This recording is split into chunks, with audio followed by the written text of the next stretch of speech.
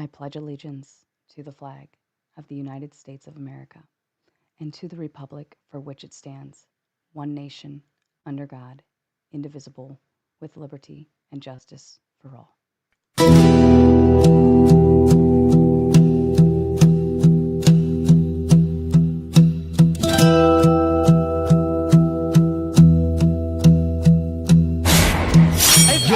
Generally, you said feminism is neutral. Here's what actually happened. This like the foundation of all knowledge. Money. I'm really mad that what difference does it make, right? What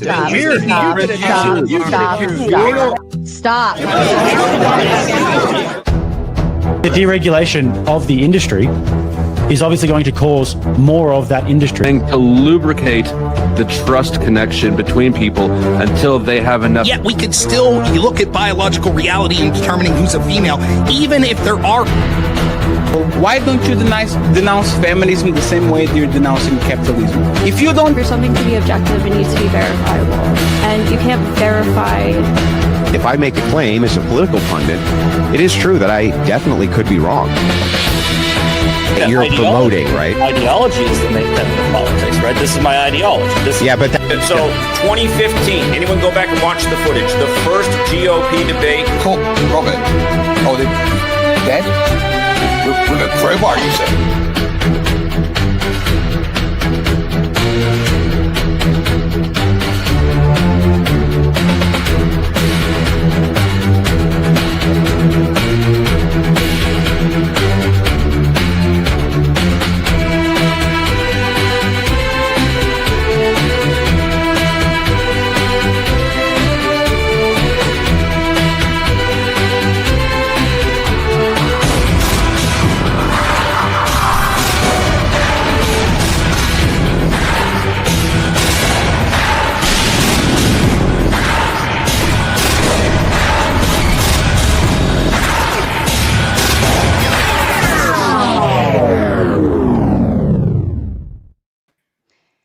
Good evening, ladies and gentlemen. Welcome back. I am Sarah, the Raging Tomato, here bringing to you live another live debate. This evening, I have with me Marte Reyes and Ryan, the Radical Coder, both streaming, by the way. Feel free to head on over to their show, show some love, support, like, subscribe, and share it all the way around. The debate topic this evening is stay-at-home husbands are not a prescription for society. Marte, if you'd like to begin with your opening statement, please. Oh, I get the illustrious opening statement here. me. Okay, let me get it straight. So, Ryan, debating this guy. So I'd like you to go to the mystical town of Patriarchyville with me right now. In the great switcheroo debacle in the sleepy town of Patriarchyville, a cosmic glitch, blame it on a rogue feminist asteroid, by the way, swapped all the spouses' roles overnight. Husbands, suddenly thrust into homemaking, discovered they were domestic gods. Wives, meanwhile, were shipped off to infrastructure gigs, building bridges, wielding pipelines, and jackhammering roads. Chaos ensued, and society teetered on the brink of hilarious collapse. Take Bob, for example, a former accountant now ruling the kitchen like a Michelin star tyrant. With his engineer brain precision, he timed the laundry cycles to milliseconds, folded fitted sheets into origami cranes, and baked sourdough that rose higher than the Eiffel Tower. Kids, he homeschooled them in advanced calculus while whipping up gourmet lunches. Honestly, and this is what he was saying, honestly, why did we ever think women had the monopoly on multitasking, he mused. As his neighbor, wives, pre-swap, would have burned toast just looking at it. Husbands across town, suburbs, basically turn this into a utopia. Spotless homes, zero tantrums, and dinner parties that shamed five-star restaurants. Men, it turned out, were wired for this. Patience of a saint, strength for lugging groceries, and an innate knack for turning chaos into choreographed bliss. But on the job sites, oh boy, the wives, bless their hearts, meant well, but were hilariously outmatched.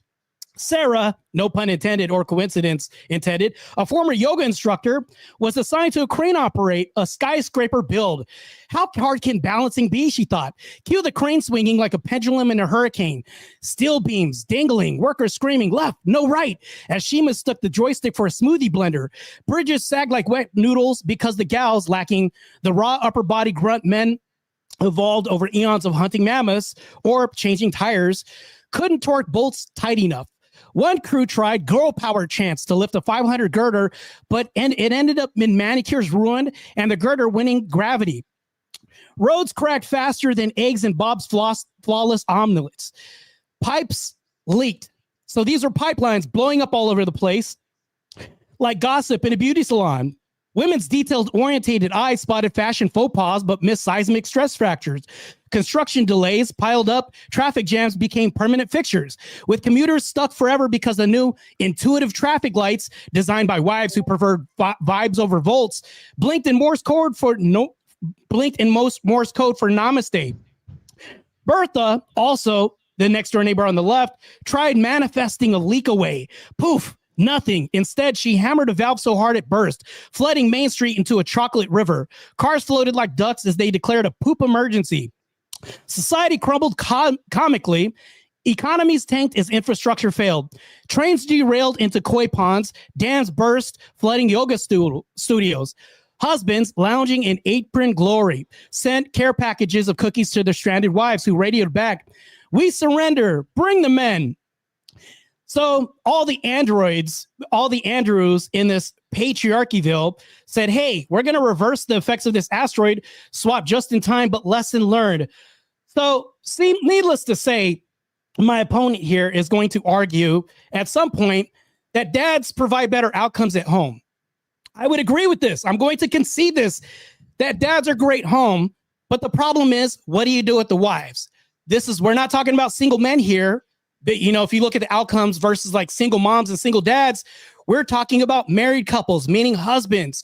If you take one at home, you have to do a swap. What do you do with this swap? I'm begging to hear what Ryan's outburst would be, or even his rhetorical response would be, to even counter any claims as to how this would be optimal for society. And that's the thing, though. Men are better in every way when it comes to things. In my story, in my hypothetical universe, where Dane Cook, a failed comedian, is now a debater now, never funny in the first place, now debating this whole thing. And I'd like to see if he can make a joke out of this, which is what's going to happen at the end of this. So, literally, the debate's over. I'm just going to make this assumption right now, as I'd love to hear how this swapping position would ever work out in society, because there's a biological I would say a biological imperative that I haven't even touched on.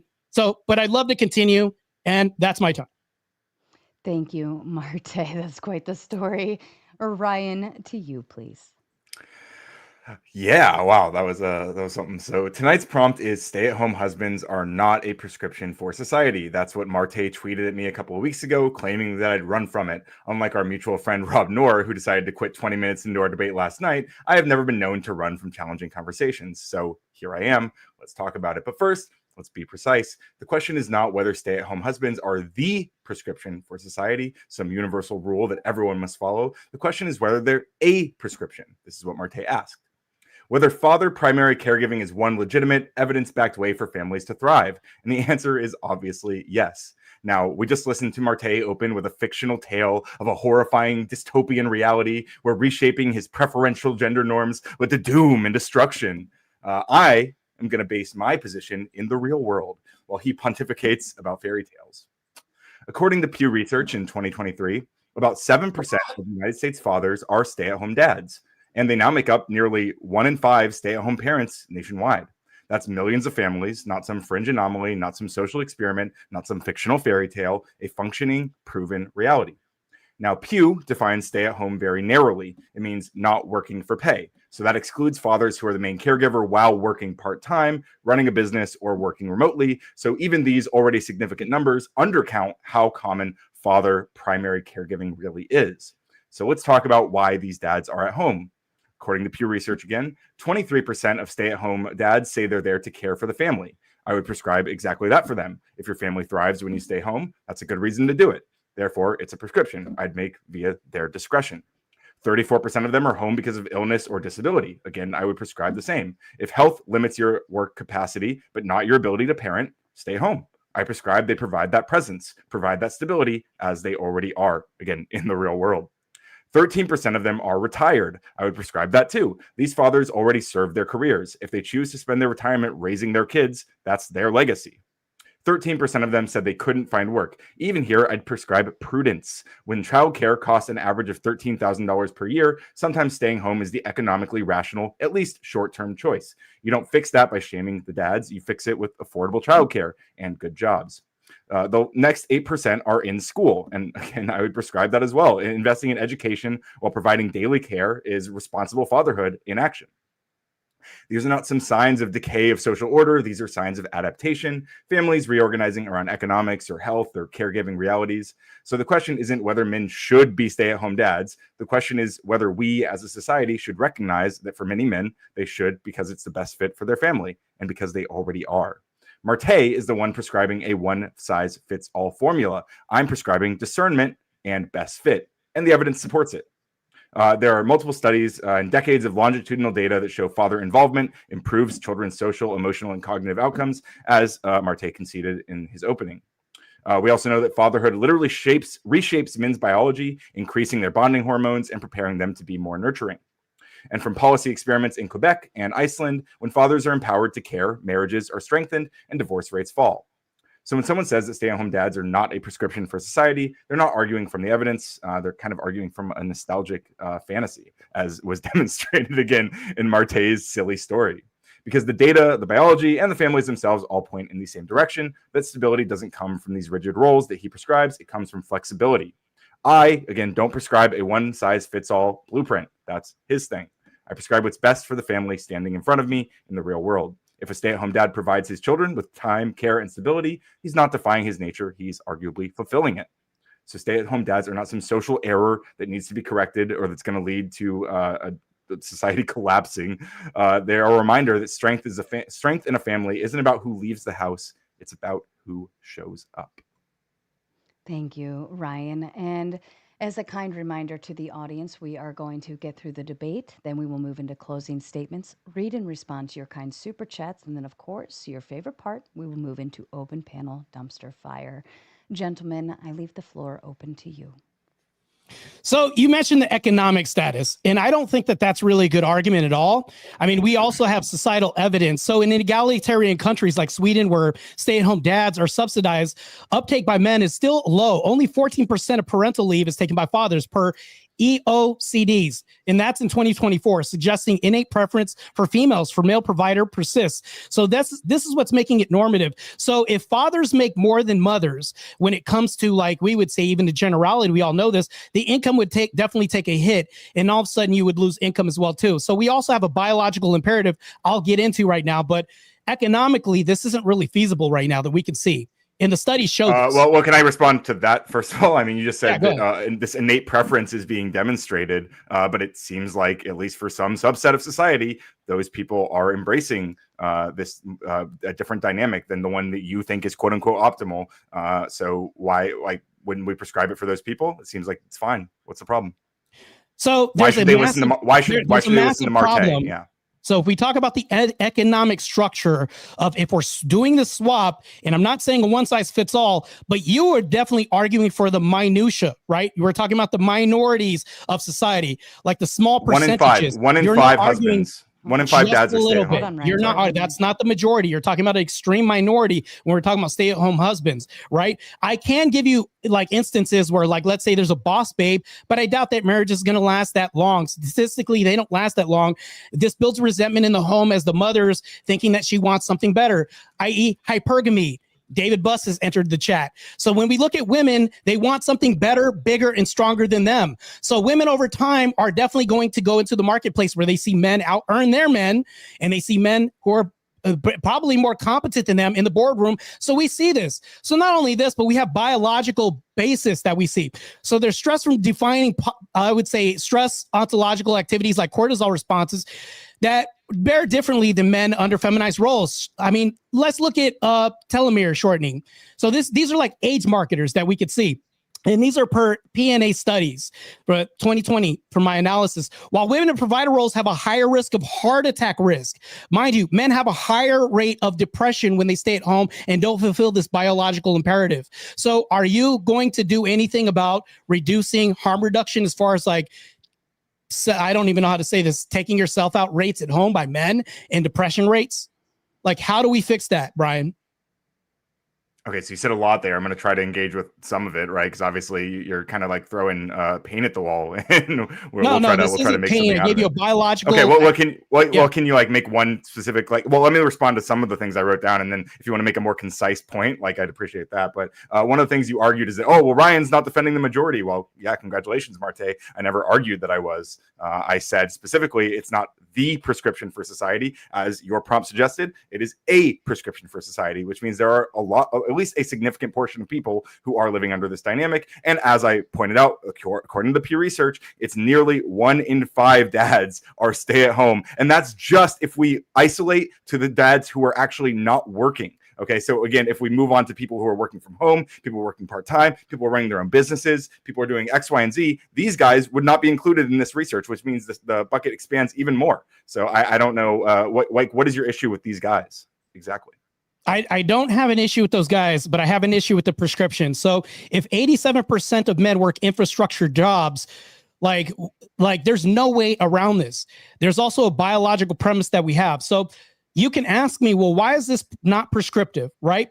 So I'm going to talk about longitudinal data from the Grant study. This is Harvard ongoing since 1938, I presume. It indicates men in non-provider roles have shorter lifespan, going back to this depression that we have of men that stay at home. Because they're not fulfilling this biological imperative, guess what? Depression rates skyrocket.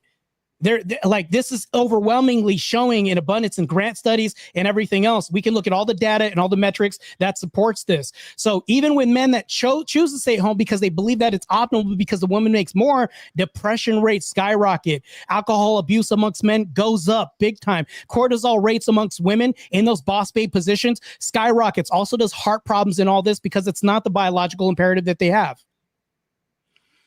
So I mean, I guess first of all, I'd point out that it might be true that depression rates are higher for stay-at-home parents in general. That probably is true for mom Not and in dads. general, more for husbands. I mean, I'm happy to look at the data if you want to send it over. We can maybe we can peruse through that. But again, you're conceding that there are a large portion of society that do live under this dynamic, whether or not you like it. And Never I would said prescribe that. I would prescribe. Well, I mean, do you not acknowledge the Pew Research on this? Or are you denying that? No, it's saying men. It's saying that the men that do choose to say this. I didn't say the majority, and I didn't say a number or any of this. That's what you're saying, Ryan. Wait, are you denying, yes or no, that about nearly 1 in 5, I believe the number is 17% of dads in America, a small minority, stay at home. And even if you look at marital small success minority rates, they're really low. They're plummeting through the basement, Ryan. I'm sorry.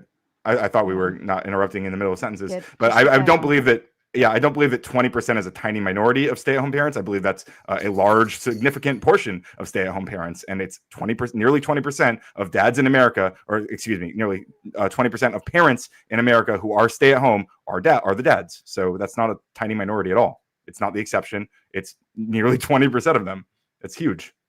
No, so I mean, here's the thing though. While contraceptive, we have a lot of issues right now in society that affect this. So we have economies, we have feminism. So we are also having all these little constructs that are enabling stay-at-home dads. So one thing though is these create inherent tensions amongst the sexes. So it's evidenced by lower satisfaction rates, health risk, and rarity. I've already pointed out the health risks that we see. And also your 20% means it's more rare. So also societies thrive on flexibility, but ignoring these imperatives leads to instability, Ryan. It really does. Equity doesn't mean interchangeability. This is something that you're going to argue. I knew you're going to argue for interchangeability, but that's not exactly equity, because all of a sudden, when you take men and you put them at home, you're robbing them of their biological imperative. This is something you can't get around in this debate. It's something that's going to constantly stomp your ideological position that you do have right now. And it's something that we have to look at, because if we look at the numbers, why are the divorce rates sky high for people that stay at home as men? This is something also that's also evident in the stats and research that we see. So we also have to look at outcomes of this as well, too. Yeah, I guess number one, that last thing you said, I don't think that's true. And the data I've seen, Very true. Especially the Quebec and Iceland, I think, as I referenced, those specific examples showed that the stay-at-home dads who had access to parental leave and stuff, these marriages were much longer lasting. So I mean, again, I'll ask you to see the data that you cited earlier. I'll ask you to see that data as well, or at least mention like where you're citing this data from. That would be nice. You said we have economies, we have feminism. Yeah, True. You said that I'm going to argue about interchangeability. I'm not. I don't think men and women are interchangeable. I think there are many situations where women are just as capable as men. Doesn't mean all. Doesn't mean that women are going to be all our Navy SEALs or whatever. I think. Okay, well, I don't think it's interchangeable in every case, so I don't consider that interchangeability. I would say that there are certain fields where men are just always going to be overrepresented, if not exclusive, and I don't think that's a problem. And I don't think that limits there being men who decide to be stay-at-home dads. And again, there seems to be a large portion of stay-at-home parents, 20%, who are doing exactly that. Seems to be working out fine for them. You're arguing that increases their depression rates. I'm interested in seeing that data, but I suspect you're not actually ever going to provide it. So. I can't provide that data. Actually, I've also provided the citation when I was talking about it, where I got it from and the year. But back to this, I want to ask you a question. Ontologically, can you provide it again? I must not have heard you earlier. Can you provide it again real quick? Okay, I'll mention that again, but I'm not going to interrupt my tangent, just so that way I can go ahead and provide you this data, which I can provide to you later. So ontologically, I have a question. Do you think males are designed for primary domestic duties like females at home? Who have oxytocin surges post childbirth, bonding with the kids and nurturing. Do you think during this period, do you think that's optimal? Okay, so you said you were going to stop and give me the data, and then you decided not to. So I'm still waiting on that data. But I don't believe that human beings are. I don't believe that human beings are designed. So that's not really. You don't believe they're designed? What do you mean by that? You don't believe they're designed? I don't believe in God, so that doesn't really make any sense to me. It's a weird question. I thought the question was referring to like the biological pieces of a mother. Yeah, that's what I was referring to. I think dads are perfectly biologically capable of being stay-at-home dads. I think they're just fine at that. Yeah. I think you were referring to like those first stages, correct, Marte? Like yes, the first stages. Mothers.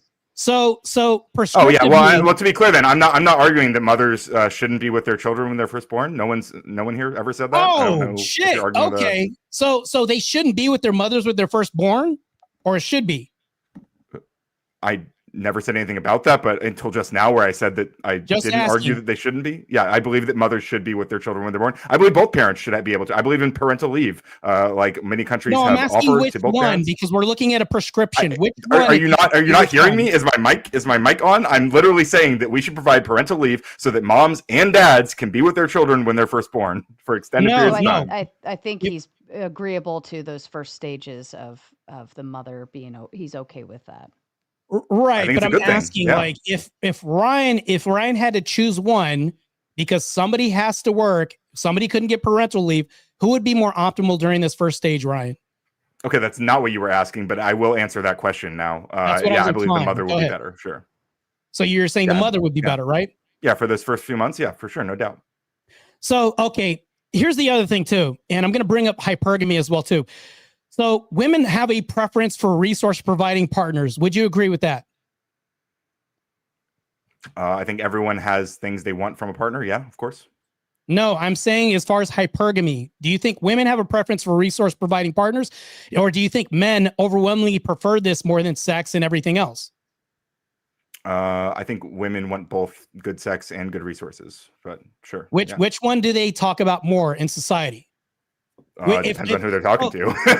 Hold on. I'm going to present the hypothetical. So let's say that me and Sarah are dating. Please don't nobody clip this, by the way. Let's say we're dating. And Sarah goes to her group of girls and she says, hey, I met this guy. He's handsome. He's a bodybuilder, all this other stuff.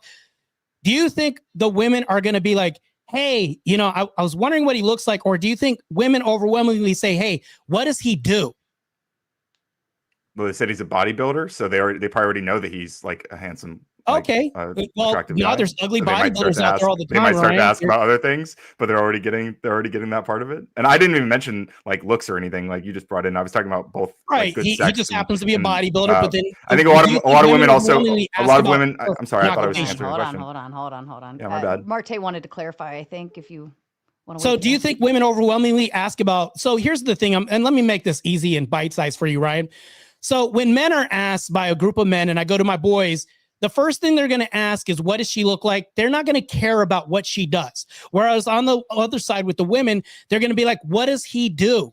That's going to be a huge question. And that's going to be a big judgment call, whether or not he's a janitor. And they're going to use this as a metric, whether or not they want to judge whether or not, hey, Oh, what is he? Oh, he's a doctor. Oh, great. This is status, which men primarily look at. And this is something that also coincides with depression rates with men because their status lowers. If they're a stay-at-home husband, guess what? Their status in society isn't that of a doctor or anything else. Their status is like looked at as like, oh, so you don't contribute to society. We overwhelmingly know this. This is something. So that's why I brought up the hypothetical, whereas like me and this fictional woman that I'm with right now, when we go to our I would say these groups of peers, when we looked at what's asked because of hypergamy, women want somebody that makes a lot of money or at least decent money, and status, it matters a whole lot, whereas men don't care about jobs and work.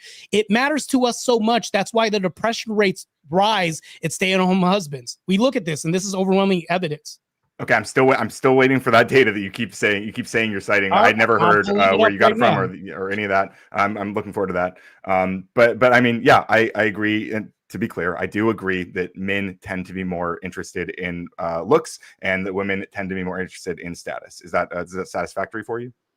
Yeah. That's a big thing. So that's the thing, though. In society, if we look at this, we haven't even touched on the biological imperative that much. So let's go ahead and pull this up. So Sarah, where do you want me to put in the this? back? You don't have to. We don't have to like go and read it together. That's fine. But yeah, if you want to do that, yeah, we can. or I can take a look. Sorry, my words. Is it data stats? Yes, okay. Data stats. Ryan, are you okay with just pulling it up in the private chat? Yeah, I don't mind. Do you guys need to? Do you need to review it, Marte? I just wanted to have it on hand, so like I can dig through it at times. Like I'm just curious. So if you have a link, Marte, and you want to just drop it, I'm gonna put the link in the chat, in the back chat, so that way he can see this. Okay. But and while I'm looking this the up, regular chat for the viewers as well. I guess while you're pulling it up, I guess what I'm curious of is like how drastic is the difference between stay-at-home moms and stay-at-home dads? Like, what are the specific numbers that you're referencing here? So here we go. I'm going to pin this right here. This is going to go into our backroom chat. Mm-hmm. So this is not only just one piece of evidence, but this is all over the internet, where studies overwhelmingly show this because men have a societal stigma, if you will. Whereas, like, guys will ask each other, what do you do for work? Women will all of a sudden ask this. You see this on dating sites and everywhere else. Well, what do you do for a living? This is probably like a big conundrum in which men, because women are now trying to out-earn men graduating from colleges. This is a big thing. But even then, women will overwhelmingly ask, like, what do you do for work? And this is a big thing because I guarantee you, in two worlds, there's two Martes. One that's a husband, or not even a husband yet, but wants to be a husband and says, hey, I'm a telemarketer, which is least respectable job on earth, by the way. Well, one of them.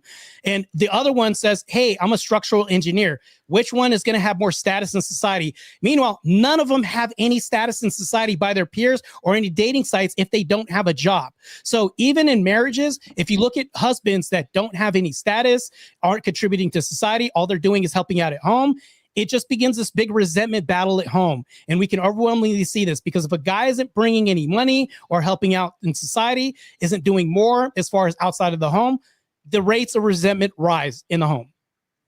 Sure. So I see what you're referencing now. This Healthline article that says that that men are more likely to have these stay-at-home fathers are found to have higher levels of depressive symptoms. I'll accept that. It seems like it's true. Now, what I'd be curious about, since this obviously isn't the exact study, I'd be curious about like what the actual rates are between the two. And I would be curious. It seems like there's a lot of evidence, or there would likely be evidence supporting this, that a lot of these are because of social pressures on men, not because of some biological imperative that you keep alluding to, but because when men are asked, hey, what do you do? They're ashamed to admit that they are a stay-at-home dad, but that doesn't mean they're ashamed to acknowledge that within their families or to their children or to their wives.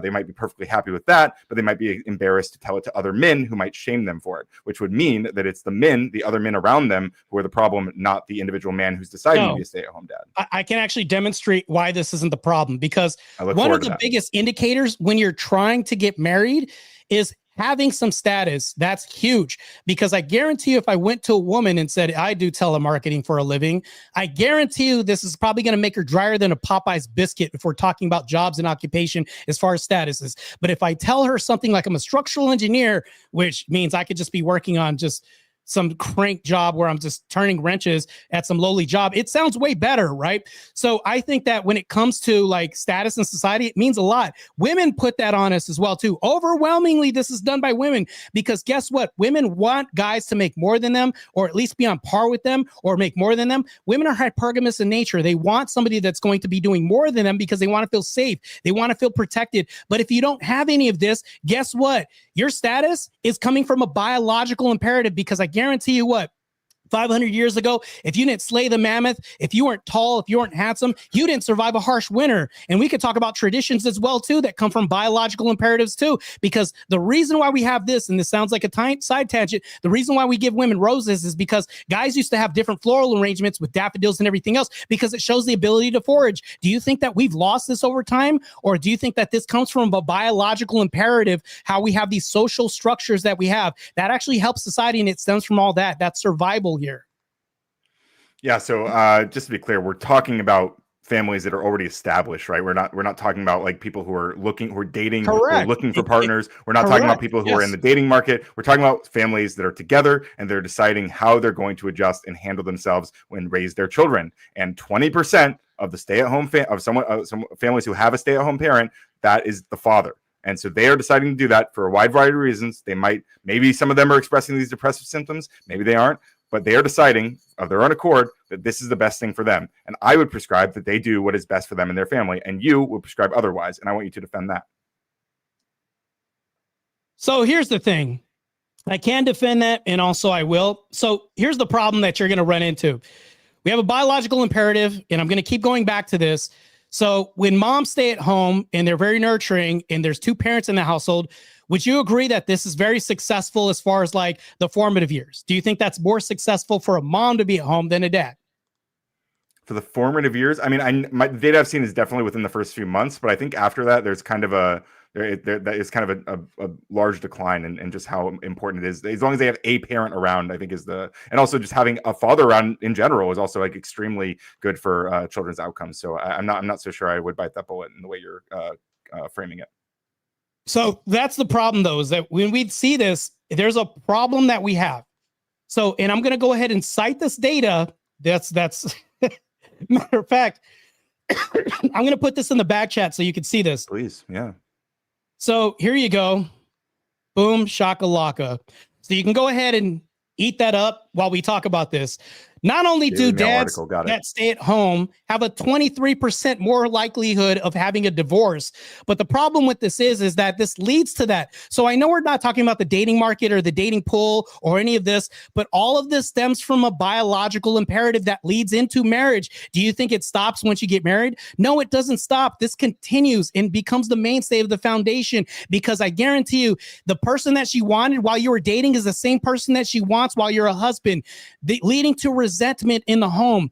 If you don't have any of this, if you don't contribute to society, and still, do you think women stop becoming hypergamous once you're a husband? No, they don't. This continues well into husbandry at the home. As women, we want them to be good matrons, good mothers. I think that's a great thing. The last thing we want is women to become resentful of us because we're not fulfilling our biological imperative, because they do want us to still be the man unchanged. We can have a change of everything else in a marriage except for our ethical principles and morality. But here's the thing that never changes is our biological imperative, which you see right here. Well, I don't see right here whatever biological imperative you're suggesting. What I do see is, according to this Daily Mail article about some study that I'm trying to find the actual link to the study. It says that there are, was it 2.5%,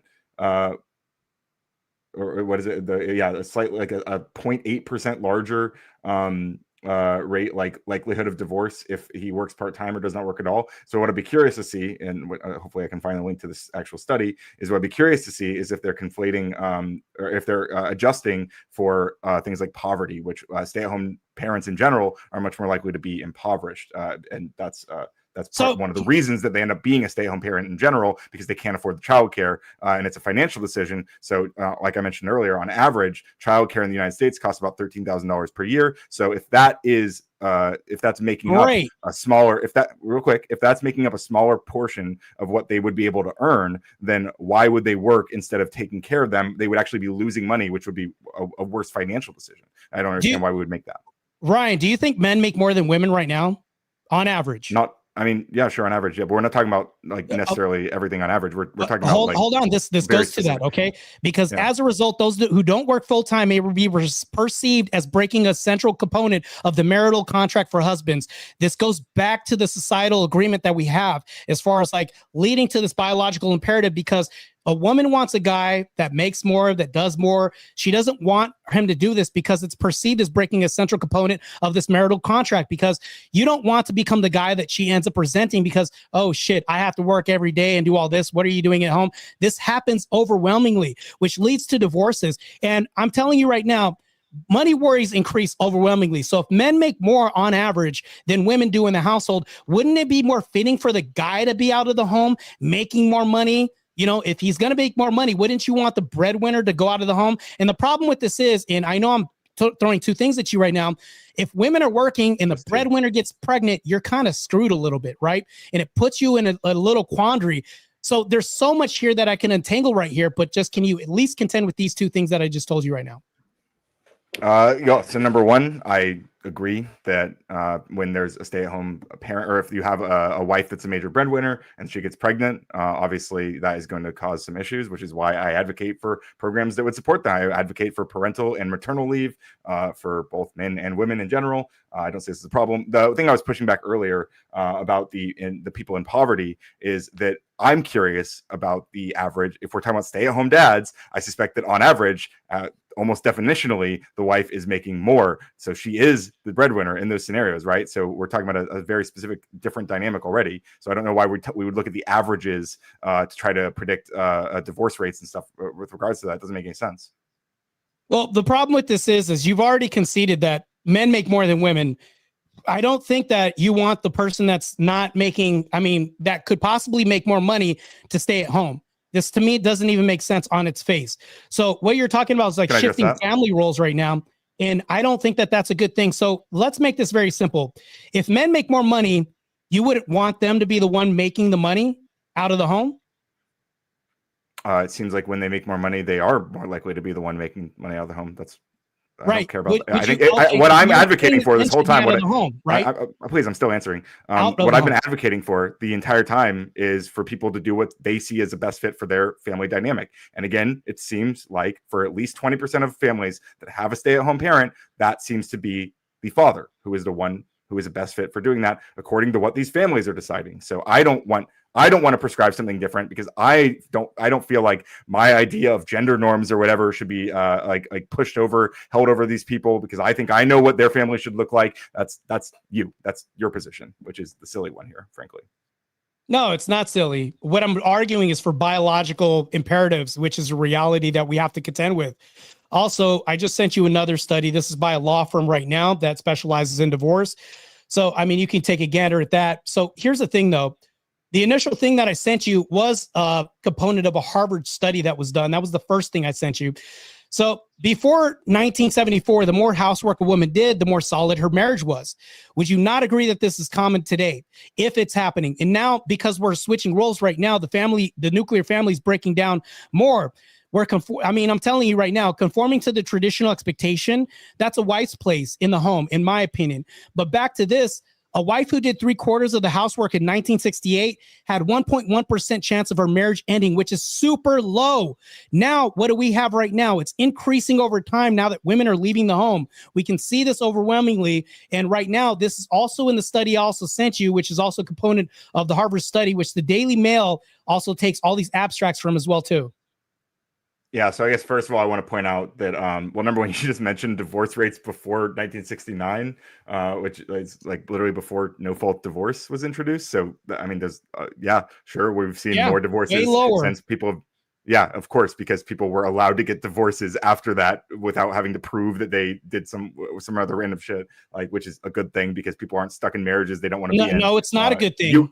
Exactly. That's a whole different conversation. We can debate about that another time. You want to force women to stay married to guys they hate or whatever. I don't vibe with that. And you also want to force guys to be married to women they hate. I think that's disgusting. I think that's bad for children. That's you. That's your position.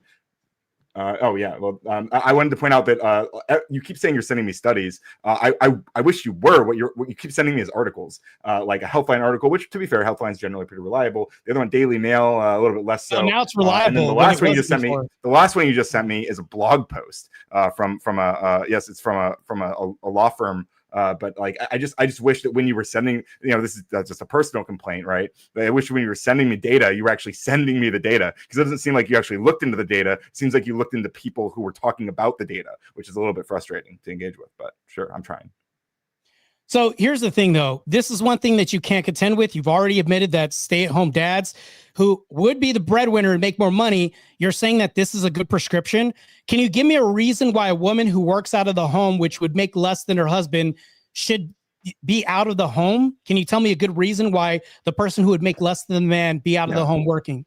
Well, yes. So to engage with that, you're kind of like begging the question a bit, right? Like you're packaging in a bunch of stuff. Like you're saying that you're assuming that you're describing a family dynamic where it's guaranteed that the husband could make more money than the wife, just because the average man makes more money than his wife. But there are obviously women who are just in great positions where they're making a lot of money, and they might want a dad, or they might want a husband, who can father their child, who can stay at home because they enjoy their job. This is perfect common. It seems to be happening with millions of United States families, and I would prescribe that they do what they seem as best for their families, and they're doing it in reality. Not, and again, in your fictional fairy tale world that you described, where chaos and the world's collapsing around us, it's just happening fine. People are living their lives. People are raising their kids. If anything, the stuff that I advocate for, like paid parental leave and stuff, would make it better for these families, would make it easier. So it's not a fictional reality, because 87% of men work infrastructure jobs.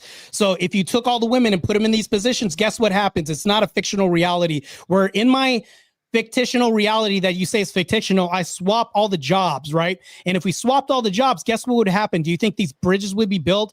I mean, it expedited the way that they are with men compared to women. Do you think that these roles are equal when we talk about this? You have to agree with this, because this is a nonsensical position to hold and say that it's completely fictional. It's not. Well, hang on. So you're asking me if in a world where all men were replaced by women, which would be a fictional world, right? We don't live in that world. You agree with that? We don't live in the world where all. Okay, so I'm correctly describing your hypothetical as a fictional world, right? You agree with that? How would this be fictional if we really did this? It's fictional right How would now. this not play out like I said. You're saying if this happened in the real world, would it still be fictional? No, it wouldn't be. But right now, what you're describing is a fictional world, a hypothetical world, right? You said it was ridiculous. You said it was a ridiculous premise. Well, How ridiculous would it be if women all of a sudden got into 87% of the infrastructure jobs and we switched places? I think that would, I wouldn't prescribe that, but I didn't come here to prescribe that all. I didn't come here to prescribe that all women invert their jobs with all men. Nobody is here prescribing that. You said it was crazy, and you made a mockery of it. It's not a mockery. It's non-existent. You're literally agreeing with this fictional world that I just presumed and gave it to you. Like, to me, that doesn't really make any sense. I'm agreeing. What do you mean I'm agreeing with it? I'm agreeing that it would be ridiculous, but I'm also agreeing or pointing out that I never advocated for it. It's not the prompt of the debate. It has nothing to do with the prompt of the debate. What we're talking about in reality is that there are, again, nearly 20% of families who have a stay-at-home parent. Let me finish, please. There's nearly 20% of families that have a stay-at-home parent. They are men. They are husbands. And that's in the real world, not in a hypothetical, not in a fucking fairy tale. That is right now in America. So I'm going to send you the Census Bureau that says stay-at-home husbands are rare. About 2% of U.S. married fathers per Census Bureau of 2023, often situational, where this is what it is. So job loss, partners, high income, because of those situations. I can assume that this could be correct because I'll pull this up right now where it's from the Census Bureau, where it adopted. Success is anecdotal and conditional.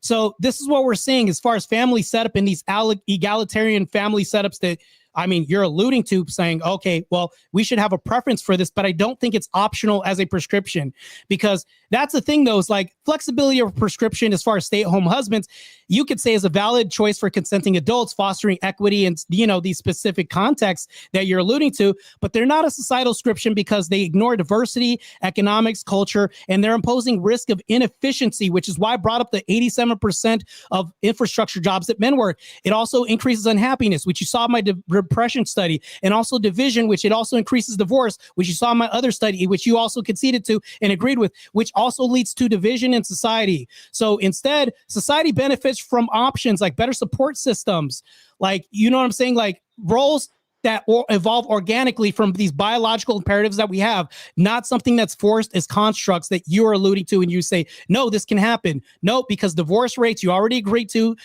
climb up higher. Depression rates for men for stay at home, you've already conceded to this. And you said that this is already happening. It's like, what's left there to even debate, Ryan? Because it's a bad prescription. Yeah, so I don't know what data you were just alluding to. You're talking about the census, but it didn't sound like you were saying that it's 2.3% of fathers or stay-at-home fathers. I think my understanding is it's about 7% of fathers in America are stay-at-home. So again, millions and millions of families. I just posted the Pew Research in the back. I'd be interested to see the census data you're alluding to or describing, but that doesn't, it doesn't sound like we're that far off, but it sounds like I think you're looking at a smaller, more specific sample of that 7%, which we can talk about. But again, this is millions of families who are doing exactly this. You're talking about it being organic evolution of the biology. This is organic. I'm talking about an organic thing where there is, in the real world, we have people who are making choices that are best for them and their families, and they're not basing them on like the rigid gender norms that you're specifically prescribing. They're doing it based on what's best for their families. That's what I'm prescribing, is that families do what is best for themselves and their families, and they are doing that. And what it results in is 20% of stay-at-home parents are men. And you are upset about that because in a fictional world, maybe hypothetically, if we replaced all the men with women, that would be bad. I agree, that would be bad. We wouldn't do that. We don't need to do that for 20% of stay-at-home parents to be men. We didn't need to invert any crazy shit. It just seems to be working fine. These people are raising kids. They might have higher depressive rates. I don't know how much higher that rate is, but it could be for a wide variety of reasons. And I would prescribe treating that depression via therapy and maybe SSRIs if appropriate. Also, you want to put a Band-Aid on this instead of treating the original source of this. By the way, Sarah, can I share a screen with you real quick? Yeah, sure. All right. And why you do that? You're saying it's a Band-Aid. I mean, I'm talking about like treating things as they arise. Yeah, sure. But you're alleging you know the original. Real quick, you're alleging you know the original source. Ryan, if we know you're alleging you know the original source. Hold on. I think Ryan was offering a pushback on that one, and then Marte will come back to you. And you're going to get the screen up anyways too. So. Yeah, and I'll be quick. You're alleging that you know the original cause, and you're saying the original cause is that they're stay-at-home dads. We don't actually know that based on what all we know is because you acknowledge correlation does not equal causation, right, Marte? What does every causation have? A big ass correlate. Every causation has a big ass correlate. Anyways, back to this. Can I share my screen real quick? Absolutely. So you do think correlation equals causation?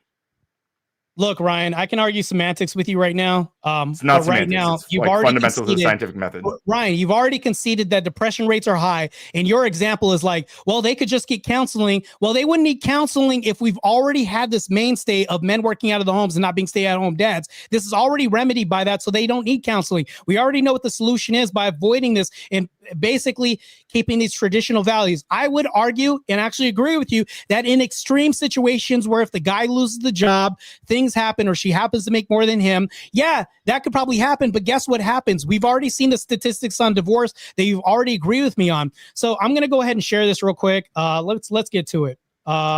Yeah, so just to respond to that, you're asserting that you understand like the root cause of these things, and in this example, you're saying that you know for a fact somehow. I'm really interested to find out how you figured this out. You know that them being stay-at-home dads is the thing that's causing their depression. What we don't know, because again, correlation does not equal causation. Well, the reason we don't know this is because it's fully possible, right? And you would have to acknowledge this. I'm sure. Real quick, you would have to acknowledge that dads who decide to be stay-at-home dads might just also already be predisposed to depression for various other reasons. Yeah, but you're also making another assumption. Like, this is the thing, though. You're making a blatant assumption, actually. So really, that doesn't even reconcile your position or even counter anything I've ever said.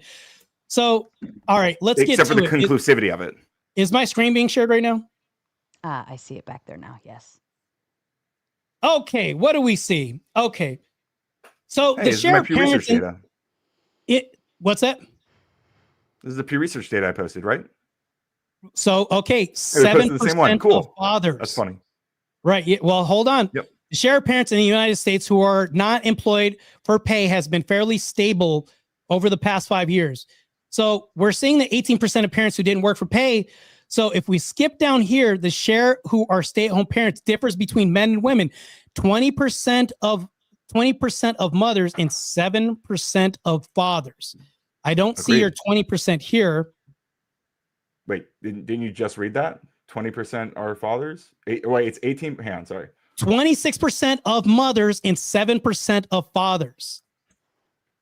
Yeah. 26% of mothers and 7. Yeah, exactly. But yeah, okay. I see the issue you're having. I understand what you're saying. I'm going to correct you. Oh my God, bro, this is crazy. All right. Anyways, when you're done, back to this. Are you done? Okay. Can I explain what you're crying about right now? It is a stark minority, Ryan. It's not your. What the hell are you talking about earlier? Go ahead. Can you reconcile that for me? I absolutely can if you'll stop for a second. You're freaking out, but I can. Stopped. So go ahead, talk. Yeah, I will. So what I've been saying over and over, maybe if you open up your ears, you would have actually heard me, is I said 20% of stay-at-home parents, not 20% of parents, not 20% of parents, right? That you understand the difference between 20% of stay-at-home parents and 20% of parents. You understand there's a difference between those two things, right? So stay-at-home parents, if we look at the data and resources and everything, it's such a minority. So you're making this out like, so if I gave you a prescription, in a prescription, even if I give you the 20%, we say it's 20%, do you think that this is a better prescription for society than the overwhelming agreements that everybody agrees with in society right now? That's happening right now. Do you think that it's a good prescription for dads to be out of the home in working compared to like mothers being out of the home and working and dad staying home in a marriage? Do you think that this is good, knowing that the data that you've already conceded to saying that depression rates are higher regardless if they have depression prior to or during the marriage? We've all seen the numbers, and you've already conceded that the depression rates in stay-at-home husbands are higher. You've already agreed that husbands make more than the women, and you're saying that the people that make more and would be better breadwinners stay at home. None of this really makes sense to me, Ryan. Can you reconcile any of this and tell me why this would be better? I'll do my best. So yeah, what I pointed out is that we don't know the cause of the depression, which you pretended to know earlier, right? You were asserting that it was because they were stay-at-home dads that they were depressed. You don't know that. It might be the case, as I suggested. This could go either way. I'm not asserting that I know because I have a little bit more epistemic humility than you. What I'm saying is I'm not sure whether that's causing the depression or that depression might make them more likely to want to be stay-at-home dads, which would be a separate problem, right? And we can engage with those in a wide variety of ways. But that wouldn't mean that all stay-at-home dads are doing something wrong, right? And to once again, just to correct what you're, it's kind of funny that you are hammering down on this when I was so specific all throughout this debate about the 20% thing. So what I'm referencing, I'll read directly from the article you were just looking at, the one that was the article I cited over and over in my opening statement. That was where like almost all of the numbers I talked about came from. And it specifically says, due to these diverging trends, dads now represent 18% of stay-at-home parents, up from 11% in 1989. That's what I was talking about. So these millions of American families, they have a stay-at-home dad, okay? And those people seem to be doing that for one reason or another. They've decided that's the best fit for them. And it might be possible that some of them are more likely to have depression. It might be possible that that's because those people were predisposed to choosing to be stay-at-home dads, or maybe because being a stay-at-home dad increased their rates of depression. We don't even know because your article didn't cite the difference between stay-at-home moms and stay-at-home dads in terms of depression. So it would be interesting to see just how much that rate goes up. But again, it wouldn't really address the fact of the matter, which is that many families are still viewing this as the best fit for them. And additionally, when you talk about how, if men make more on average, then why wouldn't men be the primary breadwinners? Well, that's fine. On average, 80% of stay-at-home parents are women. So on average and beyond, that's what they're doing. And I would prescribe them as well to do what's best for their families, right? But for the women who are making more and the husbands who are willing to be stay-at-home and the women who are interested in having a stay-at-home husband, they are doing what I would prescribe for them, which is the best fit for their families. Does that follow for you, Marte, or are you still lost? No, never been lost here. I still don't think really you're making a good argument as far as like why men should stay at home compared to women, because if the depression rates, and here's the thing though, you keep alluding to like, we got to see the percentages though, but you've already agreed that men suffer more with depression. I already need to agree to this, and you've already agreed to this. If you wanted to argue semantics like, but to what degree? to me, already conceded. You've already conceded and said that, hey, I've already acknowledged that depression rates are higher. That's all I need to do to win that point.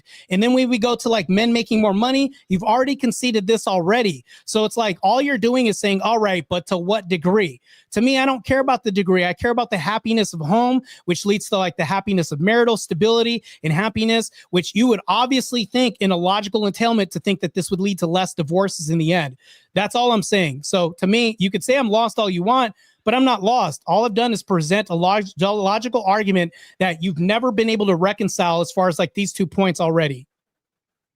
I feel like I've reconciled just fine all throughout this. I've illustrated that right now there are once again, I'll say this over and over and over again. There are millions of American families right now who've decided the best fit for them is having a stay-at-home dad. They seem to be doing fine. You haven't showed any data that suggests that these families are collapsing as you outlined in your initial like fantasy. Again, the best data point that you've brought up, the strongest one seems to be this correlation between depression and stay-at-home dads. That doesn't even necessarily speak to the family outcomes, although sure, people with depression might have might be more likely. That's crazy.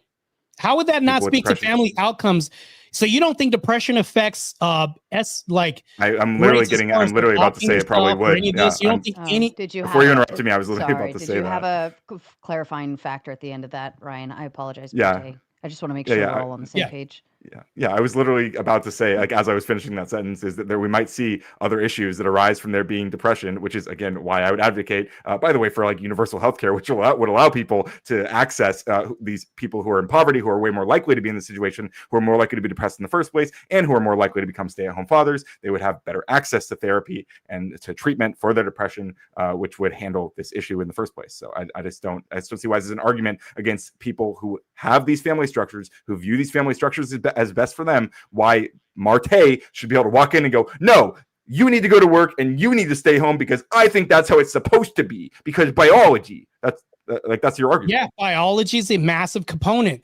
So you've already argued that the formative years are extremely important. So I think, why shouldn't we continue on this trend? You've never told me the bad thing. So if I ask you, why would it be bad for men to be at work and women to stay at home? You can't even tell me a concise point of like why that would be bad. But you have everything to say for when a dad stays home and a woman's at work. You want to promote this, but I can tell you all the bad that can happen out of this as far as like depression rates, all this. But when you look at this knife doesn't exactly cut both ways. It doesn't at all. So I think one is more optimal than the other, and I could present this good case, and I've already presented the good case why this is more optimal. You can't present to me why we can't continue on this legacy into this tradition of women staying at home, nurturing because they have to breastfeed. There's also oxytocin releases because the bonding of parenting is extremely important. And for them to continue this, why should we have to sever this tie? No, I don't think that that's a good thing for them to sever this. I think it's more optimal. And even the women in the chat would agree with me that they want a guy that's efficient, makes more money than them, is the protector of the home. I mean, protection is like financial stability. It isn't just physical protection. If a man makes more, he's out of the home doing this and providing, instead of raising cortisol levels of women, increasing heart attack risk and all this, and aging fast. All this happens. We all know this. This is an evident fact. Yeah, so you're asking me, why would it be bad for women to stay at home? I don't think it's bad for women to stay at home if that's the best fit for their family. If they decide with their own autonomy that they decide that's what they want to do, that's the dynamic they want. Seems like 80% of parents seem to, 80% of families that have a stay-at-home parent, they are deciding to do that. And I encourage them to do that. That seems to be the best fit for their families. I would prescribe that for them. Additionally, for the other 20% that have decided to do something different, I would prescribe that for them to do the best fit for their family. Once again, you're not disputing that. You're just saying, no, I think this is how it has to be, and you're alluding to a bunch of other things that like are allegedly bad about this in biological reality. Optimal, it just doesn't matter. More optimal to who? Not for them, apparently. They don't seem to agree with you.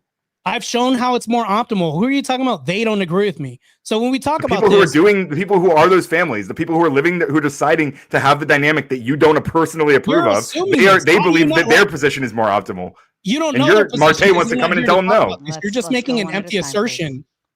You're making an assertion, Ryan, by saying they don't agree with me when we've shown that the depression rates are higher. So I highly think it's improbable that a guy with a higher depression rate is going to say, damn, I love staying home. I wouldn't want to be out there. Of course, we have some cuckoos out there that are probably going to say this because we have I would say that male feminism has proliferated in society a lot, but I don't think that that's a good prescription because they themselves are more higher likelihood of getting a divorce. And if they do get out there and get a divorce, these aren't the men that women want. I guarantee you they aren't.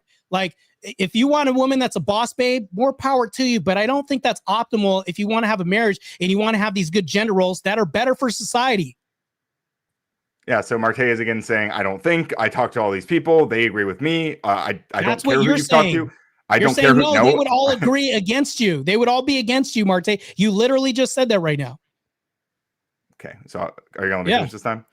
Yeah, okay, go ahead. So I'm not talking about people I've talked to. I'm not talking about what I am talking about is the data, right? I keep pointing to the 20% no, Ryan, of you families. Said the people that you're arguing against would disagree with you. Hold on. Well, you can clarify afterwards, Marte, but I do want to at least let him say what he's needing. Yeah, I think I see where Marte misunderstood me. I'm not saying the people you're arguing with, the people you're talking to, your friends will actually secretly agree with me. I don't know who the fuck you're talking to. I don't frankly care. The only thing that I've been referencing is the Pew Research data that there are 20% or 18% specifically of families that have a stay-at-home parent. They seem to have decided that their best fit is for the father to do that. They would probably disagree with you asserting that they need to do a different dynamic. Okay. And I'm saying, why should they care about what fucking Marte thinks? So here's the thing, though. You're saying they would probably disagree with you. You're basically saying that I'm saying that when you're the one that's saying that. You're saying, well, they would probably disagree with you. Who cares about what they would probably do? That's something that's a prescription that I'm arguing against, and I don't think that that's good. Not only do I think this is not good, but I also think it's a horrendous thing to even offer as a prescription and say this is best for society.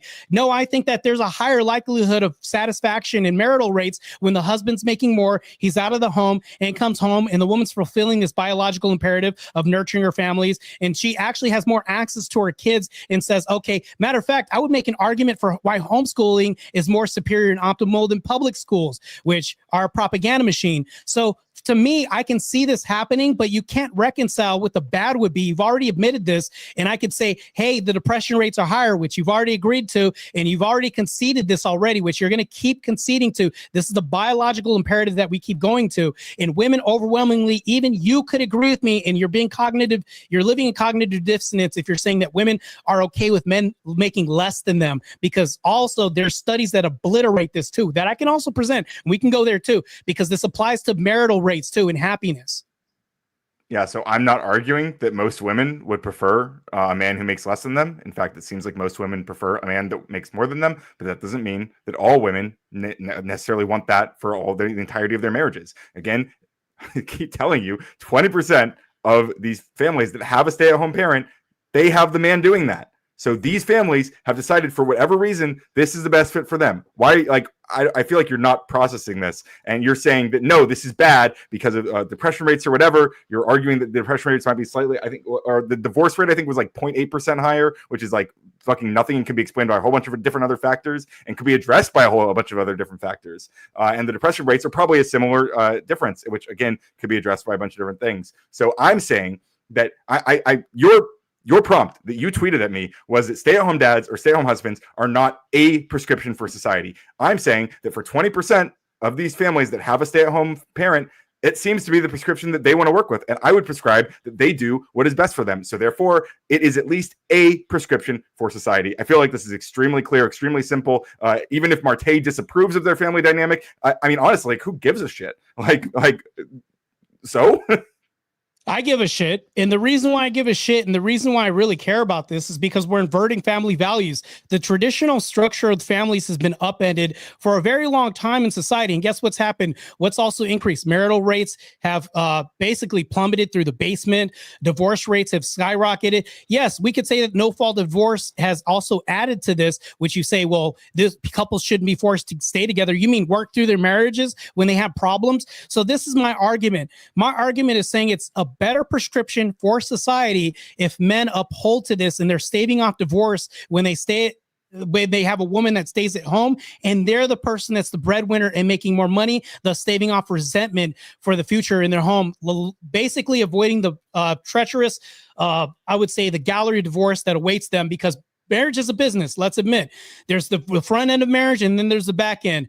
Getting married, there's a shit ton of money. People spent $20,000 on marriages. And I'll get back to the point. Divorce, high-end industry over here. But in order to avoid this, because we're talking about outcomes here and a higher success rate of marriages, which is also part and parcel of this, I think it's a better imperative for us to follow a biological imperative for men to be at work and women to stay at home, because we've never seen this opposite successful. We're trying to have this happen in society, so where we have boss babes go out of the home and while husbands stay at home. Guess what? Marital rates haven't gone up. They haven't increased at all. This hasn't been a thing. But if we go further back in the past where you say women were slaves and stayed at home, marital rates steadily rose and satisfaction of married couples increased also. There's no way you can reconcile this, because it's all going downhill from here when we have this egalitarian society, which you say, I'm not arguing for egalitarian. I'm just saying, hey, it's good all across the board, man. This fits and anybody could do this. No, it doesn't, because overwhelmingly we see that this is such a marginally small community, and you keep arguing for the 20%, which is like,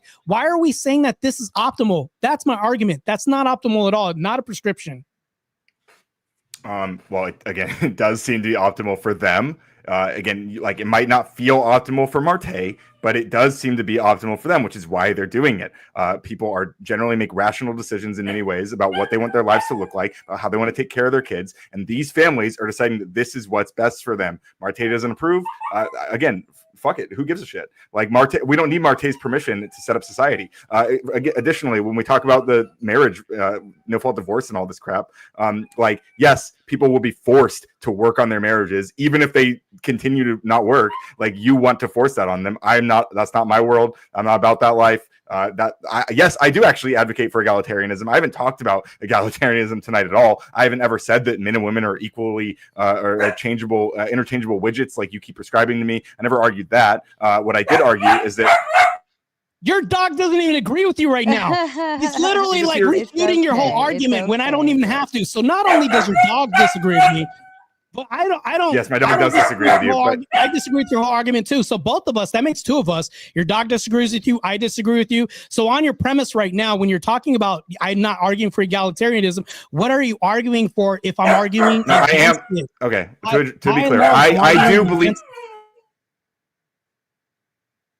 I do believe in egalitarianism. That doesn't mean that I'm arguing for egalitarianism right now. What I'm arguing for is that there's a subset of married couples who have children, who have a stay-at-home parent, and that subset, a large subset, which means millions of American families, they have decided what is optimal for them is to have the father stay at home. They are deciding that. If we see that, like, all these different outcomes that you don't like, these people are still making that decision. I do want them to be allowed to do that.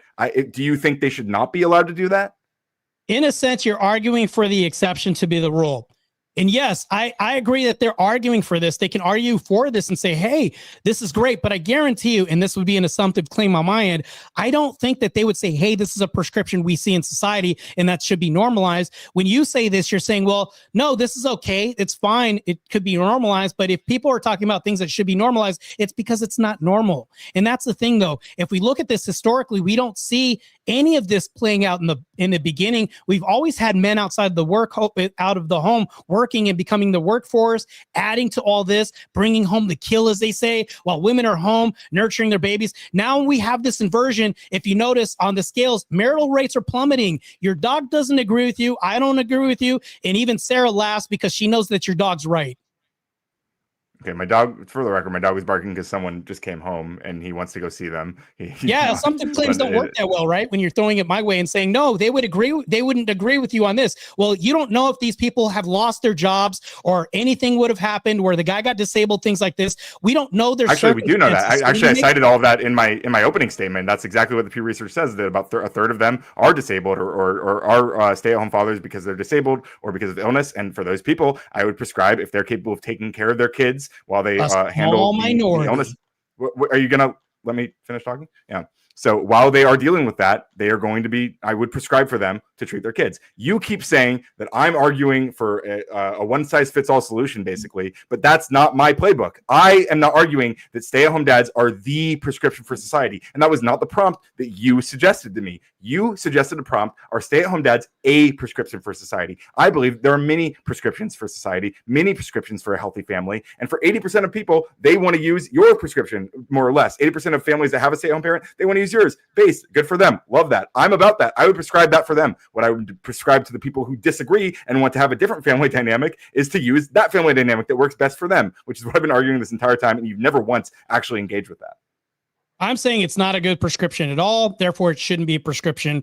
Although I can agree that there are happenstance cases of people losing jobs. I think that people get sick, can't go to work. I think that people get out earned all the time sometimes because the way that we have colleges literally ostracizing men right now with their educational programs. But here's the thing, though. I think that if we have husbands that make more, I think we're going to lower resentment in the home and we're going to stave all this off. And then not to mention this, but we're going to lower societal shame for men as well, too, in the workforce, because societally right now, we've never seen anything work out to where it's like, this is what we need as far as like the whole prescription. And yes, you can agree that, hey, there's a small subset minority that does do this and is a prescription, but we can map this onto everything else by saying gay people should be having butt babies and this could probably happen. Not successful, right? They can have this happen as a small subset, less than 2% of the population, which you can argue for. And you're saying, well, no, that's a prescription because they can attempt butt babies all day long and have all the infinite butt sex. But I'm like, this produces nothing. Much like if we look at marriages right now, people could say, well, husbands can stay at home, women are out of the workforce. How does this reduce rates of depression? How does this reduce rates of like resentment towards the husband at home or deal with any of this other stuff when we have this switcheroo happen? I'm actually agreeing with you to some part that this can happen. Well, women make more money, but I'm saying it's not a prescription that I would recommend or anybody else in society would recommend, because I guarantee overwhelmingly, if you ask husbands, would you rather be outside of the home and work? Well, there's a couple of feminists here who probably disagree with me that are men, but I'm just telling you right now, should something happen, you want the husband taking all the hits, protecting his family, not the woman. That's what I'm arguing for. So I think Marte just conceded the debate. He would accept that it's a prescription for some small subset of the population, which has been my position the whole time, not the majority. Obviously, as I agreed, it would never be the majority, and that I don't expect it to ever be the majority, and it doesn't need to be. It needs to be a prescription for some subset for the prompt to be, for his prompt to be incorrect, basically. And he seems to have just accepted that by saying that there are some people who this would actually be a prescription for. So that's pretty funny. And when he asked, how does this reduce rates of depression? My prescription for depression would be therapy and counseling, things that actually are demonstrated by the data to reduce symptoms of depression. You might believe that, I'm Marte and I have conjured up the real cause of depression in these men, and secretly it's because they're not adhering to my idea of what a dynamic between them and their wife should be, but otherwise they seem to be choosing this different dynamic. Well, perhaps you're right for some of them. I don't know. We can endlessly speculate about that. We can ask the magic 8-ball all day, Marte, but in reality what we'd have to look at is more granular data, which you did not provide. So I mean, I don't know what to tell you, but my position on depression would treat it, would help these people handle that, and they would still be able to be good parents, as they've decided to do, as they seem to be doing. These fathers have perfectly good outcomes, very comparable, definitely not worse, comparable in some cases better, where there are stay-at-home dads. I just don't even know what we're arguing about at this point. So here's the thing. You're arguing for a subset like a minority. What I'm saying, it's not a prescription. So if we look at the subset of minority, you've already said that, hey, I've conceded. No, I haven't conceded at all, because when you're saying this, so to me, how much sense does this make? And I'm talking to the chat and everybody else right now. If you're talking about husbands that have lost their jobs, is losing your job a prescription for society? No, it isn't. This fringe case of like, oh, I'm disabled, would that be a prescription for society? Even if we agree that happenstance, like nobody wants to be disabled, nobody wants to lose their job, hence those aren't prescriptions. So those aren't even good use at all either. So even if we admit those and say, hey, this is what happens, it's not a prescription because nobody wants to be disabled, nobody wants to be out of work. So you're running out of options as far as like, okay, well, what's preferential for even those people? We can't even say that that's preferential, because I guarantee you that these husbands that are unable to work by whatever metric, would this be like disability, I can't work because she makes more than me. If you switch the roles, they wouldn't want to be disabled, out of a job, jobless, or having their women make more than them. I guarantee you overwhelmingly, you're going to have some cucks out there in society that are saying, yeah, you know what? I love being home, making origami cakes and all this while she goes out. That's a fringe subset of society. But I guarantee if you switch this, these husbands will be like, you know what? I love being the man of the house, making more money, being the breadwinner, being eyeballed as like the sex object of the home, coming home while she's like saying, hey, I have the cakes ready and dinner and all this. Guarantee you that this is a better fit for society. I don't think it's a prescription at all. So I think, first of all, I think the origami cakes meme is kind of a telling and funny it reveals a lot of what Marte thinks about stay-at-home parents in general. Obviously, the 80% of stay-at-home moms he believes are sitting at home making origami cakes all day, doing nothing productive, being basically useless in his eyes, which is kind of curious because that's how he is characterizing these stay-at-home dads who are doing all of the same stuff that they would be doing. So obviously, he believes that about them too, unless he believes that women are somehow doing completely different jobs at the home than men are, which doesn't really make any sense. I also agree that men are obviously anybody who is ill or unemployed and looking for a job, they would prefer to not be, almost definitionally. But we're not talking about whether or not getting sick is a prescription, whether being disabled is a prescription, whether losing your job is a prescription, as you said. We are arguing what should people do in situations where they are. Let me finish, please. Let me finish, please. We are arguing what should people do when they are disabled, what they should do when they are sick, what they should do when they are looking for a job, and what those men seem to decide to do is take advantage of the fact and spend more time with their kids. And I think that's good. I would prescribe that they do that while they get back on their feet if they can. Yeah, you know what? I'm going to say that these are situations that do happen, but is this a prescription for this situation to happen? Would they want to be disabled? It's all part and parcel. You could say, no, we don't care if they want to be disabled or any of this other stuff. These are not positions that they want to be in. While you're saying that this is a prescription, they have no choice. How can not having a choice be a prescription? You don't have a choice. A prescription is a chosen position that you can have. Meaning, like, if you had the choice, would you rather not be disabled or, be able to work? Would you rather not be unemployed or would you rather be able to work? That to me is a prescriptive measure. But if you're injured, these people, you can't have a prescription because you're bedridden. That's not a prescription by saying, well, I have no choice and I'm physically incapable of doing something. No, you'd have no choice. Prescriptions are decided. Like if a doctor gives somebody a prescription, they can either choose to opt out or not. If you're disabled and at home, you can't opt out of this. If you don't have a job, you can't opt out of getting another job until you get a job. That's the dumbest shit I've ever heard, Ryan, and it doesn't make any sense. Therefore, that's not a prescription either. That's why you have to omit all that shit. Yeah, so I believe you when you say it doesn't make any sense. Maybe it's because you took a bunch of NyQuil or whatever, like you said at the beginning of this debate. But I'm not arguing that that's a prescription. I never if you listen that. to any, if you real quick, if you listen to whatever you said, Benadryl, my bad. Never whatever. said that either. It's literally in the back chat says FYI. Oh, that's Sarah. I'm so sorry. Yeah, you're making up all kinds of shit, My Ryan. bad. I misread. I apologize. I just corrected it. I just corrected it. I'm correct. I'm not making up shit. But what you didn't hear clearly was me explaining that being sick is not a prescription, that being disabled is not a prescription, that looking for a job is not a prescription. Or, well, I guess if you are unemployed, looking for a job might be the prescription. But while you're doing these looking things, for a while job you're might sick, be a prescription. Yes. Please let me respond. While you're ill, while you're disabled, while you're looking for a job, I would prescribe that if you can take care of your kids and the wife can still be the breadwinner in those cases, then that would be a prescription for those people. You agree with that, right? No, so I wouldn't call that a prescription as much as like if you're home and you're bedridden, stay in bed. Like that's a prescription. You would say like it's something they should do. That's what a prescription is, right? You're saying something something should do. I can agree with the stay in bed thing, but if you're subjected to be in a wheelchair and you can't walk, would you say a prescription is to not walk? To me, that doesn't make any sense because that's what your argument boils down to.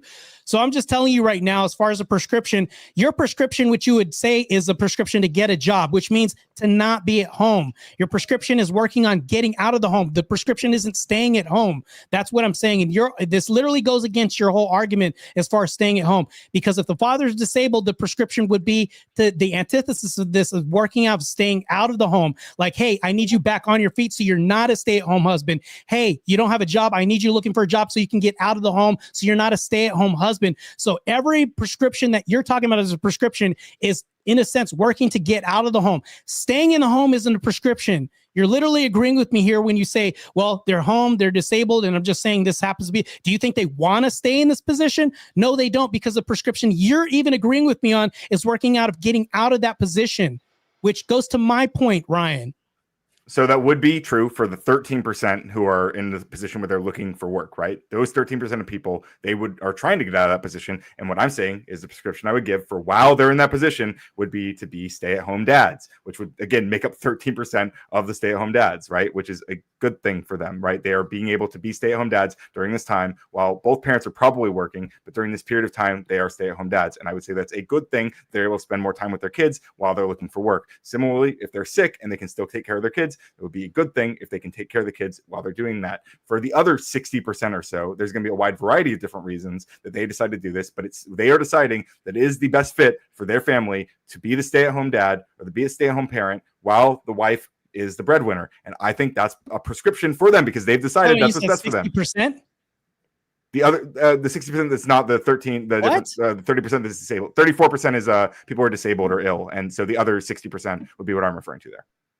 No, it's not 60%. That's crazy. It's not even close to that, Ryan. You've even seen the stats. You've actually conceded and said, well, it's 20%. And then we saw something else said 7%. And then you're saying 60% right now. Which one is it, Ryan? Because right now it's not even that high. Let me explain because you're lost again. Okay. No, I'm not lost. Please. No, you really are. I promise you're lost. Wait, when I said 60% just now, what do you think I was referring to? So when you said 60%, you were talking about the dads who get injured and have to come back to work, right?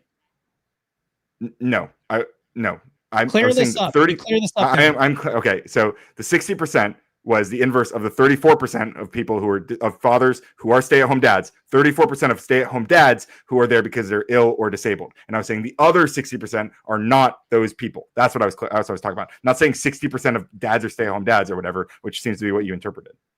So, okay, I'm glad you cleared this up. I don't think that it's a good prescription. We're going to keep going around in circles. Sarah, this is what it sounds like right now, because right now I don't agree with his prescriptive measure saying that this is what they want to do overwhelmingly, because nobody wants to be home disabled. Nobody wants to be home when their baby's in the formative years. He's even agreed with me, even early onset when babies are born. There is a period that even Ryan agreed with me, but for some reason he doesn't offer a change where they're saying, well, of course, but where's the threshold where men should take over and then women are out of the home and then we're swapping places? To me, I don't think that this is not only feasible, but I think it's more optimal for men to be out of the home as women are continuing on this legacy of saying, hey, you know what? Why should, if I'm so successful at nurturing, bottle feeding, and doing all this at home and staying with my kids, you have also conceded the point to saying there's nothing wrong with a woman staying at home. Now, I would go to this percentage of 34% that you're referring to and saying that these people, I guarantee you a lot of them don't want to be in these positions because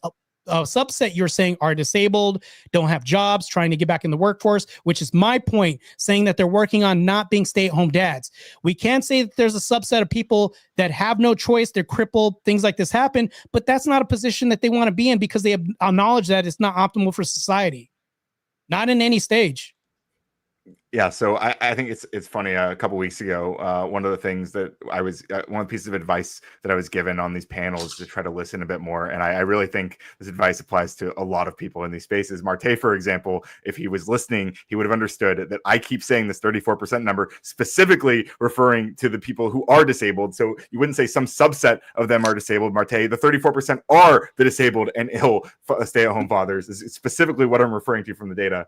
And so there's, again, another 60% that are being stay-at-home dads for a wide variety of other reasons, whether it's because they're going to school, whether it's because they couldn't find work. Yes, that's the 13%. 13% of them are retired, and the rest, I believe, are doing so just because they want to be the one who takes care of the home and family. That's 20. I think it's 23%. So that's what is that, like nearly 40%, if not nearly 50%, are just doing this basically by choice because it's the best fit for their situation, right? And we can talk about the 34% who are there because they're disabled, but if they're disabled and they're still able to take care of their kids, then I would prescribe that they do that. And if they're not in that disabled category, the 34%, and they decide that the best thing for them to do while they're going to school, while they're or while their wife is just making like significantly more money than them, and they're in going to work, they might make less than what it would cost for them to get childcare, right? It would be a financially irresponsible decision for them to actually go to work. So yeah, I think it's perfectly reasonable for this to be a prescription for some subset of people in America, which it is.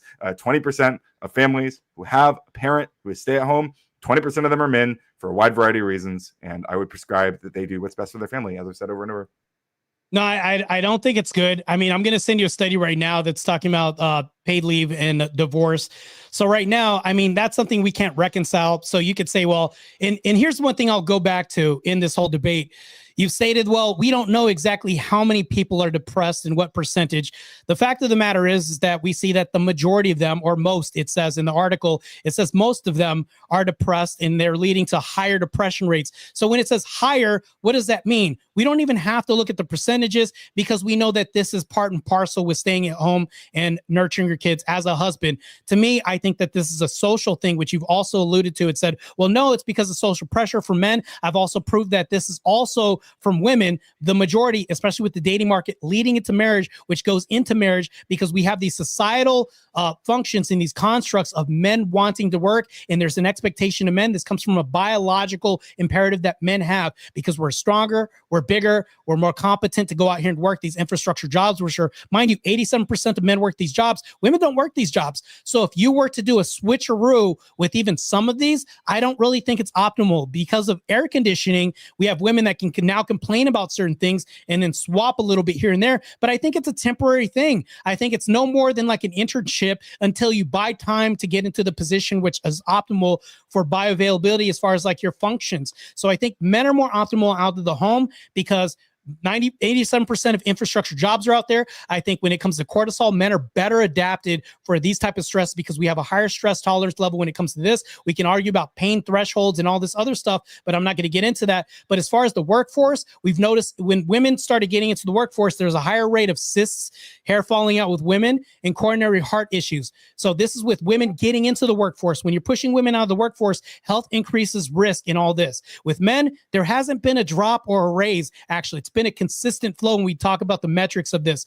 I think it's better for men to be out of the home. We're the protectors, and financially protecting is a part of protecting. You don't want this. If the ship ever sinks and then the family gets foreclosed and the News Channel 5 comes over and says the family, why are you guys out in the street? Are they putting the microphone in the woman's face or the guy's face, Ryan?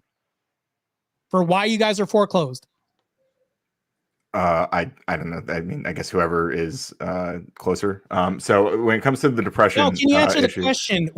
I really just don't care about who they're going to interview. That's super relevant. Maybe it will be the man. I don't know. This is a societal expectation because I just wanted to address. Okay, I'm sorry. I thought it was my turn, but can you clarify why you wouldn't that wouldn't be applicable, Ryan? And maybe that'll help.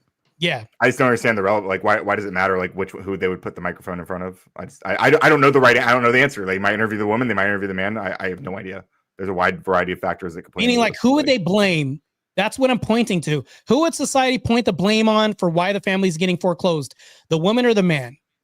Oh, well, it would be reasonable to assume that's the man because 80% of the stay-at-home parents are going to be women. And so if we assume this is a stay-at-home family, I mean, men are on average make more. I never argued otherwise. That has nothing to do with this argument. So this is my second question. Do you think if I thought I was 100% of these stay-at-home dads, do you think that society would hold the same stigma to the men, or would they change it automatically to putting the microphone in the women's face? I don't understand the question. So do you think with these stay-at-home dads, 100% of these stay-at-home dads, if we look at this, even the majority, do you think society would put the blame and the onus on the man or the woman for why they got foreclosed? Well, if the woman's working and the guy's at home. Well, if they know that the woman's working, then they probably wouldn't put the. Let's say they don't know, Ryan.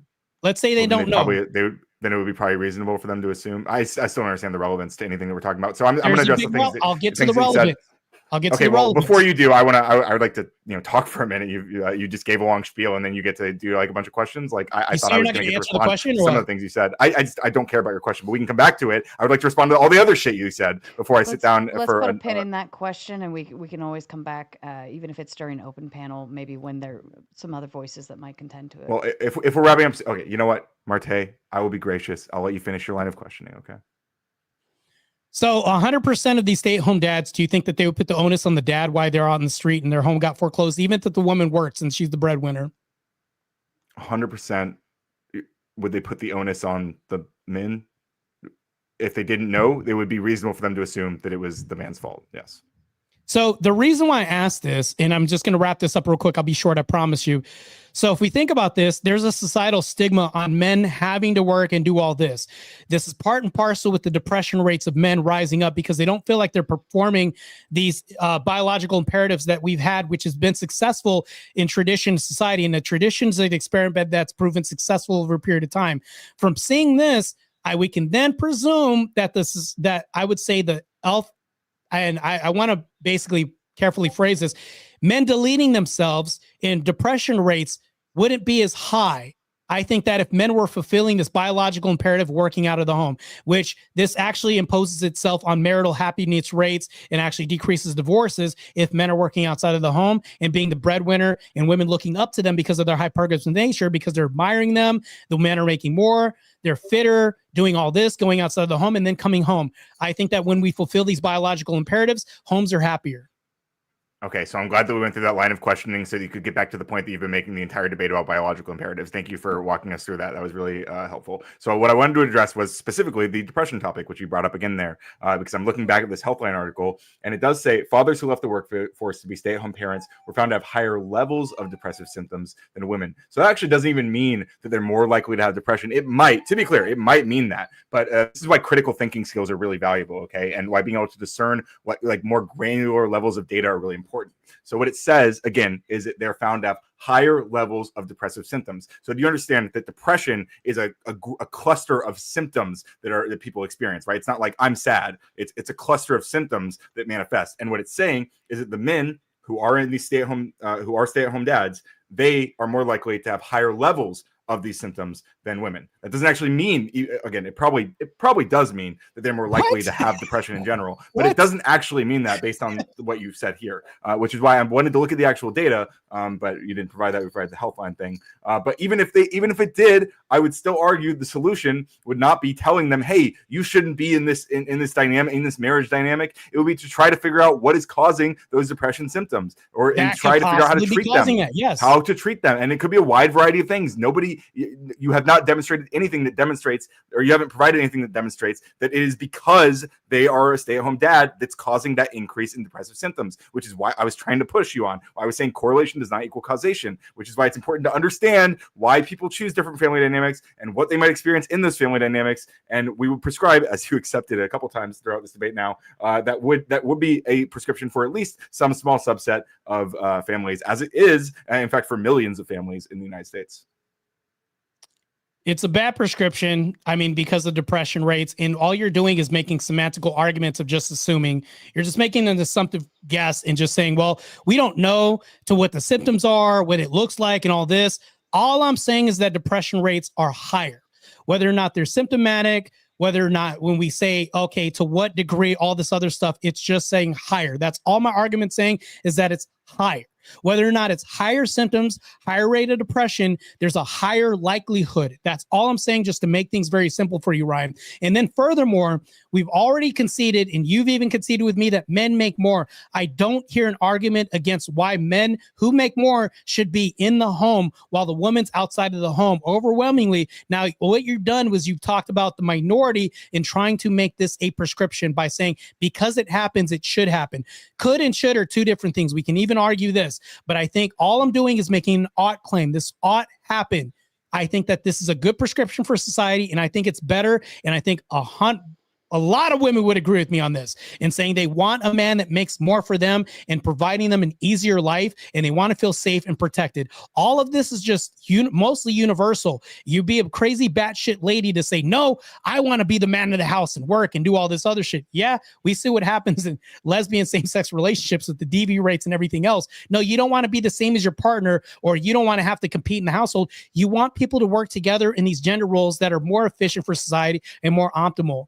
I think it's more optimal for women who make less more often than not to stay home with the kids, nurturing. I think statistically in the past, we can look back. It's been successful. It's proven successful. Now that we're having this whole switcheroo epidemic, which alludes to my beginning topic that I brought up in this world where there's a whole switcheroo happening. Look at the divorce rates happening right now. They're plummeting through the basement right now. Marital satisfaction is also plummeting. All the other rates of families sticking together plummeting.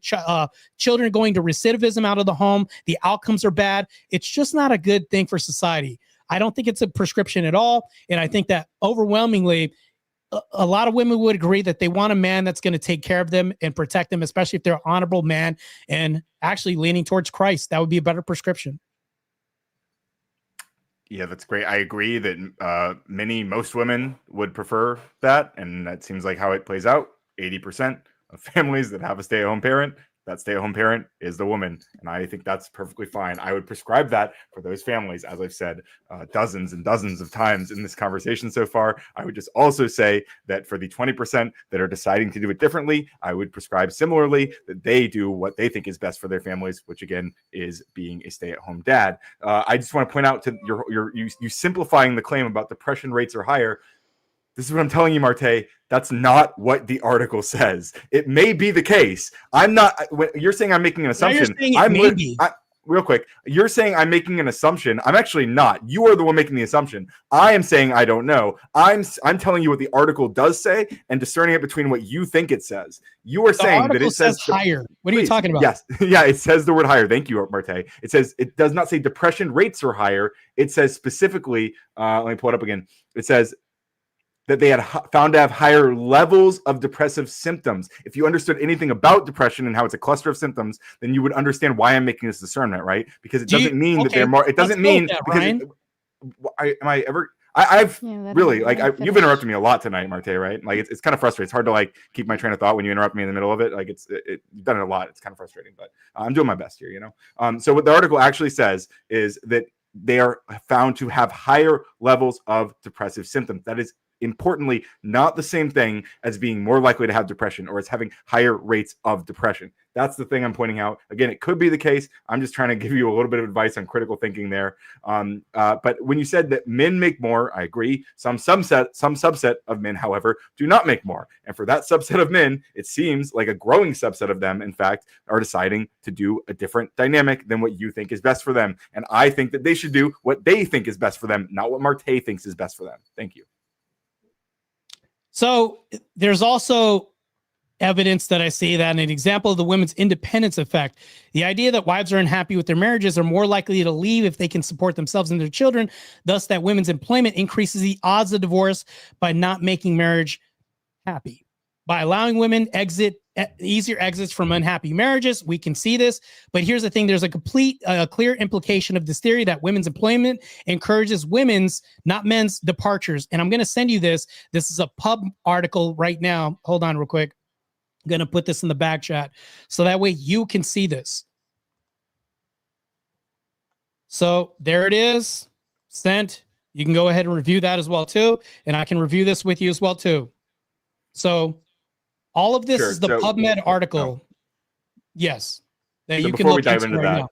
Before we dive into that, when we say employment encourages leaving families, this is again, we're coming back to the correlation causation thing, right? Like it could be the case that women who want to leave, in the article too. Please, and maybe it does. It's important to note that women who might want to leave a relationship are going to be more able to do that if they have a job. Do you agree? I mean, yeah, I can even concede that. Yeah, obviously, right? Yes. Okay, cool. So that doesn't mean that having a job is causing the problems that are leading to the divorce, right? It's causing the solution to the problems that are leading to the divorce. No, it's not. So this doesn't make any sense to me. So ever since the proliferation of us pushing women out of the home, divorce rates have increased. Do you think that's because women are granted more freedom? Do you think that that's a reason why? Yeah, probably. But I don't actually agree that we're pushing women out of the home. I think women are choosing to go to work. I don't think it's because we're pushing them to do it. I think we have a system now where we don't bar them from going into certain industries. No, we are definitely pushing women to go to work. We're pushing women out of the home. And I can tell you this. I don't agree with your characterization of this. I think that you want to push them into the home. True. I want people to choose what they want to do. I want freedom. I'm an American. You may not like that about America. That's one of the things I do like about America is that people can choose how to live their life best for them. And women seem to be choosing by and large that they want careers. They want jobs. They want to go to school. And I say, fuck yeah, dude. We need more great minds in all these different fields. I want to see women in all these fields. I want to see men in all these fields. I want to see non-binary people in all these fields. I think that's based and pog and cool. So here's the problem, though. I think that feminism has been brought on by rich industrialists. If you know anything about feminism history, Like, we're talking about social stigmas. We're literally taking stigma off of sex work and everything else. There's been a great inversion by society right now. We are literally pushing women out of the home. Songs like Independent Women by Beyonce, all this, it's proliferated music, everything else, with the propagandization of women who are the easiest to propagandize in the country, actually, mind you, because without this, if you took them off the map, the whole I would say, as far as voting, would turn red across the country nationally. So when we're pushing women to go to work, we're now telling them, hey, get your independence, girl. Be a boss, babe. Listen to everything Ryan's saying with his dog that disagrees with him at home, because I think that this is more optimal, because I could be a bad bitch. Well, guess what? Hypergamy is undefeated when we talk about women, because even in Christian households, women are still hypergamous. They still want a man that makes more than them, does better than them, and can pick up the slack wherever they see fit. Women, overwhelmingly, we've seen this, and I'm going to go back to this. Cyst rates are increasing. Hair falling out is increasing amongst women. Stress rates, cortisol rates in women are increasing too. So women's health is being jeopardized because of the workforce as well too. So I think that it's more optimal for women to be at home, because men have been doing this since the dawn of time. As far as working, it's more optimal. And I think that women being I wouldn't say the more nurturing species, because I think that both of them can be nurturing. And you would even agree with me that men can be just as nurturing as women, right? But I think that men who can shoulder the burden of working better jobs, like as far as infrastructure jobs, trade jobs, which are way more vital in America and keep America afloat, because let's face it, if women swapped out these positions with men, society would crumble. Since you say it's laughable, these bridges swing in my hypothetical thing that I brought up at the beginning, and you think that's all funny. No, this is real, because we're talking about a burden performance that women can't physically fill the shoes of men. This can't happen. So when we're talking about this, women are literally built to stay home and nurture kids. They're built for this. While it can happen in society, and it happens sometimes because of this feminist culture, when women are being propagandized to go out of the home, how is that working for you? How are marital rates working right now? Not too good, right? They're in the tanker right now. Also, marital satisfaction rates are plummeting as well too, with the proliferation of, because they should, bro. This is all good. That's all that's gonna happen. Feminism harder, bro. That's not a solution for society, and I don't think we're on trajectory to make this happen. And actually, the rates are going to continue to plummet at this rate, because we don't see a reference point in the past where this has ever been successful, and we're moving toward a future that's decimating marriage as a construct right now, and even as an institution. Yeah, so I guess the first thing I'll address is you point out that women are more likely to vote for Democrats. I agree. Women are on average more educated, more competent, more likely to understand that the consequences of their votes and how they're going to impact them. Women are seeing what's happening in our country, and they're terrified. They recognize how their Republican congressman wants to make laws about whether or not they can give birth, or like whether they are going to be forced to give birth, rather. And you say that society would crumble if women and men swapped infrastructure jobs. Sure, I agree. I never argue that they should swap infrastructure jobs. You keep bringing this point up, which is it's very silly, because no one here is talking about that except for you. No one's prescribing that. In reality, we have families right now, millions of families in America, who are not instantly swapping infrastructure jobs. They just happen to have a mother who is making enough money to take care of the family while the man stays at home and watches the family. And that seems perfectly fine for them. You say women are built to stay home, but now they're propagandized. I mean, this is like you seem to have this fundamental understanding of what women are really supposed to do. But it just seems like women who are actually, if you can believe it, fully competent human beings who can make their own decisions, they disagree with you, right? They look around and they go, oh, actually, no, fuck that guy. I'm gonna do my own thing. And I say more power to them. I love seeing these women in different fields, whether it's healthcare or education and what have you. I'm happy to see this. You might not be. I think that's more telling about you than anybody else on this panel. But I mean, that's your prerogative. Notice how I didn't bring up education or medical fields. They've always worked these jobs. Women have always worked in health fields, bed sitter positions, daycare, teacher positions, all this, right? I'll even concede you this all the time, right? When we think about this, those jobs haven't changed. Meanwhile, feminism is propagandizing women to do the jobs that men do. This isn't optimal. Since you think it's funny, like you've already conceded that 87% of infrastructure jobs that men work, you say, well, that's not even what I'm talking about. Yet you talk about nursing nursing jobs and education. Hold on, I could say the same thing. This is what we're talking about, Ryan. So if we're swapping positions and we're talking about what men do, trade jobs are also increasing in America and are in dire need in America right now. We see what women graduating colleges amounting to right now because they're just getting a piece of paper and they're getting these gender studies degrees while they're still working at Starbucks after they spend all this money out of this. Like, this doesn't really make any sense. So the whole swap thing isn't really working out right now. So anyways, furthermore, I'll go on to say that men working outside of the home is more optimal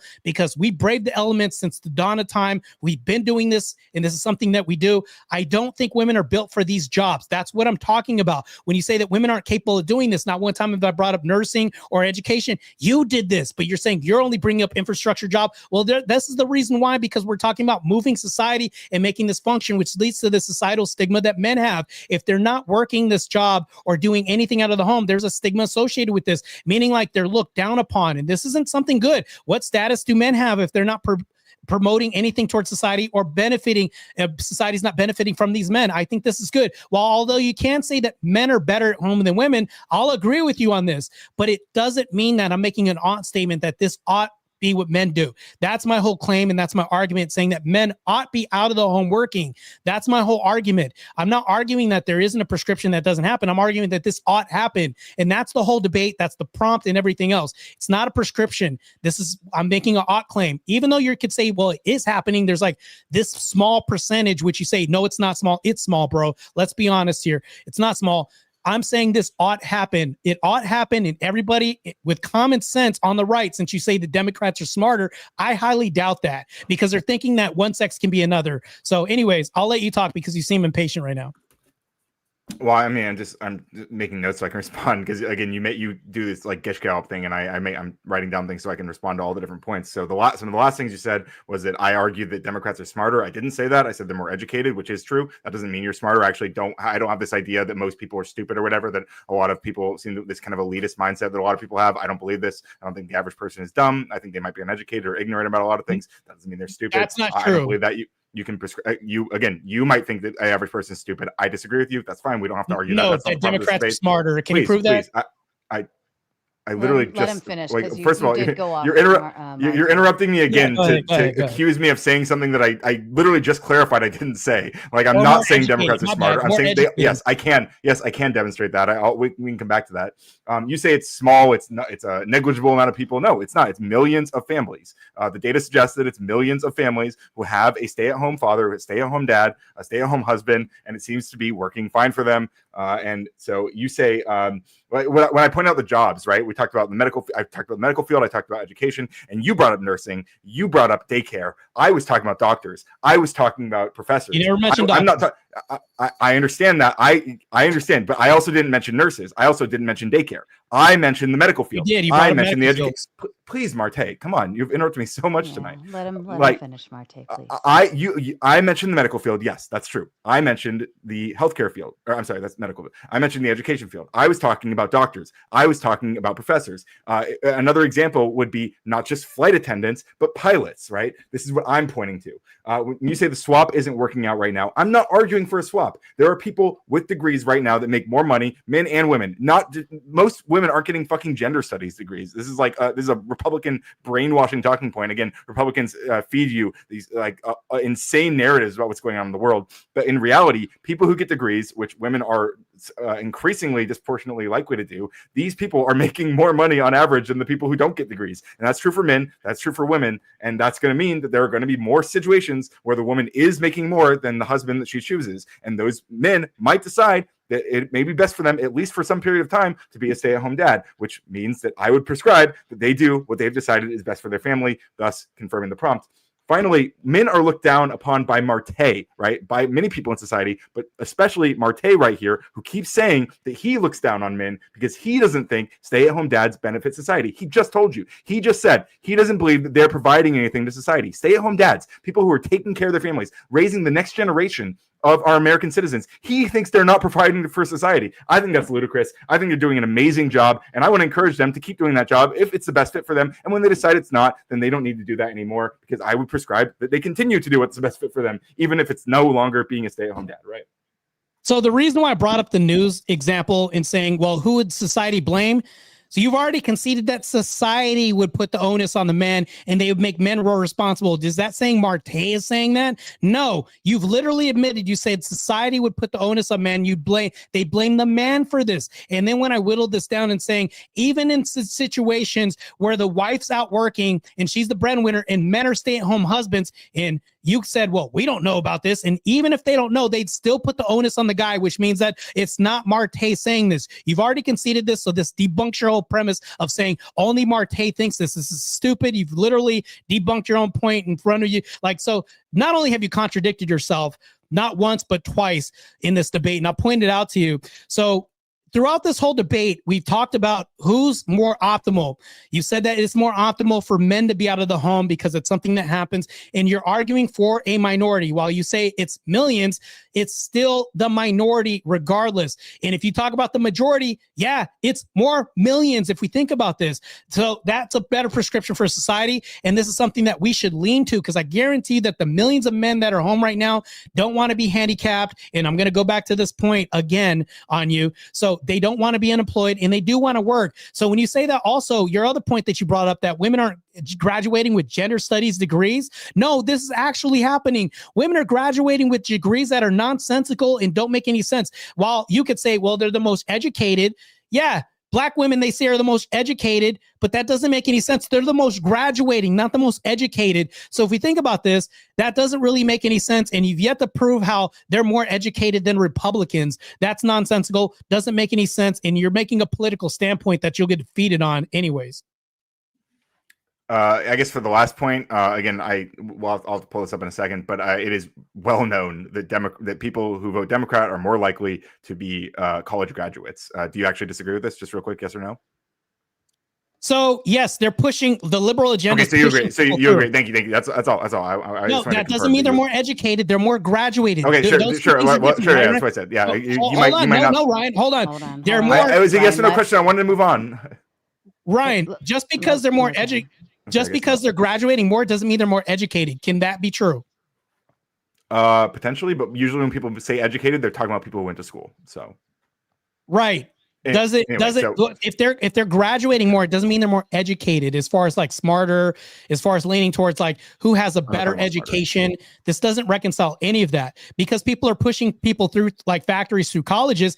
There are people, granted, that graduate with gender studies degrees and excel with, I would say, psychology degrees, which is a pseudoscience. I'm addressing a lot of stuff in my response. Okay, so I agree with you. There are people who are getting gender studies degrees. I'm agreeing with you. There are people who are getting psychology degrees. I don't think this is bad. I don't think these are nonsensical degrees. I think that's silly. I think it's clear that if you think that, it's because you don't understand what any of these degrees are doing, what any of these degrees are studying. I don't think gender studies is ridiculous or useless. I think it's rather important. And in fact, if you understood anything about gender studies, you probably would have done a lot better in this debate. But I agree that I would say that most women are not graduating with gender studies degrees. That's the claim I said. I could be wrong if the data proves me otherwise. I would be surprised to hear that, though. What I also said is that men and women who are going to college, who are getting educated, as we say colloquially, who are going to school and getting degrees, they make more money on average, men and women.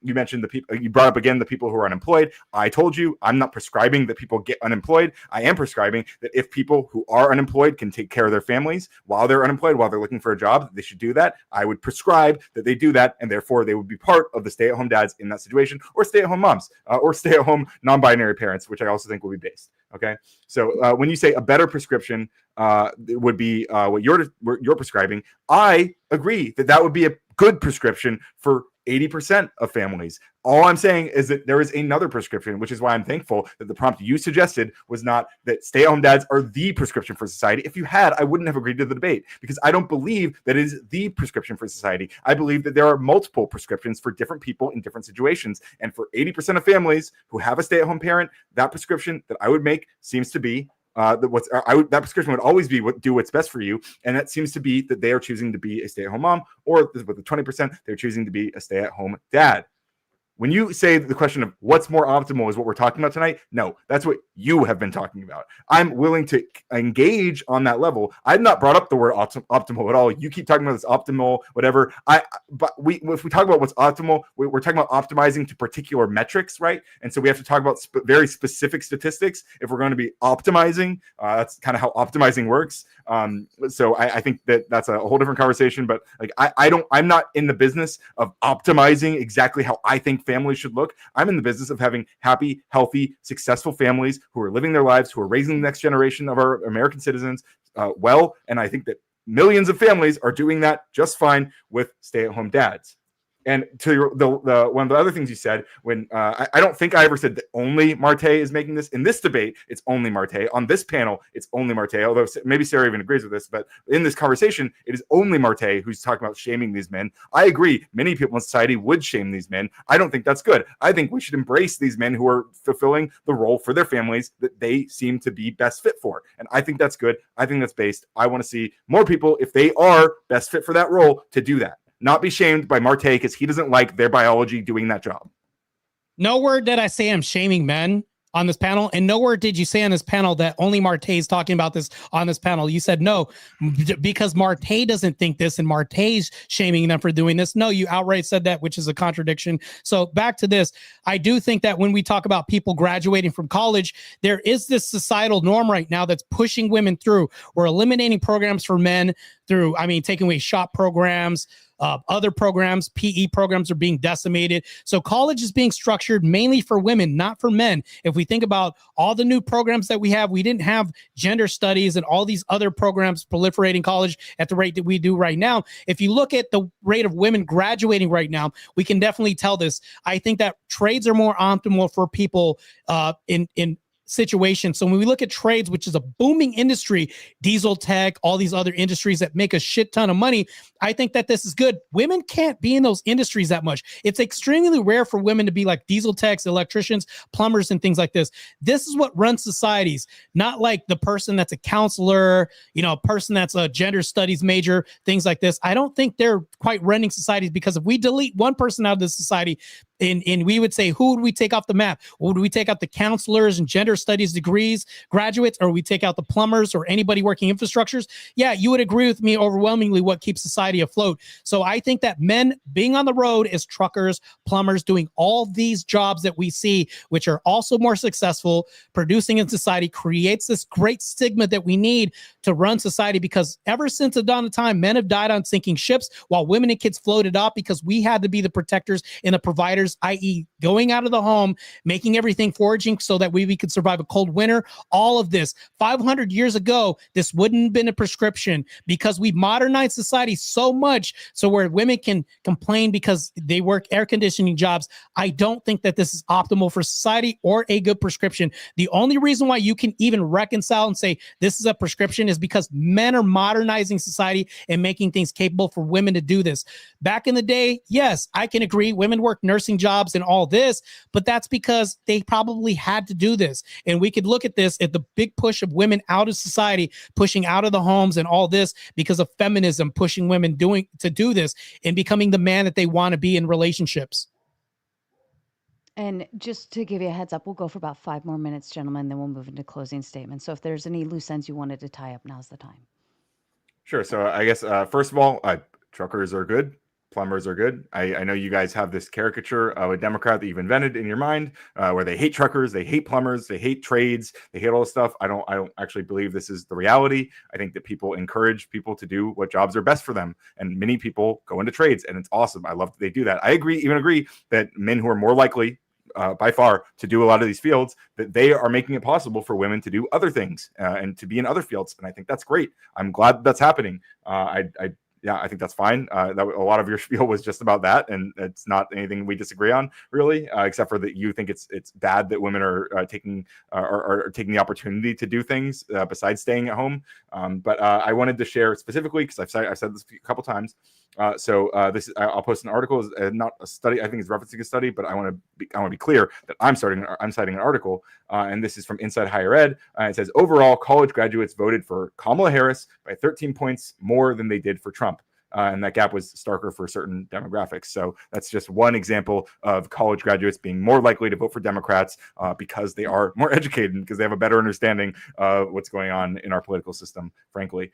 And Trump constantly loves to say, you guys knew I would bring up Trump eventually, loves to say that he loves the uneducated, and he does, because they vote for him overwhelmingly, not because they're stupid, but because he's lying to them, and they oftentimes haven't gotten the education that will give them the skills to realize that he's fucking lying to them.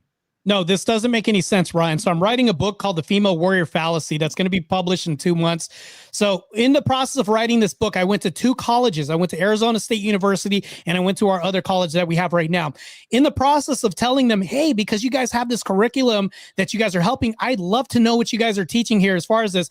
When I asked them that I want the history that literally debunks what they're teaching there, they say, we don't want it. We don't teach that here. This is not what we teach, even though it conflicts with their program right now, which is liberal programming. They're liberal programming machines in factories that produce liberal graduates. I can also prove this to you as well, too, with a bunch of studies, even though we don't have a lot of time for this debate. But I'm telling you right now, I've literally tried to find research to write this book showing that there's no warrior society that we've ever had of women, and we're propagandizing women to say that you're badass boss bitch fighters and warriors, which has never existed. Joan of Arc was also a mascot at best, which we can go into. But that's the thing, though. When I talk about these universities who I've literally approached and said, hey, I want to get more information. Well, we don't teach that here.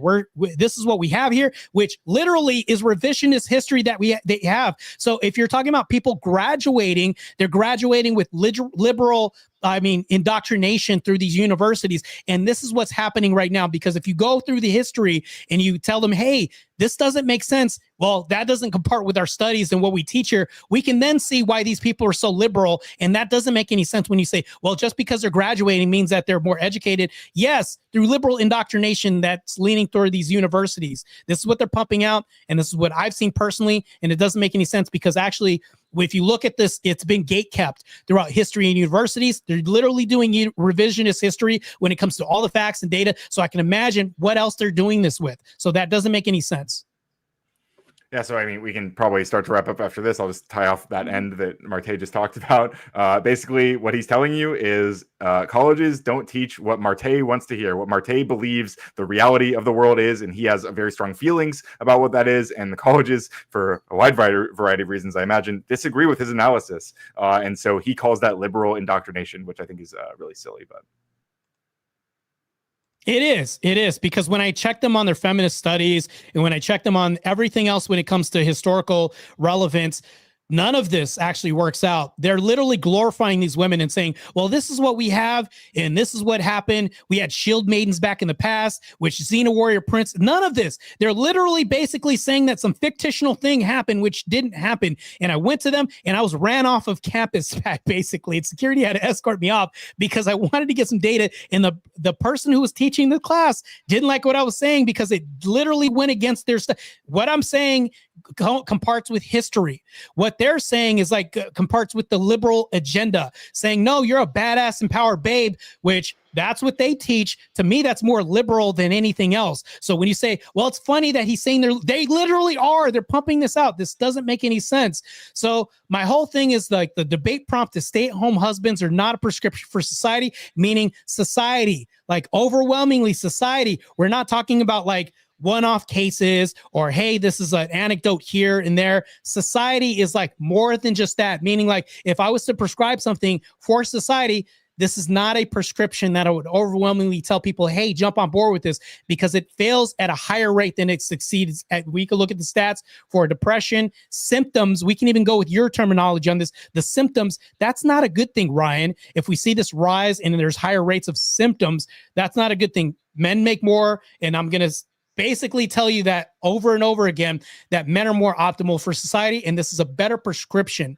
And matter of fact, this is a prescription that we want men to lean towards, which is a patriarchal structure of a household. You want men to be at the top, and you want them to be the figurehead and fathers, meaning they're running shit, working a job, providing everything, being the provider, support role, and all this. You don't want the woman being in that position, because that leads to resentment of a husband real quick.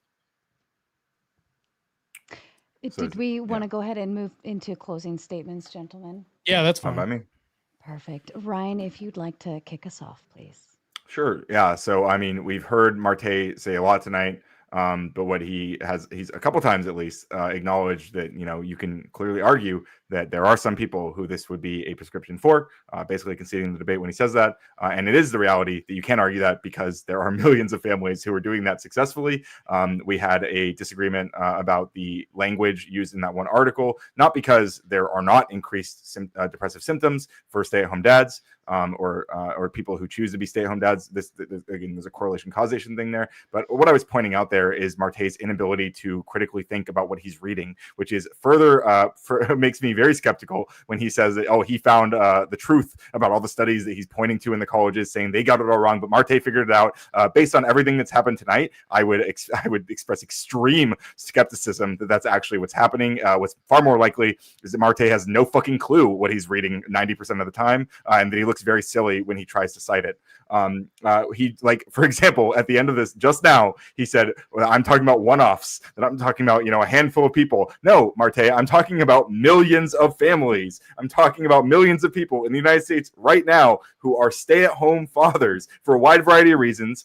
You kept saying that I was prescribing people be disabled, or that which makes no sense. What I'm saying is that people who are in certain situations might find that their best option, aka what we would prescribe for them to do, is to be a stay-at-home dad. And I don't know. I think this has been ridiculous. I'm glad that we live in a society where both men and women can go to work and be breadwinners. I think that's cool. I don't have any problem with that. Marte has a big problem with that, and he proposed this entire debate to tell us just how big of a problem he has with that because of biological imperatives or whatever bullshit. But in reality, these families are doing just fine. They might have some problems, like every family does. But the solution to those problems is not completely switching their dynamic to Marte's whim. That I think that would cause way more problems, actually, if you ask me. And I think that's pretty obvious if you think about it for even more than 22 seconds. So thank you for having me.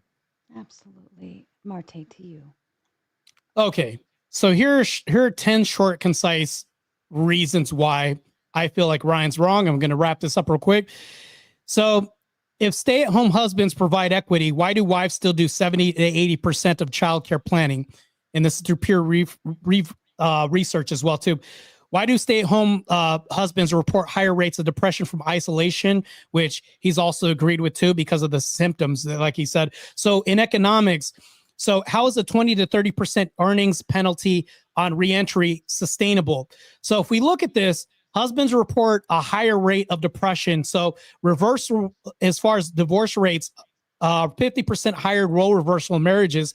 So if evil psych primes women for nurturing, but assumes stay-at-home dads match that, that doesn't make any sense. So also testosterone in men drops, harming men's health and ambition as well, too. This isn't good because we already have plastics and everything else contributing to that. So also they face emasculation and stigma leading up to 60% higher rate of substance abuse too. Didn't cover that in the debate, but I'm telling you right now, that's what's also being shown. So if it's embarrassing, if it's also empowering, stay-at-home husbands also report a higher rate of regret of lost careers. So this is also something that's happening. So in recessions, to me, DV spikes from frustrated husbands as well too. Also, I should have prevented this, proposed this. This is FBI unemployment data as well, too. So in a sense, I don't believe that this is a prescription that we should also prescribe. Mental health decline, stay-at-home husbands often face depression from stigma, which I've already put out there, in isolation. So studies also show that a higher rate of working dads, breadwinner wives, report increased anxiety from the role overload. This happens overwhelmingly with women, and we hear about the complaints all the time with women and wives doing all the work. So role overload, because this hasn't been something that's indicative of our past or historically prevalent. Now that we do this, it's like a new thing. This isn't an experiment that we've seen the end of because it's brand new. We don't know the outcomes, but we're seeing this. Higher breakups, higher divorce, marital resentments on the incline, arguments escalate due to undervalued labor, leading to higher percentages of divorce risk in role reverse couples, which Ryan would say is a prescription that can happen. I don't think it's a good thing. I've also brought up the financial strain. Income drops 20 to 40% because he said that women earn less, which this is also something. If swapping higher husbands are out there and then reverting back to home roles, this causes debt and wage penalties upon workforce reentry. This is something that overwhelmingly happens. So I'll tie this up real quick. Social stigma is something I'll get back to. Husbands encounter judgment as unmanly. I've demonstrated this through my whole example of who would the news blame or society blame for being out of the home. This is also a stigma. This ties back to everything else. And then also, lastly, the child's impact.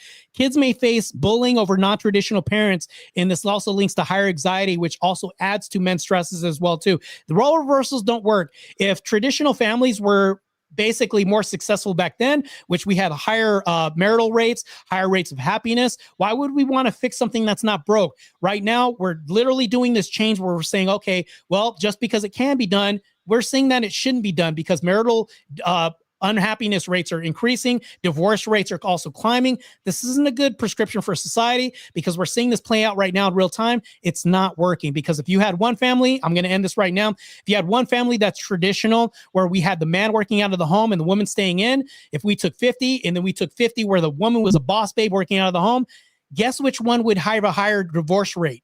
It's the woman working outside of the home. We've seen this. He's already conceded the depression rates, conceded that men make war of the home. That's more optimal. That's a prescription for society. In the inverse, divorce rates increase. That's not something we want as a prescription, and I'll end it there. Perfect. Thank you, gentlemen. This has been probably the most respectful debate here on this show, and I thank you so kindly for making it kind of an easy night in that aspect. But more importantly, you were able to have the discussion. I'm going to go ahead and drop the link for Open Panel Dumpster Fire. If anyone wishes to come on to further the conversation, you're more than welcome to start dropping backstage now. Jicky getting their YouTube membership now. Welcome to the Mater Nation, my friend. Orca Speaks with the big 5 just to send some tomato love. Thank you so kindly. Vincent says, what if the parents identify as distant uncles in a lesbian relationship? Does anybody have some thoughts to that? Good for them, I guess. Yeah, I mean, lesbian. So I don't understand this because when you talk about the DV rates in lesbian relationships, sky high, the breakup rates sky high. I mean, anybody can identify as anything they want, but the results are still going to be the same regardless. They're not a good prescription for society either. And you can go ahead and kind of outsource that role to some degree in lesbian relationships. I don't really think it's going to move the needle that much on the rates that are high DV and divorce rates and all that. So. Okay. Thumping Weevil says, ask Ryan what side of the sidewalk should the man walk on when he's walking with a woman? Obviously the one closer to the cars so that he can stop the car. Okay. Minimum Due says, thank goodness Ryan wasted our time demanding a study he had zero contention with and didn't change his position anyways. Peak debating, bro. I think it's ironic that he's saying peak debate bro there because the real peak debate bro would be asking for a study so that you can then nitpick it and pretend that it says something different than what it actually says. I just wanted clarification. I wanted to be able to dig into the data. And I think it was a really fascinating point that we got to engage with a bunch because what it proved, as I said in my closing, is that Marte has no fucking clue what he's reading 90% of the time. So fair enough. Josh says, is Marte going to provide studies or just news articles that conform to his view that don't provide their source?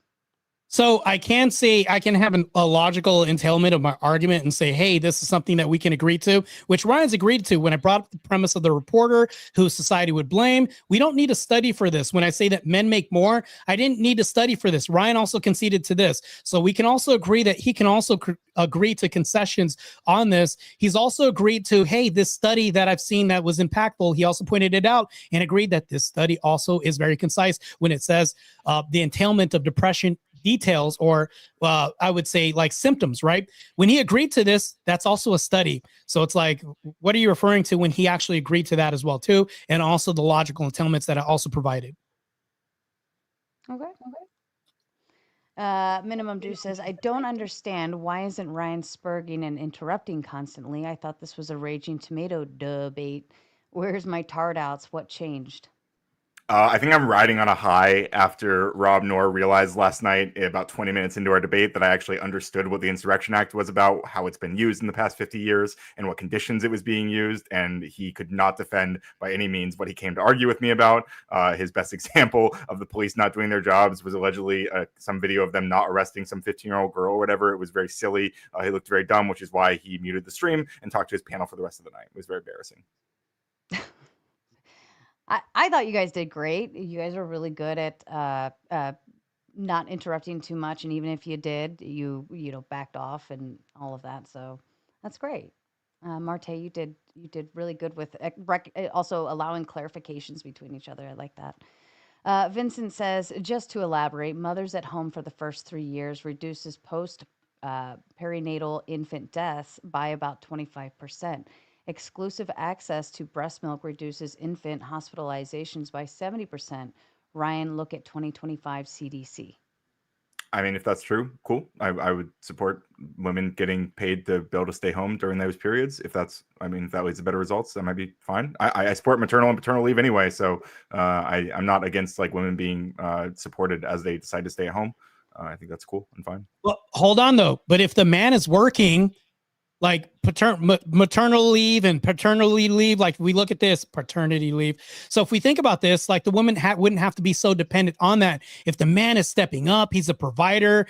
She also feels safe and protected and is given that space by allowance because the man is granting her access from doing this. And she doesn't have to worry about, hey, I have to rush to get back to work. Wouldn't this be more optimal? And wouldn't this be a prescription that we would say, hey, this is great because the man's fulfilling this biological imperative by staying at home, making her or giving her the space to fulfill this biological imperative that Vincent's alluding to, saying, hey, being at home with the breast milk, the spawning period and all this, he's allowing this. So what could you say against that? Like, what would be bad about that, Ryan? I mean, for the first 3 years, it sounds like it would be great. And then if things kind of like, what's the word, like kind of teeter off and level out over time, then I think I would be less concerned with it. So if things level off, why change? If it's working, why change? If it ain't broke, don't fix it, right? So when I say level off, I mean that the difference between the mother and the father being the one at home is negligible. All right. I mean, I can move on with that. Yeah, that was a good head shake. Okay. Atima says about 1/3 of stay-at-home dads, 34%, were not working due to illness or disability, according to Ryan's sources. First time I've ever seen Atema actually understand something I said. True, based. Vincent says Ryan's actually right. Regardless of its optimal or not, stay-at-home dads are a prescription, just not a good one. Ryan wins. That's actually really funny, but true. I mean, well, I would say it's a good one, but yeah, even on that technical phrasing, I guess I would still win. I think I won on the real one, right? I don't think it's a prescription at all. If you were to say, hey, this is something I would prescribe, I think nearly every guy on the planet that's reasonable and rational on I would say, predictive model as far as if you want a marriage to last, if you want to stave off divorce, if you were talking about a prescription that leads in better outcomes, this isn't a prescription. I don't agree with that. Sarcastic Warlock says, my wife makes $100,000 more than I'm capable. She works from home and I spend time with my kids. The prompt is wrong altogether. Marte, as the only one with an OnlyFans, you should know better than to argue in favor norms. I don't have an OF. I don't have that. I'm against OF actually too. And I mean, that doesn't really make any sense. You should do way more research. Me and Andrew Wilson literally had a debate about this and all this was exposed. So, I mean, not only are you not doing homework, but you're actually, giving her $20 for just saying nothing. But I can move forward with this. I'll add, yeah, you shouldn't spread misinformation about my debate opponent. There's plenty to criticize of things he actually said. But I think you're making a good point about how like the idea of stay-at-home dads, even the Pew Research that I mentioned and I used for a lot of the data points I talked about in this debate, it is kind of a blunt and not very clear view of the full scope of what a stay-at-home parent looks like, because it specifically focuses on fathers and mothers who are not working. home. So that would include people that would not include people who work from home and spend all day with their families, or people who are starting small businesses, or people who are making money on whatever side hustles, whatever. It just wouldn't include them. So I think that it's an interesting point and adds a lot more perspective. Well, one thing that I will say before we move along is, if you notice the slick language here, my wife makes $100K more than I'm capable. Right, great. I can even acknowledge that. But here's the thing that he'll say, which also leaves out things and also is very slick as well too. She works from home, meaning she's a stay-at-home mom, right? Which leans to my point. And when he says, I spend time with my kids, notice how he leaves out, I'm employed or unemployed. Kindly leaves this out, and then he goes for the gut shot, which is fallacious. So to me, this actually makes my point. I appreciate this comment a lot. Just one final point on that. This is what I was pointing out about the Pew Research data. It actually wouldn't, his wife would not count as a stay-at-home mother according to the Pew Research data, but we again, colloquially, we might agree that she is, which yes, demonstrates that there are probably far more families, far more stay-at-home fathers than even the millions that are already demonstrated by the Pew Research data. So no, it can go the other way too, where it shows that there's actually not stay-at-home fathers. So this knife cuts both ways. But anyways, we can move along. Okay. No, but okay. Yeah. Jen says, "Win, Ryan. Just let people live and mind your own business." Thank you, Gen X. Okay. What is it with the OF? Like, we already determined he doesn't have an OF. Marte is in fathers being away from their children more days than not. That's his prescription for society. So I have a response. I don't know what it is with the OF. To me, that doesn't make any sense. I was in law enforcement. I was a federal agent. To me, I'm just like, yeah, I couldn't do this and be a federal agent or be in law enforcement for 13 years, which means, like, how far behind me was that? Like, that doesn't make any sense. So back to this, I don't think that's also good too, because if you had a kings and people that worked like farmhands, people that worked, I would say, traditional jobs back in the day, their families actually thrived on this. So we would even look at kings back in the day, when they came back home from conquering another kingdom, things like this happened. The sons were even more grateful because the father had less time, because the time is valuable. Because if the child had exposure to the dad, we would look at this and say, damn, I get to see time with dad. It's rare, which means the value goes up, and it's actually more rare. The value and rare are part and parcel with this. So that doesn't take away from this. You'd have to denounce all of history when you say, no, fathers are away from their kids, which was the mainstay of society. How come marital rates were higher? How come traditional families were more intact? Like, to me, this doesn't make any sense, because that was the norm. That was literally the traditional foundation of the day, where men had to do this, and it was a societal norm. Look at marital rates higher, marital happiness higher. So every prescriptive measure, if we look at the past, maps onto a more predictive model for successful marriages in the future. Right now, they're seeing the predictive model, which you're saying it's not successful with outcomes.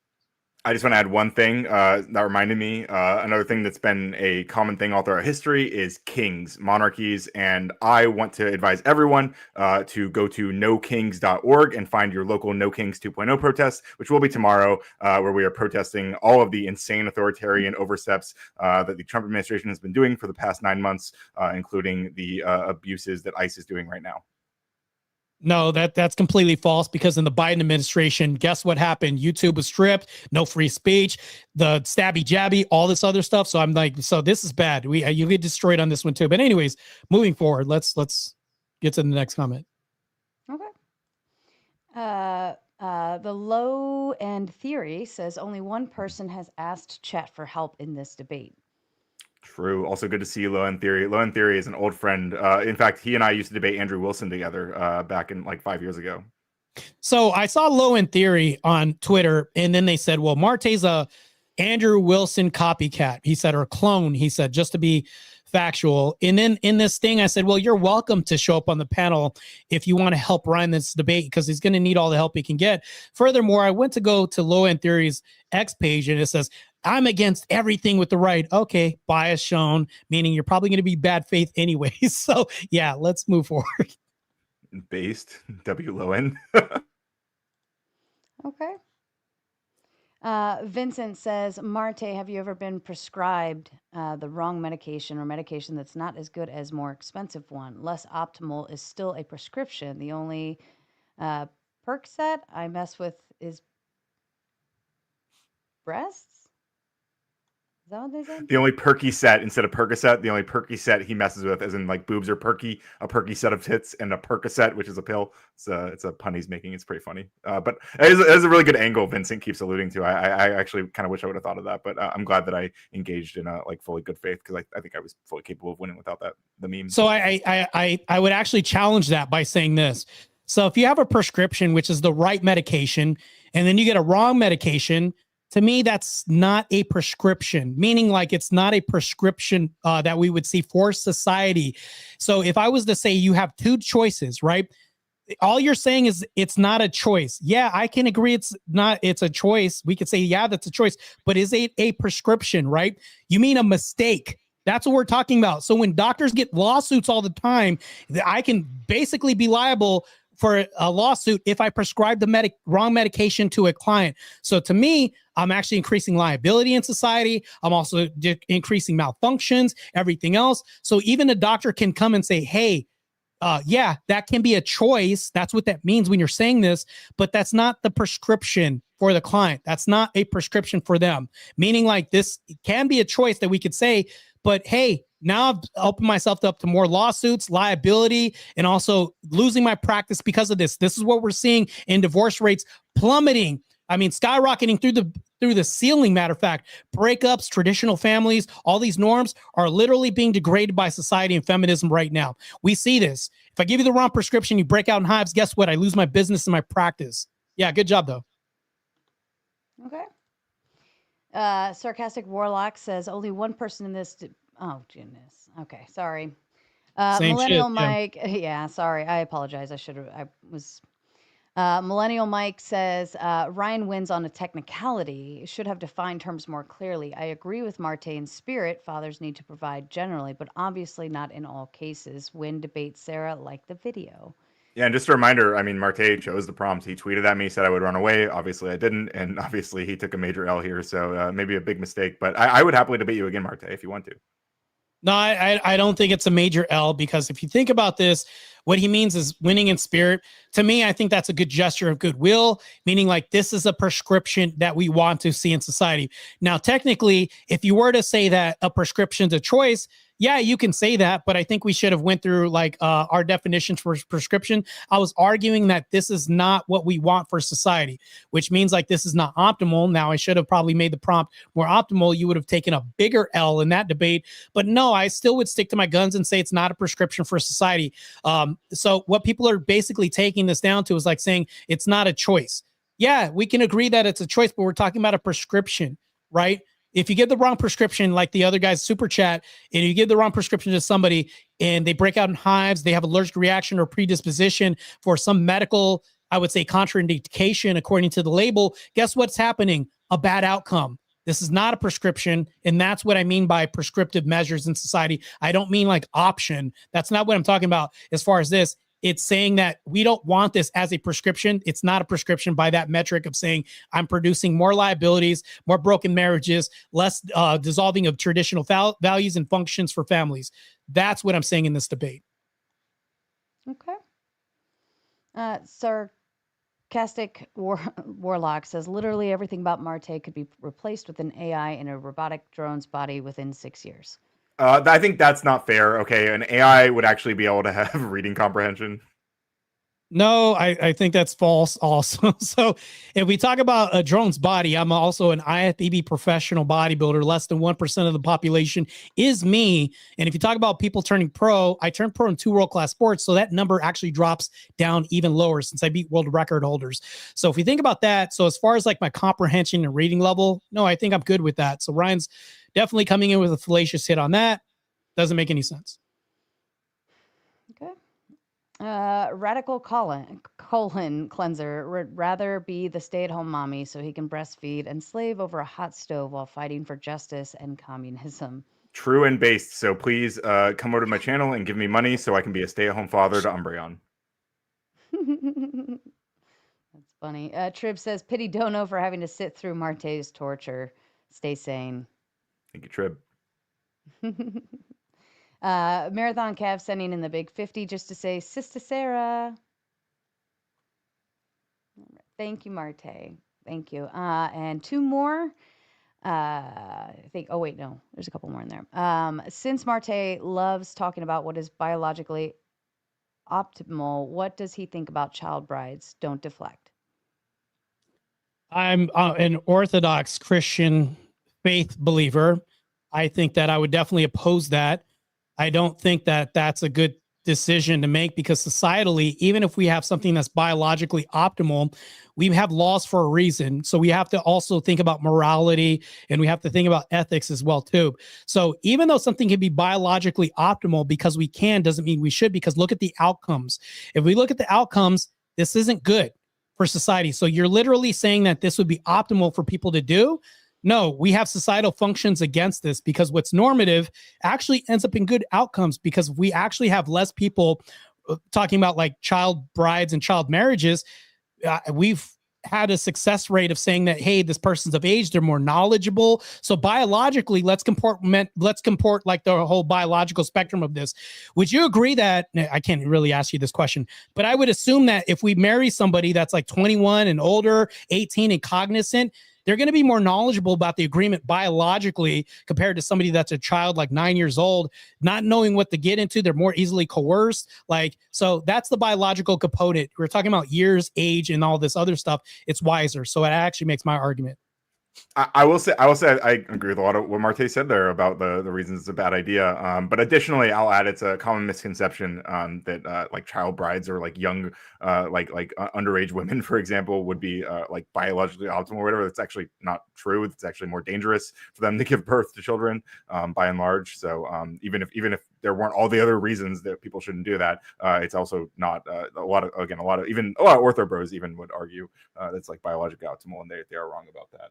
So low end theory, I'd hate to go ahead and look through your computer in the files right now after reading that. But anyways, let's continue. Werbs over on the Rumble side says college graduates do not mean educated. They are more indoctrinated. That is it. I mean, colloquially, when people say educated, they're talking about like people who go to college. You might not think that that's the case, maybe possibly because you didn't go to college. But I mean, that's like there are other ways to get educated. I don't disagree with that, but generally, that's like what we're referring to. And you say they're more indoctrinated. You just, again, like Marte was saying earlier, he thinks that he knows better than all these college professors or whatever. Obviously, he doesn't, as we've seen like so many times tonight. He doesn't understand what he's reading most of the time. No, it's true. I've literally went to these colleges and said, hey, this is what I have showing here through, I would say I'd have to pay through paywalls and all this other stuff. It's literally hidden from colleges and they've suppressed a lot of this data, especially when it goes down to like feminism history and all this. They literally are teaching revisionist history when it comes to feminism, social studies, everything like this. Matter of fact, race critical theory, all this is now into the foray in colleges, and that's also being manipulated as well too. How is this not indoctrination when you're teaching a history that doesn't coincide with the facts that have happened? I've literally addressed this in the debate. You can't disprove this because actually I have a book with all the sites and sources at the end of it. That can be another debate too, which you'll actually get destroyed on wholeheartedly. But yeah, they're indoctrination factories and they're pumping out a lot of people with this groupthink of not only revisionist history, but feminist thinking. And that's literally what they're doing, is indoctrinating the next class of individuals in the workforce. I would actually love to talk to you about critical race theory sometime. If we can maybe set something like that up. Doesn't have to be a big formal debate, but I think that'd be fun to clash. Yeah, that'd be really cool. Sounds like you guys can actually get along. Low end theory over on Ryan's side there for you. Let's fucking go, Ryan, with the big 5-0. Thank you so much, low end theory. Appreciate you, bro. Good to see you, man. For real. The guy who I suspect FBI would have a lot of problems looking through folders in his history. So, anyways, fair enough. Trib1 says, Marte, everyone in this room is now dumber for having listened to you. Your incoherent yapping. I award you no points, and may God have mercy on your soul. Yeah, that's fine. You could say that people are dumber for having to listen to an argument that's pro antinatalism, pro-nuclear families and citing history of saying that we've had stronger families in the past. I don't think that's really dumbing people down when I'm stating obvious facts. When I bring up facts of saying that how the outcomes are going to play, we can literally see that. I don't need to bring up stats or studies showing that we've had stronger families in the past when we didn't have no-fault divorce, when we have men working out of the homes. We can look at the marital rates and we can see a decline happening now that women have had this quote-unquote freedom happening. I don't see how people can be dumbed down from seeing obvious facts that we can see in society, to which Ryan has actually agreed with in part and parcel to some parts of my debate. So to me, it doesn't really make any sense. So that would mean that he's partially dumb too. So I don't understand what you were saying when you say I'm dumbing people down by stating obvious facts and reporting down to a biological factor that universally everybody can agree with. Okay. Trib says the optimization claim and the world impending doom claim from people like Marte are unserious and don't exist in reality. They're grifters, grift. You know, I'll defend Marte a little. I think he really believes all the insane, unread shit that he's saying. So, you know, to me, it's not serious, or like, as far as like the silliness of this, like we can't say that the silliness is serious. What I'm saying, though, is that the reality of the world that we see right now, as far as like nuclear families, that's all going down. So yes, there is impending doom. So if we see the trajectory of nuclear families being dissolved, how is this not impending doom? Because if we look at the outcome of single mom epidemic that's happening right now that can be a different debate as far as like women initiating divorce. They're not intact families right now. How is this not dooming everybody? Because if we look at the outcomes of I would say children from these relationships have a 65% chance of recidivism, jails, all this other stuff. This is not something that we would want in society. So yes, there's a lot of doom right now. I think less doom would be more intact families. I think men working outside of the home, being the protector provider. How would this be like doom at all? Like, actually, it's anti-doom that I'm arguing for. It's more doom to go against this that's been proven, I would say, successful over a period of time. We have traditions for a reason, because they've been successful experiments, if you even want to call them that. They've been successful over a period of time. We can look at the past for good examples of this. They're eroding with the case of like illegal immigrants coming in, eroding religious faith, belief mechanisms, all this other stuff. That's a whole different discussion. But feminism is also doing this too, eroding values of American belief systems, families, and all this. To me, yes, the doom is happening in real time through propagandization, through, you know, wet ass pussy, Cardi B, and all this. How is this helping? That's also doom as well too. So, yeah, I would say WAP is a great song, absolute banger. And additionally, the real doom that we all have to be prepared for is Robert Downey Jr. taking on the role of Victor Von Doom in the upcoming Avengers Doomsday. Get your tickets on sale soon.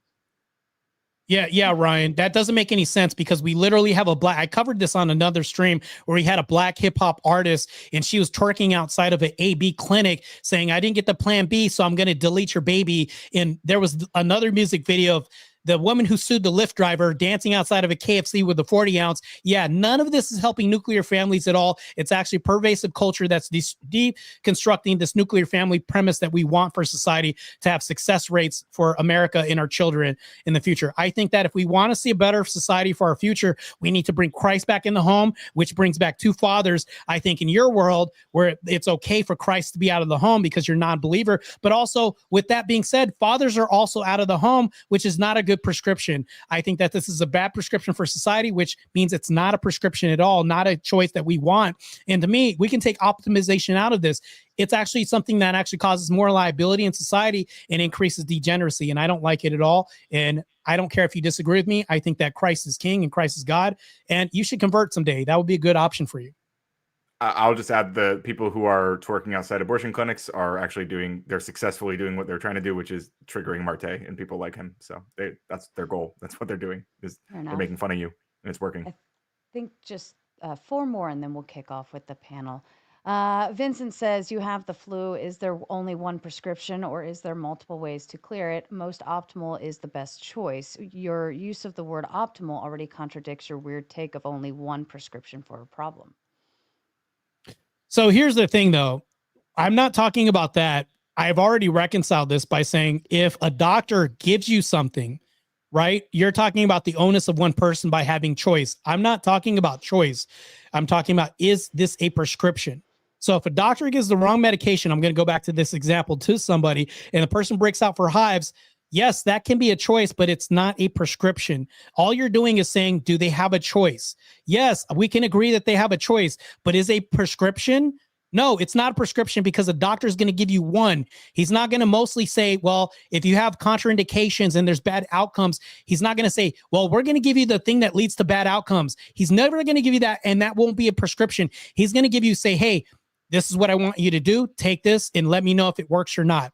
He's going to point you to the most successful outcome based on tradition, based on experiments and proven success results, which is going to narrow it down to just one. Smoky Guru getting his membership. Welcome to the club. Marathon Kev says, win debate. Didn't agree with many things, but still a win, bro. Thank you, Kev. Then Vincent says, you're smart, Marte. I'd like to talk things with you. You've said 50 times that Ryan's prescription isn't optimal, acknowledging it's a prescription. It is prescription. Well, I'm using his words. Basically, if he's saying that, hey, this is a choice. Yeah, I'm saying that your choice isn't optimal. So I can say that what I mean is choice. So that's what I meant the whole time when he was saying that. And I can clarify that for you. So when he's saying this isn't a choice, that's what he's been alluding to the whole time. Meanwhile, I'm saying it's not a prescription.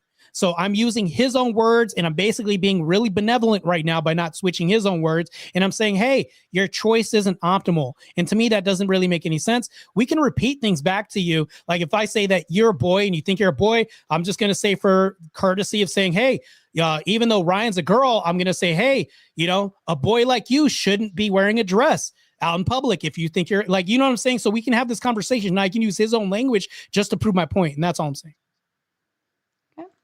Trip says, does Marte think college-educated people don't do all of the studies he cites, or does he mean just the youth who inevitably turn into adults?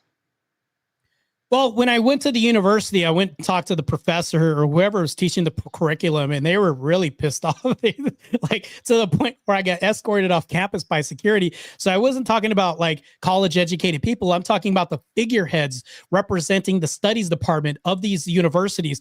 So when I go to them, this is the example that I'm giving, and this is the curriculum that they're teaching overwhelmingly all the students that they're indoctrinating with this revisionist history and all of this that's currently false. To me, this doesn't really make any sense, and it exposes something that's happening in society right now that I don't think we're really addressing, which is a falsehood propaganda machine that we're pumping out all these other people. And to me, I don't think that's really an education if you're indoctrinating people with a belief system that's not really true. And these are like figureheads, not like students. Whether or not the student accepts this indoctrination is up to them, but that's what I'm talking about. I just want everyone to wonder, do we think that Marte was escorted off the premises because he was, telling some deep, hard-hitting truths, or because he was an insane guy screaming on the college campus trying to get them to change their lesson plans? No, I wasn't. So I did get into a little bit of discourse with the professor, and I said, no, that's inaccurate.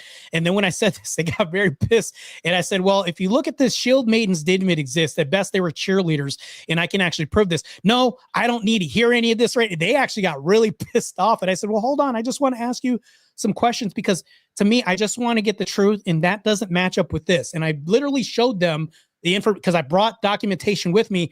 They didn't want to see this. They didn't want to hear it. And for some reason, they escalated it, and they got pissed.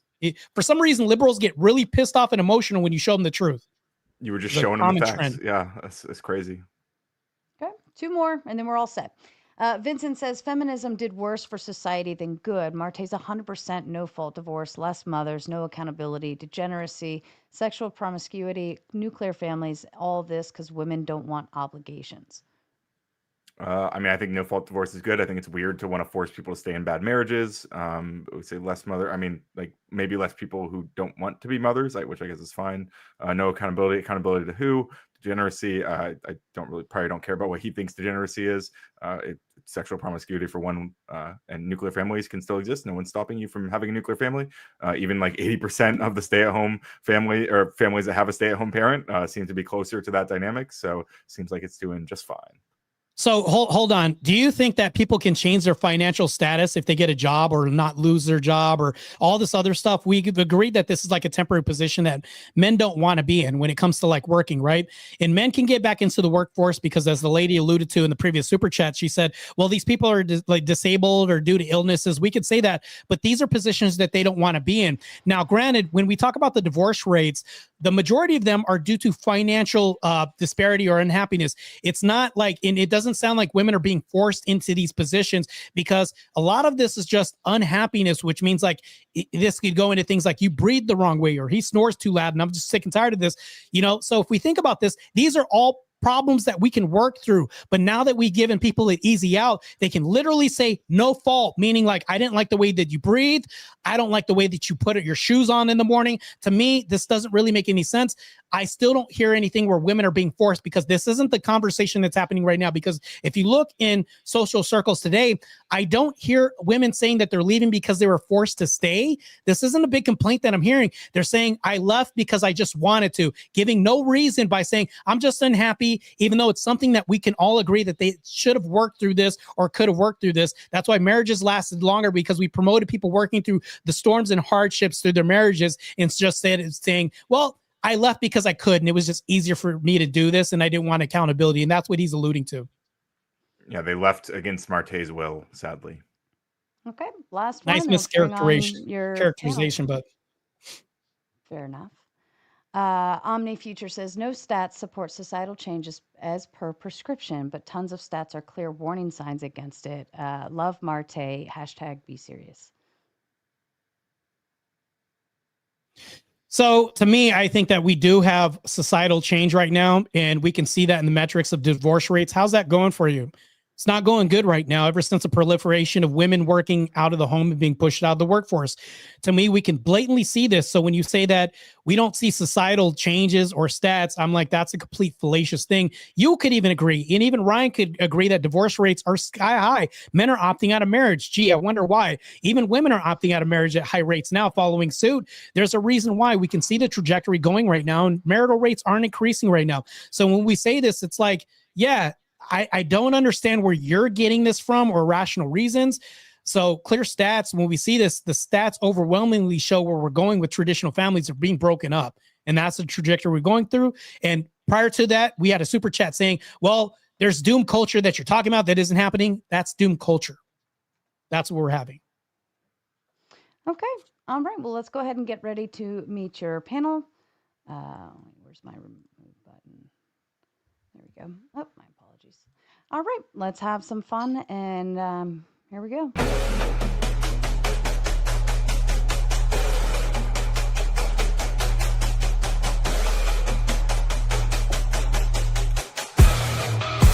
Hello.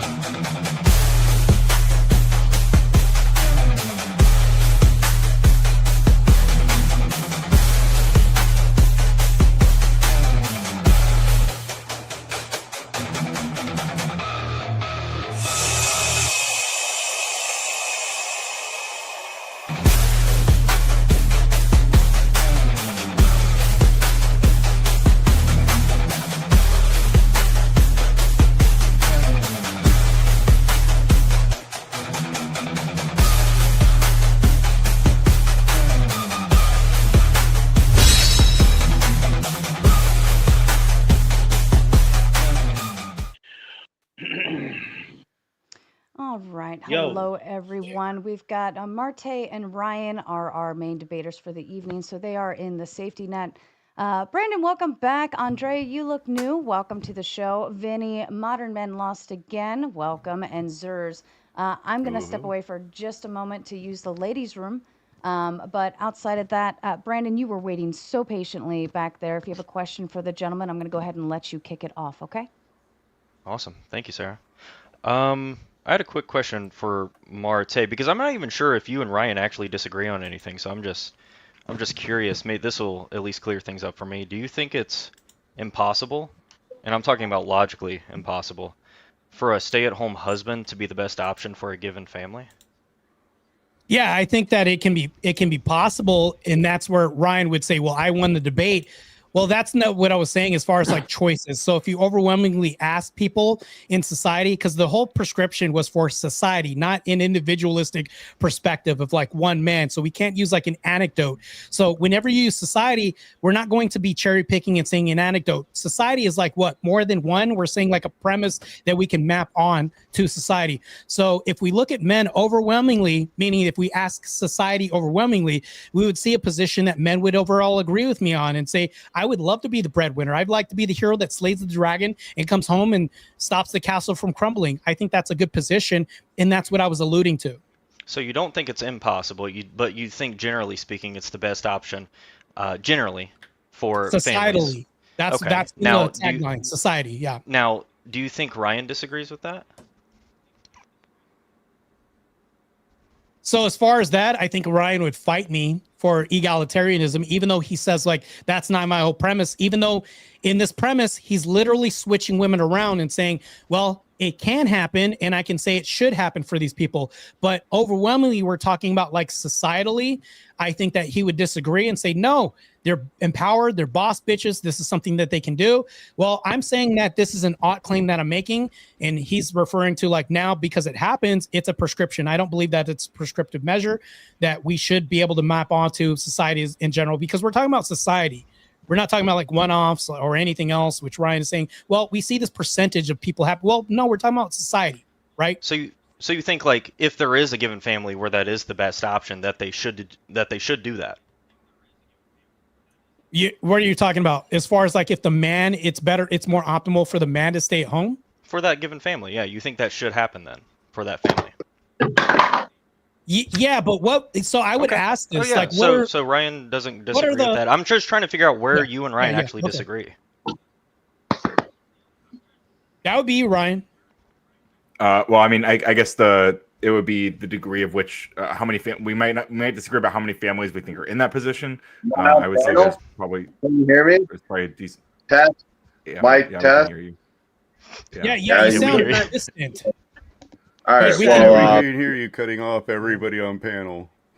You sound like you're talking into one of those cans with a string. Mate, do you think that Ryan's opinion that it's a prescription that he wants, isn't that still a prescription, even if it's less optimal than yours? You're talking about a choice, so it's like I'm talking about a prescription that he believes is a prescription. For a second, could you stop crying for a second? All right. So at what point, so are you guys all leftists, communists? So like, what are you guys? Yeah, everybody here's a communist. I'm a Marxist, Leninist, Satanist, communist. That's right. Vinny actually asked a question and then got interrupted. Pretty normal. Saying wait. Why hold on. Why don't you let him answer the question? Vinny, can you answer your question? I'm sorry, you were interrupted.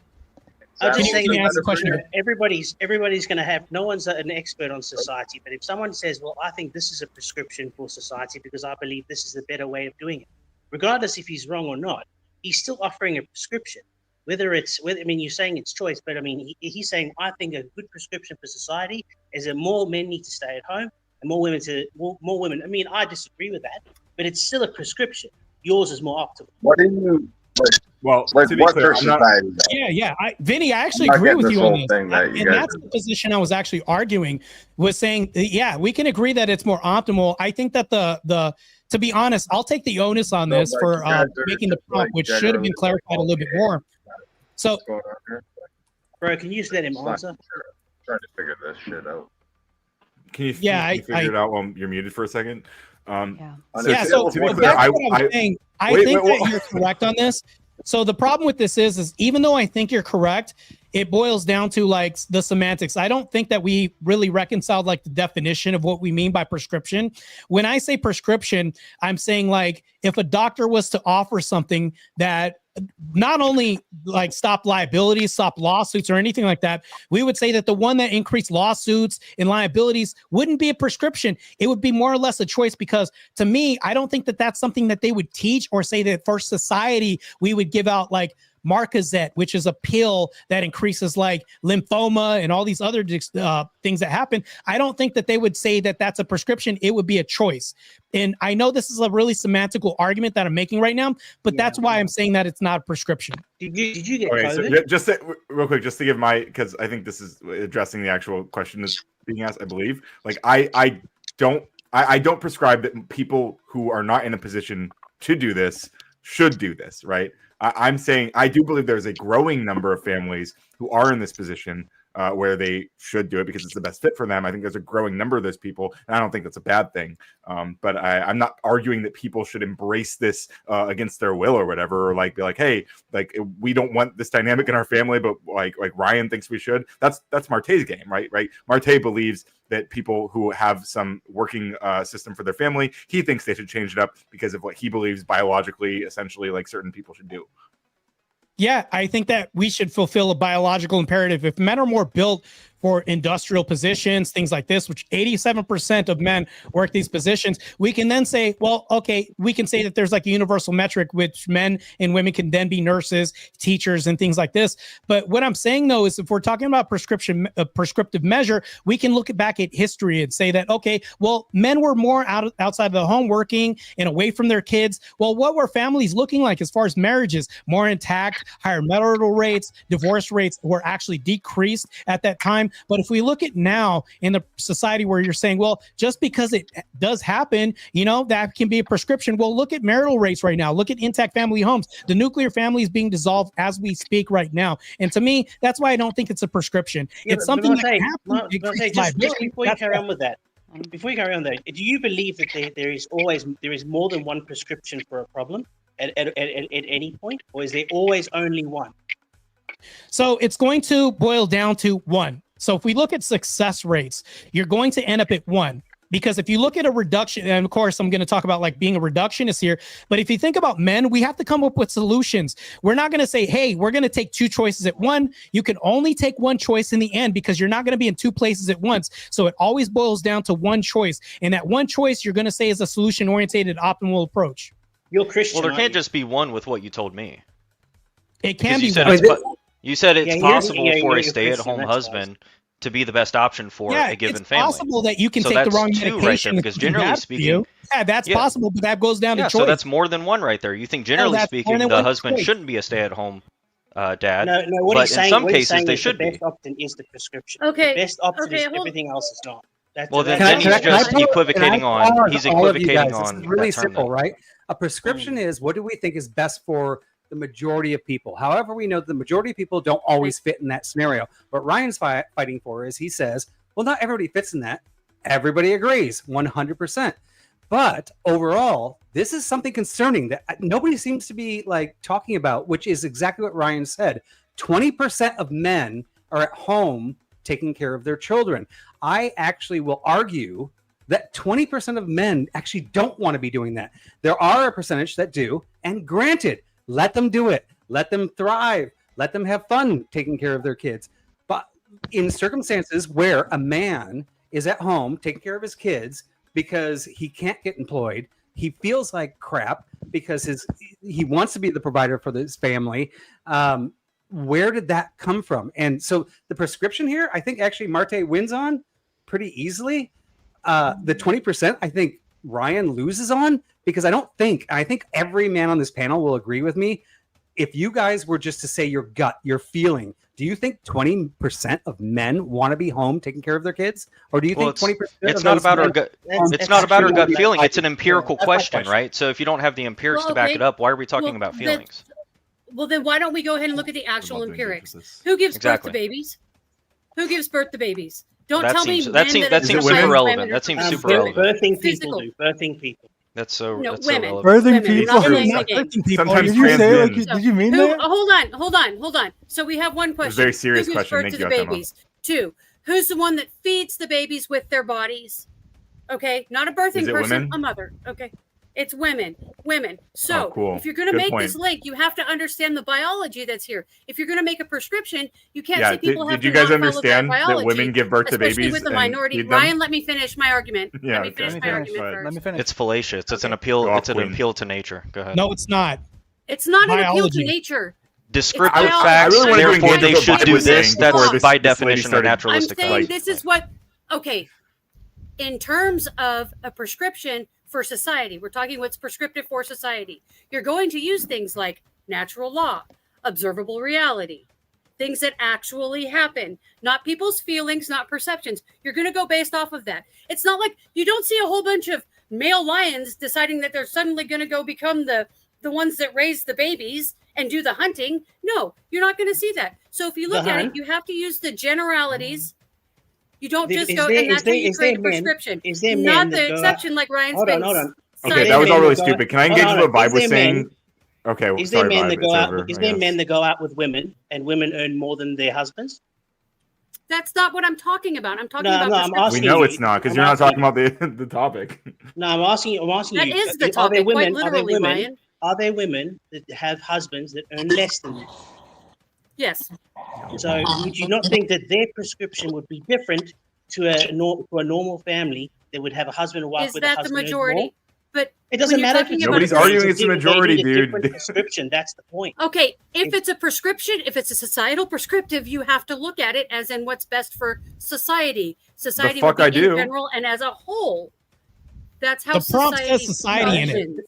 Yeah, it does. It does have society in it. Okay, please. I did chime in a little bit there, but I'd like to engage. I've been sitting back for most of this. Really. How many of you have kids? Who cares? Hello. The prompt. The prompt. It's important. The prompt. Oh God. How many have kids? Get that guy out of here. Dude, how many of your? Hold on, please. I have Ryan, 4. I think you were saying something. I'm your stepfather, and shut up. Okay. He was saying something while I was saying something. Hey, your mother and I need you to stop talking, please. The prompt Well, was. listen, I'm trying to revive the show because what you don't know is Sarah's fucked. Okay. She fucked with the panel verse. Don't you understand? It's over. Talk to your mother. It's fucking over for all you beta male cucks. It's over. Okay. It's over. Don't you get it? Pardon me. What a crash out. Okay, so pardon me, but this It's only just begun. This is a pardon me for just a second. This guy feeds his wiener dog buttholes. Hold okay, on. I got it Stop clipped. for a second. Stop. Yeah. So listen. Stop. Listen. This is a debate.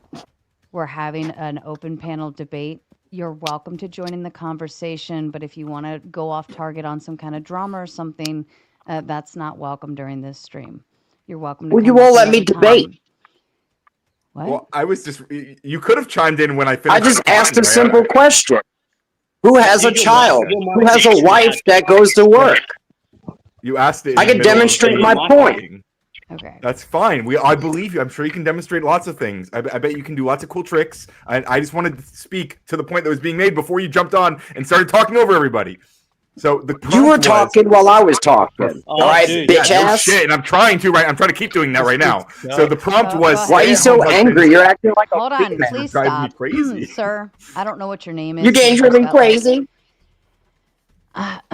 Pardon me. I don't know what your name is. I'm guessing it's either the number 2 or maybe it's 2 L's or something. It's hard to tell. He goes by Rant. A lot more L's than Rant. Okay. He's horrible. Mr. Definitely Rant, 2 L's. I'm going to ask you very kindly to at least let Ryan answer the question instead of just calling him a bitch outright and not letting him actually answer. Okay? Ryan, go ahead, please. For the record, I am a bitch. I'm a bad bitch, and I will answer your question. I don't have any kids. Okay, there you go. So that's that. But anyway, I'm going to move on to what I was saying, which is that stay-at-home husbands are not a prescription for society. That's the topic tonight, not a prescription for society. So I believe that there are many prescriptions for society. There are many prescriptions for different groups of people in different circumstances. Marte believes there is one ideal prescription that society should follow and adhere to. I disagree. That's been the topic all night. So okay, can I chime in for a second, Ryan? And I'm not trying to cut you off. Because I was primarily responding to you, Vibe. So yeah. Yeah. So I agree. I think for anything, we can't put everybody to the same standard, right? That's just everything. Like if there's a prompt that says this is a prescription, the prescription means this is best for the majority. That's the prescription. Now, I've never seen a debate where somebody's like, hey, any debate ever where they said everybody fits in the square hole. There are no round holes. There are no triangles holes, right? We all agree that there are multiple prescriptions for multiple purposes. However, when we make Marte doesn't agree with that, by the way. I agree with that. That's what I was saying. The majority. No, he does. Oh, he does agree? Okay, so... Oh, go ahead. I'm sorry. I'm sorry. Vibe, were you done? No, I finished. I closed there. Okay. To go clarify, ahead. I think the issue with Marte and I would have with this, and what we were having, I think, during the debate, is that a lot of the people that I'm pointing to, who I think who I'm saying I would prescribe this for, because it seems to be what they want to do, and it works for them, and it seems to be like what their ideal family setup is. Doesn't mean all of them. And Vibe, you brought up the men who are looking for work. That was 13% of the stay-at-home dads, according to the Pew Research. So I would agree that those people don't want to be in that situation. Disabled people, they don't want to be in that situation, which is about half, to be fair, of the stay-at-home dads. But there's still millions of families who have stay-at-home dads who are choosing to do so. And so that's kind of what we're talking about. And just to land the plane. But that's Marte like a is saying, minority of a minority of a minority. Please, I'm almost done flying. I'm not crashing in. It's not 9/11 or anything. Like I'm just saying that it seems like many people, they find that this is the best fit for them. Marte thinks that even if they feel that way, even if they're just choosing to do it out of their own free will, they should not do that. He's prescribing something different than what I am. Yes. So you know what? I'll kind of go on both sides. I'll kind of concede on both sides here, because I kind of feel like you just said, well, maybe there's 13% of that 20% that really don't want to be in that situation. But hey, I'm a man. I know the family has to be taken care of. I feel like crap that my wife's taking care of them. But I know it's the best thing for our family right now. So I'm just submitting, right? These are the unemployed. It's not that the wife is beating him down, making him do this, right? He's just saying, this is the best thing for my family, and I feel like crap. I want to step up. And in that percentage of America, and when you counter his argument, I fear that it's almost a promotion for saying, actually, more men should be at home. More of this should happen. More men should be depressed, right? I get worried about that prescription going from 80% to 70% to 60%. This is my worry, because I think men, and I don't think this is like a bad thing. This is not like men beating up men. I think it's a very noble thing for men to want to take care of their women. And in my marriage, by the way, I do have a bitch boss as a wife. She is freaking awesome at it, right? And I let her do it. But she's told me many times, thank you for letting me be one. Not that I let her, but I mean, in the sense that when she says letting me, meaning that thank you for making sure that if I didn't want to do this, I'm still secure, if that makes sense. And I know for like a lot of left people like yell at me. They're like, oh, I'd hate to be Vibe's wife. I'm like, I got a fucking awesome wife that makes good money. But my wife doesn't have to worry about anything. She doesn't have to make the money. She just likes doing it. And I want more men to be empowered. So what I want to look at in the end, and I'll land my plane right here. I want more men to have that empowerment. And I think some of the feminist movements and things like that, and putting so many females in the workforce, have both hurt women that were told they have to work. They have to be independent. But secretly, they don't tell their other women friends they actually want to be provided for. They rather actually be nurturing. Not all women want to. I'm not saying all women have to. I'm just saying, like, I think they want that. Marte was pointing out multiple studies. I landed my plane and I kept on going. So I'm just going to stop there. Yeah, just quickly. Hold on. Drop says, if you're going to argue for what's optimal, wouldn't it just be more optimal to be a millionaire, retire, not have to work, hire a nanny, not fuck bitches? I think. Dude, no, Adam Absurdum either, right? Absurdum. That's just so stupid. Yeah, that's ignorant. Oh, it sounds pog. Oh, Vibe, can I Can I argue my point yet? Hold on. Or are we just gonna rabble rouse? Should a household with 2 male parents not have a stay-at-home dad? No, good question. That's not what we were. I wasn't even touching on that at all. No, that's What the hell does it again. even mean? Now we're talking about a minority of a minority That's of gay. another minority. Yeah. Like, It's That's okay to be literally gay, gay though. too. Yeah. Yeah, and But here's the thing. By the way, I go to we're work talking and I about work my ass off, and my perspective. wife does things, and then I come home and I take care of my kid. I do homework with them. I teach them math. We read the Bible when they go to bed. We do our prayers. Like, I'm not an absent father.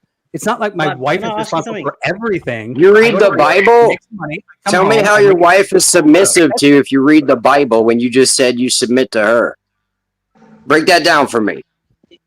Wait, sorry. Repeat whoever said that. What was that? I just said if you read the Bible, did you read how your wife's supposed to be in submission to you? You just said you submit to her. How does that Yeah. work? When? No, Tell he me when I meant- said that. Rewind the fucking tape, genius. Lower end wanted to chime in. I want to give him an opportunity. Go ahead.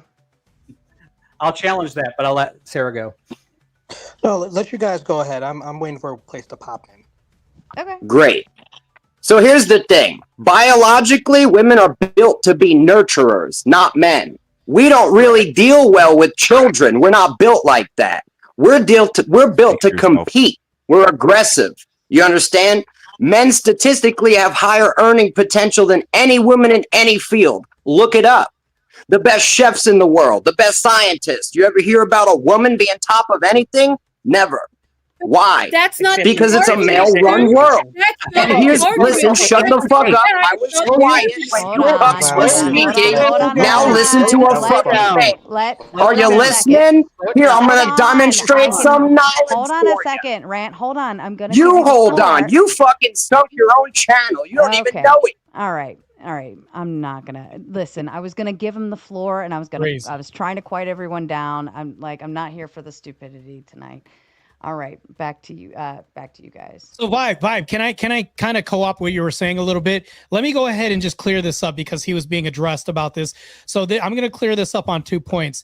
Now, what Vibe is saying, if I can clarify a little bit, is that women want the option of working or not. This literally goes to my point, and this is what Vibe is saying. He's not submitting to his wife. He's actually providing her the option of choice of saying, hey, do you want to stay at home or not? Do you want to do this? He's giving her choice. So that's a prescription which coincides with what I was saying. If the man is the guy that has to be the person that doesn't have a choice in saying, yes, I am saying this, I'm funneling men into one hole of saying this is a prescription that should be universal for society that we want to lean to, is that if men aren't the one with the option of saying, you know what, I like the woman to provide me the space, if I want to work or not, this and that. You don't overwhelmingly hear about men in the society saying, I want the boss bitch freedom. You hear about women saying this because they want a choice and they want a provider. This is congruent with historical society. If we could see this, that's prescriptive measure that I'm saying for society. And furthermore, this is a comprehensive approach, meaning that men have to be the rock that their emotional waves crash into. They have to be the rock if financial,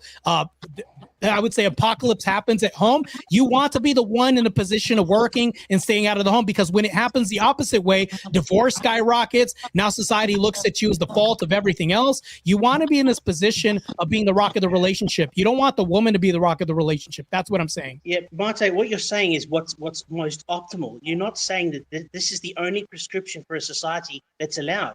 If people want a more libertarian society where women don't want to be mothers, whether you disagree or agree with that, it's still a prescription in the other direction. You're not the arbiter of prescriptions.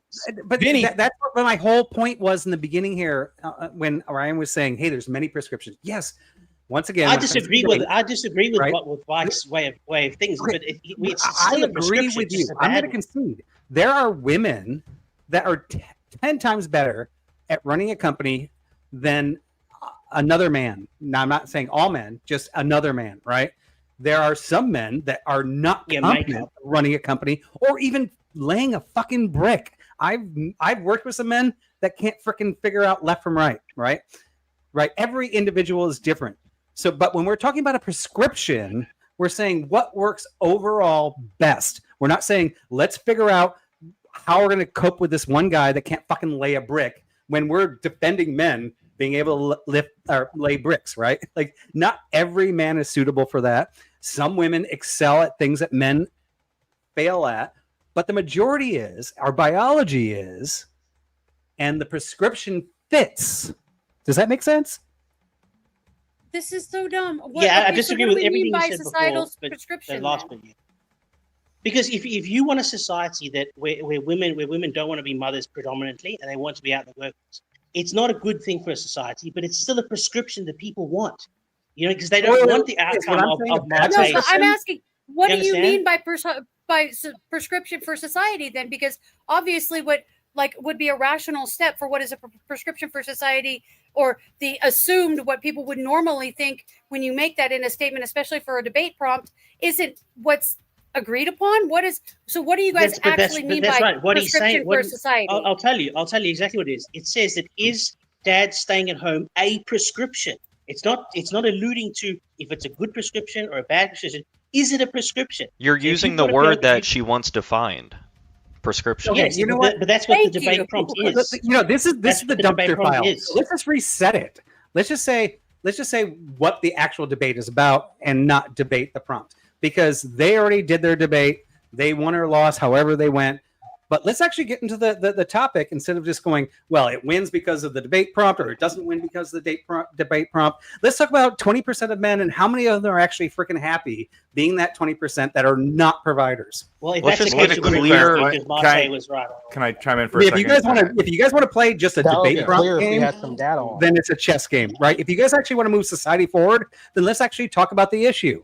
Yeah, we Okay, have well, to talk, to but be- we have to define our. Go ahead, Ryan. Yeah, go that ahead. sounds good. Yeah, with peace and love, we're not gonna change society tonight on Sarah's panel, but at least in our small part, I'm with you. We could. You don't know. Yeah, you don't know that. Tonight's There's the so many night. fence sitters at home. Tonight's the Ryan, night. True that. Listen, okay, but fuck, I lost it. I think Well, Ryan, Deere was since you lost it, I can then talk right now. So I can say that Seppiku is a prescription for society for depression, right? But you would say, no, that's not a prescription because of outcomes. Oh, I remember So what I was really gonna what say. I'm pointing to, which coincides with Vide's moving towards what I wanted the debate prompt to be, is like, what is a prescription for society? What I meant by that is saying optimization. It's kind of built in. It's kind of baked into the prompt. So if I was to say, hey, Seppiku is a prescription for depression in society, yeah, you could say that this is a choice for society, but is it a prescription? Meaning, is this recommended, or is this an optimal thing that we want to optimize society as far as the population? You'd say no, because then it leads to decimation overwhelmingly. If we say, hey, take Seppiku, it's a great pill for you, meaning like it's a prescriptive measure that like literally you're arguing for the decimation of society. We would say, no, that's not a prescription. Why do we have this? Delete the prescription. Matter of fact, take this prescription off of the board, meaning like, hey, this is a choice. So if we're saying this, it leads to optimization, because alluding to outcomes, which is the end of the argument, I kept going to like outcomes. If we keep going to outcomes, it's naturally baked into the prompt of optimization. So that's literally what I was alluding to when we talked about the topic. If we're going to make a definitive measure of what this means, that's what I meant by saying this. That is a lot of words for Marte just saying that he regrets framing the debate in the way that he did. Like, that's your problem, dude. You tweeted at me. You know what? Shit happens, but this is what I'm saying. You're making an optimization objective for society, saying some inverse of household roles. I don't want that for society, meaning I don't want this prescriptive measure. That's what the argument was, and that's what we're talking about right now. So yeah, we can fix it now because we don't have to talk about prompts. We can talk about this right now. Yeah. So I would say that there is an increasing number of men who are in a position where they do want to be stay-at-home dads, and Vibe and Marte and etc. These people might not like it, but like, who gives a shit if they don't like it? Fuck you guys with love, with peace and love, you know? Like, fuck you guys. Yeah, I also didn't realize you guys were utilitarians. I didn't know you guys cared about outcomes. Ryan, can I just ask you something? Do you think in a society that people should be incentivized to make choices that end up that in the long run end up bad for society, or should we try and stop people from making those choices? It's a bit of a hard question, because it's like you're stopping the freedom of that person to make the wrong decision. But if that wrong decision is made too many times, it could lead to big problems in society later on. Well, I mean, we already have. I might hang on. Let me answer the question, right? For that, if I can answer. He was asking. I asked Ryan. Oh, sorry. Yeah, I mean, like, I'm not sure I'm not sure how to engage with that really broadly. Like, I don't know specific things that I would do that with. But in this case, I don't think that it's wrong for society, right? So this wouldn't really apply to this situation from my world. That's not what I'm asking. I don't think it's bad. I'm asking, are you going to allow people to make choices that are bad for society in the long run? Oh yeah. But because Yeah, of yeah, libertarian, so basically it's like extinction or freedom. Well, for example, I think it's really bad for society for people to vote for Republicans, but I wouldn't want to make it illegal for people to vote for Republicans, right? Give them the freedom of the choice to do the bad thing. Yes, absolutely. They should be allowed to vote for Donald Trump, even though he's going to try to literally deconstruct our Constitution in real time, and we're all watching it happen. A lot of people are pretending it's not. Well, let's do something that's a bit more charitable. I think you're being a bit provocative. Yeah, I think if you say, I am being provocative, but only because there's provocative things happening right now. I am. No, I'm not being provocative. I'm just saying. I'm just asking. No, I am. I am because because of the things I'm describing are provocative actions, but I understand what you're saying. Well, let's say in the West, there's a lot of illegal immigration because our immigration policies suck. But should we allow a bad thing to keep happening, like illegal immigration, and just keep fighting, because between the Democrats and the Republicans, they're not fixing shit. So if we allow that to keep happening, eventually we're going to have a bad outcome. Should we stop people from doing bad decisions in order for the society to prosper, or should we allow the people to do that bad decision? In terms of illegal immigration, I mean, I'm for giving those people like amnesty largely. So, I mean, yeah, that's where Marte would disagree. He would say that I wouldn't allow people to do the wrong decision because it's going to lead to the collapse of society. That's the sort of thing. Because you guys are, the reason why you guys are having the disconnect is because you guys are talking about two different societies. He's got a Christian, moral, nationalist sort of society. That's what he's going towards. Whereas yours is a much more libertarian society. So that's where the disconnect is. More liberal, I guess. I mean, like Christian. I mean, in reality, like only like 10% of Americans want to institute like Christian nationalism. Far more believe in like the Constitution as it stands, and like liberalism by and large. Oh yeah, it's definitely died down. Yeah, definitely does. That's why I agree with you in this concept, because we're not in a Christian national society. It's about 60% Christian. Well, let's not go that far, but it's about 60% Christian, but 40% other. But because we live in that sort of diverse melting pot, your example of different prescriptions, because we've got a diverse. I'm out there, Jerry. Hello? What was that? Huh? Fine, someone was calling me. I'm losing it. Oh, but yeah, I mean, I think to try to address what you're asking, I think you're saying that like we should try to limit like certain things that could be bad for society broadly. I mean, I guess like, I mean, like, it really just depends on so many factors. Like yeah, there are a lot of things that people will do that will be bad for society and that we should limit. Like maybe like steering people towards green energy, for example. It would be good if we had regulation. Child marriage. Yeah, of course. Well, we should just make that illegal flat out. Like, we shouldn't like steer people away from it. We should flat out like make it not allowed. So that's a completely different thing. But what's the prescription for why it's bad for society? Because children are victimized in child marriages. They can't consent to being in a marriage. Okay, so what makes that prescription more valid than the other prescription offered by Marte? I think not Marte on their merits, but what makes what are you talking about? No, not on the merits of the arguments, but what makes the prescription for outlawing child marriage more prescriptive? Oh my God, we're getting to what? We're getting to a you can't argue what's good because you don't believe in the Christian God. Oh my God, no, I don't want to do it. I'm asking you why. Hold on. That would only work. That would only work if the subject is a prescription.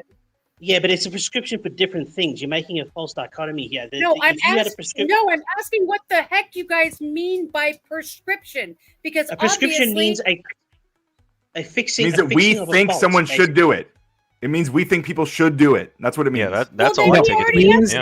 It is a general guideline for all of us. As Ryan pointed out, there are sub cases. And by the way, this child thing it does work in some debates, not this one. I think we just got to shut that one down. But I do have a question for Ryan. Right? So, Ryan, you were saying that 80% of men do follow this prescription, and you're okay with that, right? Sorry. To be clear, the numbers are 80% of families that have a stay-at-home parent. It is the woman who is a stay-at-home parent. I imagine most families, women stay at home, and the man is provider. Is that what you're saying? For families that have stay-at-home, for families that have a stay-at-home parent specifically. Okay, and do you think that's a good or a bad thing? I don't think I don't really care either way. I think if people like, it's not about whether you care or not. I actually do care if you care. I want to know if you think that's good or bad. If you actually maybe he thinks it's neutral. If the mother's at home, I think it's neutral. Really I think is what I'm saying. The answer is the answer is I think it's neutral. I don't think it's good or bad. I think it's good if people are opting into that. I think it would be bad if people felt pressured into that. Okay. I really don't want to fight you on fight me vibe idea of percentages. Let's just look at something really simple. Do you think that men have better outcomes when their mothers are at home nurturing them? And I don't care if or do you think it's better when they have the men and the mom working right? Just gut feeling. No, I actually am aware. I am aware of the answer to this question based on the data, and they're pretty comparable. In fact, in some cases they can be better with dad, some cases they're better with mom, but it's pretty comparable across the board. What do you mean by comparable? And I see why they call you vibe. You like going on vibes, vibe. The outcomes are good when they have a parent at home. It's good. Yes. Okay. Yeah. And you think dad or mom? You think the outcomes of women versus men being the parent at home, that those are equal? You're saying if we were to go men at home, women working, and I'm not talking about Marte's crazy world of women all like collapsing the world. I'm just saying that's not crazy. It's a world where women could run the world. If the men were home, you're saying you believe that the outcome of those children is going to be just as productive with the man at home nurturing them than the woman at home. You think men are just as capable at that same nurture level that women are? Yeah, that's your belief. I mean, yeah, like when men have children, they actually. And I won't hold it against you. I mean, I don't care if you hold it. I'm telling you factually, like that's what the data I've seen says. Yeah. Well, yeah, it's not. Look, you said neutral just before, but if we had to swap 80%. Wait, hang on. To be clear, when I say neutral, I mean that I'm saying that because it seems to be the case that whether it's a stay-at-home dad or it's a stay-at-home mom, the outcomes are good. And they're not like drastically better in one case, in one way or the other. They can be better in one. They can be better in different dynamics for a wide variety of reasons. But the gender is not the thing that's it's moving. Yeah, he's not talking about the gender yet. Okay. How when that is part of the prompt though? I don't understand. Like, am I just understanding words in a different way than you guys are? Because they have a pretty straight, very likely, definition here. What is prescriptive for society? Well, that would mean it's supposed to be in a generality. Well, what you're talking about in citing is a minority of a minority. So I don't see how that works as a prescription for society that's supposed to be used in generalities, because that's how you work a society. What minorities are you talking about?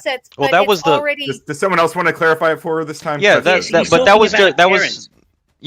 the moms or dads. He's talking about a parent at home is better for kids than no parent. That's what he's saying. He doesn't want to dive into man. Yeah, the prompt was. I can clear it up very simply. The prompt was a confusion about what the actual debate proposition was. Marte took it to be talking about generally speaking, and then Ryan took it to be talking about can it be a prescription, and in certain cases it is a prescription. So they're talking past each other. They're not even debating the same proposition. And to be fair, I will hang on. I will say I recognize that when Marte wrote that prompt, he was thinking that we should take this as stay-at-home husbands are the prescription for society. And I am taking advantage of the fact that he didn't write that. And the reason I'm doing that is because I would not have agreed to the prompt if it were that they are the prescription for society, because I don't think they are the prescription for society. I think there are multiple prescriptions for society, and that is only one of them. So I was glad that we could use this prompt. I was thankful that Marte wrote it, even though I think he wrote it as a mistaking that it would be implying something different than what it does. All right, great, Ryan. You just ruined every debate that we'll ever have, because if we're ever going to make a prescription and take an affirmative, you can say, well, there's a 1% group that says this affirmative is true. Therefore, you better prompt vibe. Not maybe you should be clear about what the prompt is ahead of time. Hey, no. Are you Christian or atheist? The big key of every debate is actually the prompt, right? Before, it's not the prep, it's not the opening speech, it's none of that stuff. It's the prompt. So I'll give you a little bit of that, but however, I don't think he really failed on this particular prompt, because a prescription, by the way, and I think everybody knows this. And matter of fact, if we're going to keep on going on the prescription instead of like talking about the topic, let's debate how debates work. Like a prescription is... We're doing the meta conversation. We were just doing that. In the majority of the time. And if you guys disagree with me, I'm open. I'm ready. Let's go. Yo, what's up, man? What's up, man? What's going on, Jensen? All right, mate. How's it going? Not bad. What's going on? What's up, Jensen? All right, man. Yeah, but look, what Marte was saying, that what he's saying, that I reckon Christian, because a lot of people take nationalism and actually mistake it for ultra-nationalism. Nationalism is basically just a nation of people within that nation that have shared ideas. That's basically it. They don't have liberalism has got different ideas, but still work together. Nationalism is they all have the same shared ideas and they live coherently and peacefully. That's what Christian nationalism is. That's what you put any sort of descriptive word in front of nationalism. It's just they all share that same idea. That's True. Wow. People are confusing. Yeah, I mean, I love it. I love the nationalism, right? So nationalism and ultra-nationalism is Yahtzee, right? Our current administration is economic nationalism. By the way, the Democrats are also nationalists, and they are currently societal nationalists, right? We're all nationalists, right? But No, I don't we know. can't be. I don't know how we just switched the whole conversation. Nationalism describes shared Nationalism. ideas. If you've got a country with Democrats and Republicans, how are we a nationalist country? We've got two separate ideas. It's not a nationalist country.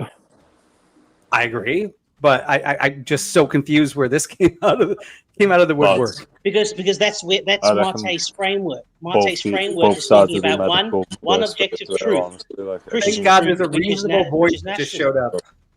What's up, Grid? I don't understand what. Hey, you're how's it doing. going? Can you hear me okay? I'm on Good to a see you, different Grid. How you setup. doing, buddy? What's up, Grid? Hey, what's up, fucker? Grid One Motorsports. Doing well. Cool. Yeah, so Greetings basically- from TwitchCon. I have been very busy today. Good to see you, yeah, man. Hope you're having fun. Good to see Thank you, Testy, for the super How is sticker. that It's out a- there? Like, is it's a it peach. like conference oriented, or how is it? It's whatever you want it to be. I've spent most of the day I did a lot of tech stuff today. I met with Elgato and Black Magic Cameras and a bunch of other people. So I've been doing tech stuff today. I did meet this dude named they call him XQC. I gave him some fatherly advice today. Good for you. Yeah, XQC's an interesting guy. Yeah, he speaks very fast. Yeah. So I got a I will picture. You say want- this, because now we're in this post-debate session right now. What I meant to say, and Radical was actually alluding to this, he's totally correct about this. This may be a faux pas on my part. So when I did write the prompt, I was talking about a prescription for society. So yeah, I will hold the L on that. But I think that if I was to side on my end by what I intended on this debate to be, the prompt being is a prescription, meaning like this is what we want for society. And that's what I was saying when I said a prescription for society. That's what I was alluding to. And that's what I was saying, just to clear this up. But if we're going to boil this down to semantics, Vibe is totally right by saying, oh, because one person, has this, it's a prescription. I'm like, that's a really shitty debate for anybody to have. But what I meant by is this a suggestion? Is this an ought claim? And that's really what I was making as far as the debate. So now we get into this semantical argument, and Vibe's right. You just ruin every debate moving forward, because that's literally what I meant, was making an ought claim with the prompt. That's all I was saying. Yeah, that L cost me a lot of money, bro. Thanks. It took me like Well- 4 super chats to get you to admit that. Thanks. Yeah, I mean, to be again, like, I wouldn't have agreed to the debate if he had said what he, I think, means, which is that it is the prescription, because I don't think it is the prescription. I wouldn't want to universally apply that. I think you would universally apply that women should be the stay at home parent. Yeah, I don't. Well, that's a debate and we can I have. wouldn't have taken that prompt All either. in I that wouldn't take debate, Ryan. either direction, right? But you're saying I would have lost it. I wouldn't have engaged. We would agree that I'm sorry. No, well, I wouldn't agree that is the prescription. I would say it's what? not. Oh, I would okay. agree. So that would have been No, a I'm serious. debate. Yeah, the prompt is because the prompt is. I got confused by the negative for a second. But if the prompt was stay-at-home husbands are not the prescription for society, I would agree, because there are multiple prescriptions. That's what I keep saying. That's what the debate prompt was, and I think I misworded that. But next time I'm going to talk to Sarah and say, hey, this is what I mean by the prompt. Let's go ahead and just verify this and vet this a little bit more. That's what I mean when I talk about this. Yeah. What I did was I shot her the prompt and said, all right, let's do it. That's it. And there wasn't really. But I guess the issue you would run into is that I wouldn't have engaged in that debate because I wouldn't disagree. I would say no, that's not the prescription for society. But it wouldn't be so quick to jump on this. But it debate. wouldn't be. I was like, I you have think to the be an issue is. absolute idiot to accept this. But that's what I believe that I was accepting as far as the debate, and that's what I believe that you accepted as far as the debate. But obviously, we were kind of talking past each other with what I meant by the prompt, and then that's why you accepted the debate, because you saw it on its face. That's not what I meant, but it's in the past. Whatever. I did. But if it were to be what was the most optimal prescription, Mote would be right. He's saying that I don't know about that either. I would say it's the most common prescription one. His prescription would have more marriages and Yeah. 2-parent households, much better for kids, They would have a much more moral upbringing. There'd be less promiscuity. If you had only sex I don't know if any of after that's marriage. true. Well, yeah, do you have empirics? I mean, you listed off like 100%. 5 Any things. You're going to empirical need data support empirics that? on all of that. I mean, that's Yeah, like 5 different 100%. claims.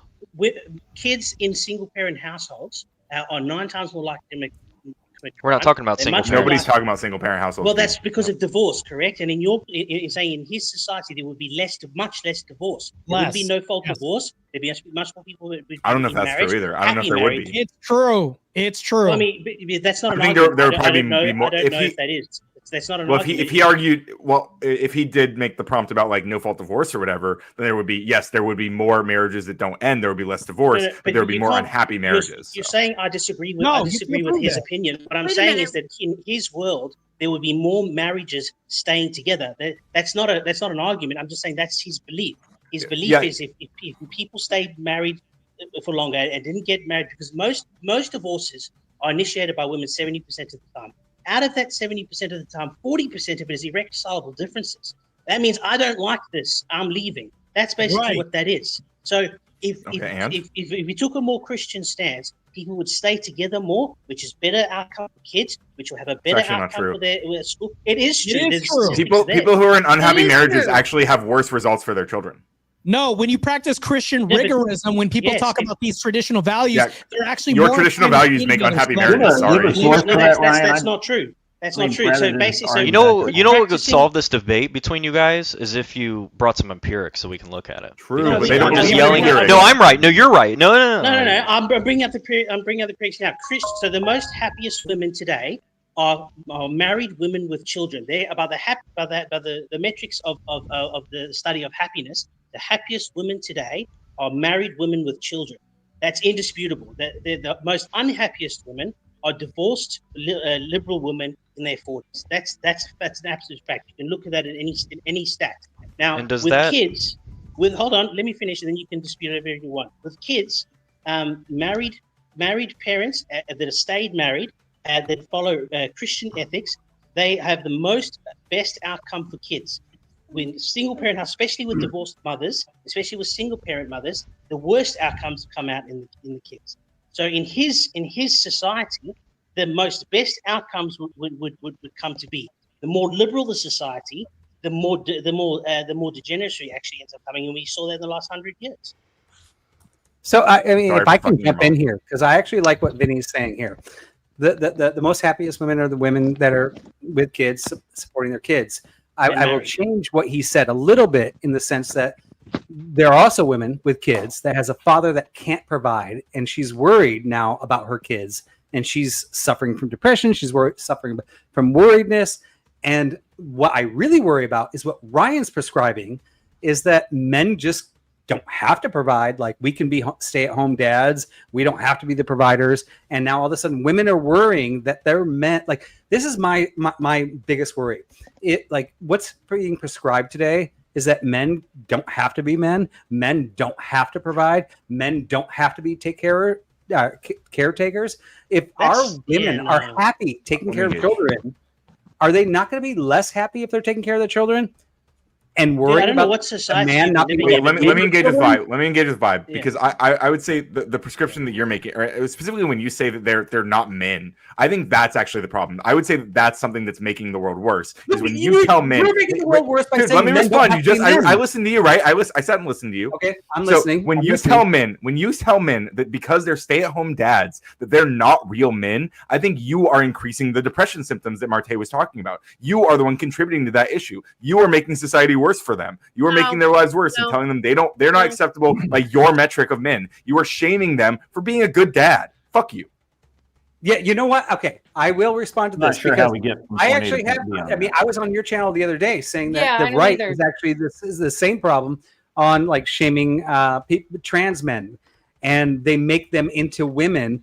Where I mean, I think a man can wear a dress. I know a lot of people are going to hate me for this, but still be a man. I think a man can have long hair and still be a man. But your side is telling them if they're like that, they have to be shamed. They have to be this. They have to be that. And all of a sudden, we're like, you want to like make excuses for men to not be men. Why Well, are you? hold on. Why are you constantly telling men So not to be men? trans people also believe that men can wear dresses. They just aren't all. It's not all men that wear dresses. Yeah, and are men. hold on. Many of them are just women. And Vibe, you. Hold on. And it's not Go ahead. Go ahead, Brandon. Yeah, I was just going to say Vibe. I don't think he's telling them that, because you just take a man to be an adult human male, right? Ryan's not telling them to not be adult human males, unless you mean something different by men when you say they're not letting them be men. Well, in this circumstance, men means the gender role, means that the gender role that a man should take. So, Brandon, you This asked for argument is empirics. entirely- Look at your private chat. I sent you a lot of empirics, so there you go. But I think this entire argument is kind of silly and subjective, because I could do the same thing and say, oh, well, stay-at-home moms are more depressed because working moms and working women treat them like absolute ass when they go out in public and they work services or whatever I they think need. we can make it a lot I think it's simpler kind of than like that. a weird what? I'm I sorry. think we can make it a lot simpler than this, because when we talk about this bullshit about how making fun of men who wear dresses or any of that, you're talking about 0.01% of the population, and fuck those guys. Who cares?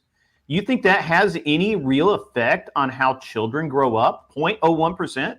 This is the insanity of the left, right? Ignore the majority, ignore the rule of nature or anything else, and just go with the lowest possible factor in society and say, this is what we need to pay attention to. Fuck those guys. I don't care. I don't even know why anybody mentions it. It's worthless, but it's literally 0.01% of society, and they get a lot of press for no fucking reason. You want to talk about failed families? Sure, we can talk about that. Those do happen. Again, that is not the norm. The norm in this country is still man, woman, child. True. Yeah, and so the that's reason, the- let me respond real quick. Grid. So The reason engage people in talk. that, please stop going down. I'm trying this to. bullshit path. Trying to. The reason that people No, you're talk so not. much about fucking, the reason so many people talk about trans people is because you motherfuckers Because are you brought obsessed it with them. You keep trying to pass laws about them and telling them what they're allowed to wear. No, Ryan, you guys are the ones you obsessed brought with it them, you up fucking so that you could psychos. make a statement I didn't about even it bring them up. Fucking and Vibe did, yourself, dude. Ryan. You're not even paying attention, greedy moron. Ryan. You tried to undermine Vibe's argument, and I said, who gives a fuck? It doesn't matter. They're irrelevant. Vibe his brought up argument people in stands, dresses, and not me. Your argument sucks. Get used to it. Most of your arguments. Back to the prompt. Grid, before you banned me from your channel, didn't I like basically win You're your not fucking banned debate? from my night? channel. Why do you think you're banned? Oh, you acted like I'm sorry. I thought I was. I kicked you because you were a dick. Guys, come on, wait. Back to the prompt. Let me ask. Let me hit the dono chat, please, if you don't mind. I mean, I and I'll can't hand it ban back- you. Do you want to then be I'll- banned? I don't know. Then I'll hand it I don't back care to either you, way. Vinny. Tom Carpenter says, "Am I the only one who heard that? Plenty of men wear dresses and are men. But plenty of them are women. Simplified, the mental construct is men are women. Reveals the real construct in the mind." Yeah, so so we're playing. The issue is that we're talking to people using completely different definitions, like Brandon was saying. So when I say men and women, generally, not always, a lot of times I am talking about biological sex because it's convenient to. Like most men are cisgender men, so it's reasonable to use the word man to refer to biological males. But when we start to talk about people in dresses and stuff, obviously we're alluding to trans people, and so we're talking about gender and gender identity, which doesn't always align with biological sex. So I mean, you can say it reveals the constructs, but again, when we're arguing with explicitly transphobic people who don't understand these things, it's easy to kind of start using their language. So Ryan, I actually think that super chat was probably to me because most people would expect you to say something like that and not me. And I actually did say there are men that wear dresses, and I still think men that wear dresses are men. I mean, we've got Scottish guys that wear dresses, right? It's a society based. Now, maybe I'm wrong. Maybe that super chat was not to me. You are wrong because it says, but plenty of them are women, and you never said that. I said that. Right? Yeah. Okay. Anyway, back to the debate prompt. If you have to look at the stats, Marte's description, prescription for society, is the most optimal one, and the stats back it up in terms of bringing children up, keeping promiscuity down by marriages staying the same and staying and not so many divorces. And by the way, just to clarify, for Ryan as well, we don't mean for women to stay in abusive relationships. We've never believed that, and it's a horrible thing. And they should definitely get divorced if they're in marriages where they get abused by alcohol and all that sort of stuff. 100%. But real quick, what if they can't prove it? Well, they can't prove it. But what's happened is that even though the good intention of no fault divorce was based on good intention, the outcome has been catastrophic. And so the outcome of no fault divorce has way gone past. Well, I didn't have enough proof, so I'm just going to do a no fault divorce. That's actually in the minority, not the majority. And the stats prove that. So Vinny, although I agree. I like where your head's at on this, but here's what they'll say. They'll say that, do you want women trapped in a divorce where they're unhappy or in an abusive situation? Now, here's the thing. Unhappiness, in my mind, is not any reason to get divorced. That, as a matter of fact, is absolutely an unacceptable reason for a divorce. Now, abuse is certainly a reason for divorce.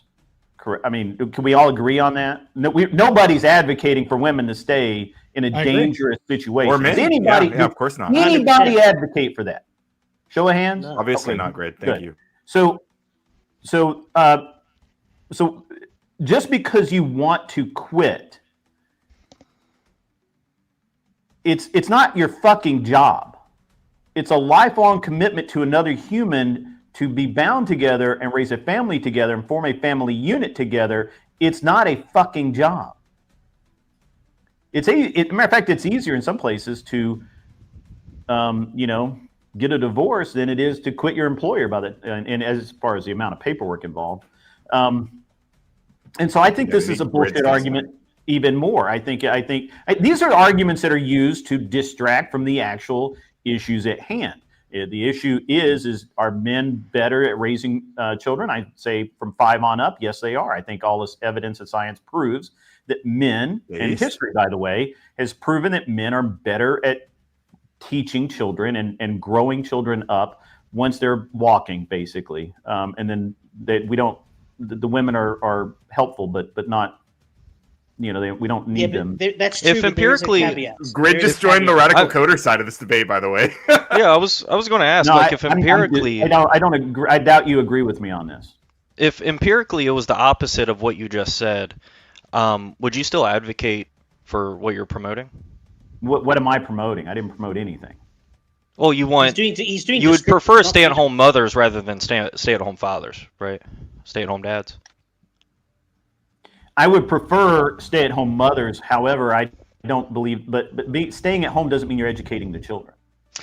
That's not what I asked. What I asked was, if the empirics were reversed. What I said. Yeah, was, so you didn't answer my question. So answer my question. What I'm asking is, if the empirics were reversed, would you still want that to be the case? That we want stay-at-home mothers rather than stay-at-home dads. Specifically, which empirics? It's better for there to be stay-at-home moms rather than stay-at-home dads. Because you said dads raise kids better. He's now challenging you on it. Historically, that's true. Well, okay, if you're looking at single dads versus hold on, single mothers, hold on. He's not answering. Let me clarify. Let me clarify. Yeah. This will help out a lot, right? No, I just want a yes or no. I just want a yes or no. If the empirics were reversed, would you advocate for the reverse of what you're saying? If it were better for men to stay home and women go to work, is that what you're asking for? Yes. No, I don't think so. I don't. Okay, think then why talk about empirics if you don't care about them? Why talk about empirics if you don't care about them? Show that. Well, you don't care about the empirics. Even if the empirics were reversed, you would still advocate for it. Yeah, but there's a bit of a caveat there. What you're talking about is single parent households. The dads do a better job in terms of single parent mothers. That's true. Single parent fathers don't do better than two parent households. So that's where you've got a false dichotomy there. So let me clarify my position. Husbands, right? Husband doesn't mean single parent. So that's the thing, though. One argument we could say is traditional gender roles and economic pressures often favor men, which have also brought up as primary breadwinners due to higher average earnings in male-dominated fields. Potentially, Ryan, maximizing household income. This assumes that family structure doesn't account for personal preferences, career flexibility, or equitable partnerships. So when I say prescriptions, I'm also talking about the financial capability of men. So that's also one thing that you haven't refuted. But Grid, you were saying? So let me make my position. You said prescriptions with an S on the end. Yeah, because there's more. Let me get my position on this. My position you know what I mean by the prompt. Yeah, my position has always been, and I will maintain this, is that once past a certain age, men should be the teachers.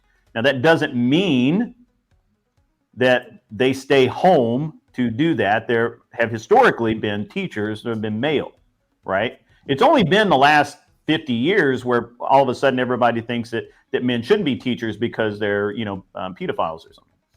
But historically, men have always been teachers. As a matter of fact, you can go to any tribe, you can pick any era, from the ancient Greeks all the way back to the Etruscan age. Once the children were walking, they went to the men to learn how to farm, to learn how to do chores, to learn how to live life, and to be good people. Men and women to some degree. Now, obviously, women were the younger girls would more or less tag along after their mothers to learn women things. But even in their societal, men taught. It's been forever. We've always done it that way. And we've only recently done that where we've had women in these leadership roles, which they should not be, my opinion, because it fucks kids up. Teaches kids how to talk? Now we have the fucked up education system we have now. Wait a minute, who teaches kids how to I talk? don't understand. I don't understand. You're not saying, Grid, that the woman has an important teaching role. Because in my family, my wife has a very important teaching role, but she can't teach everything I do. And I teach everything else that she can't teach. We both teach things that we can't teach. It's an important dual role. Now, if it was a single parent scenario, right? You're kind of saying, right? Like now we get into the weeds, right? But I would say my prescription for a perfect family would be a man providing, still being with his children, being there after hours, after he provided and brought home the food, whether we're talking about the old days after hunting or farming, plowing the fields. If he was plowing the fields back in the old days, he'd probably have his kids doing it with him and teaching them, right? And the mother would probably be teaching them how to cook. I mean, in today's society, now a man is out there. He's going to work 9-to-5 job. He's programming. He's engineering. He's architecting. Who the best chefs in the world are. Both parents have a role. That is the best prescription. Now, Ryan, if you want to tell me who are the best chefs, that's not the best prescription, and there's other prescriptions because there's a other physiological reason. There's a physiological reason. There's a physiological reason. This is what always fascinates me. No, there's a physical reason why women can't say. Hold on, Atima. Go ahead, Grid. This fascinates me to no end in this idea of woman's work and all of that, right? Like it used to just be work. It was fucking work. It had to get done. Who are the best chefs in the world? Men.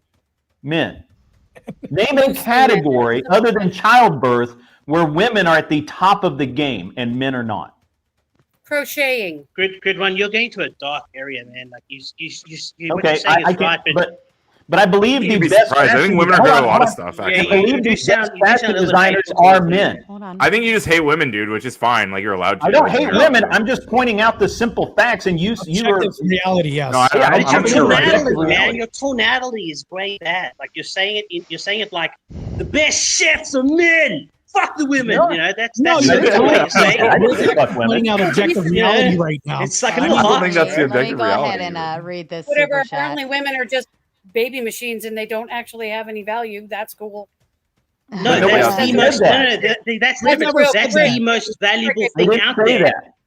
that. That is the most valuable thing that a woman could possibly do. And then but the problem is now that they're This guy's saying that proving the that's point. horrible. The motherhood is now demonized. You're talking to Correct. somebody who Absolutely. gave up Why do you think all the birth rates are low in the Western countries? Because they Right. believe that being a boss babe is better than being a mother. When in actual fact, being a mother is the most important thing to do. Antinatalism. I mean, this is. Let me hold on. Let me read the super chat and then I'll hand it back to you, Grid. I think you were in the middle of saying something. Tom Carpenter says, "Dude, I am literally 53 years old, and 7 out of 10 of my teachers were women. Women already, probably 8 out of 10, but want to be sage. So it goes way back beyond 50 years." He's right. Well, But the it's way to be gotten worse 53 in the other last than 50 years. literally. But let me just, and obviously this is purely anecdotal, right? But I believe that this holds up in basic human, in humanity. My 4-year-old son's about to turn 5. he's a handful. He's a boy. He gets into stuff. My wife cannot discipline him in the way that I can. He will not listen to her in the way that he listens to me, and he does not learn from her in the way that he learns from me. So you need two parents. So she has now, and look, I backed off and I said, hey, because she was like, no, I've got this. I'm like, all right, cool.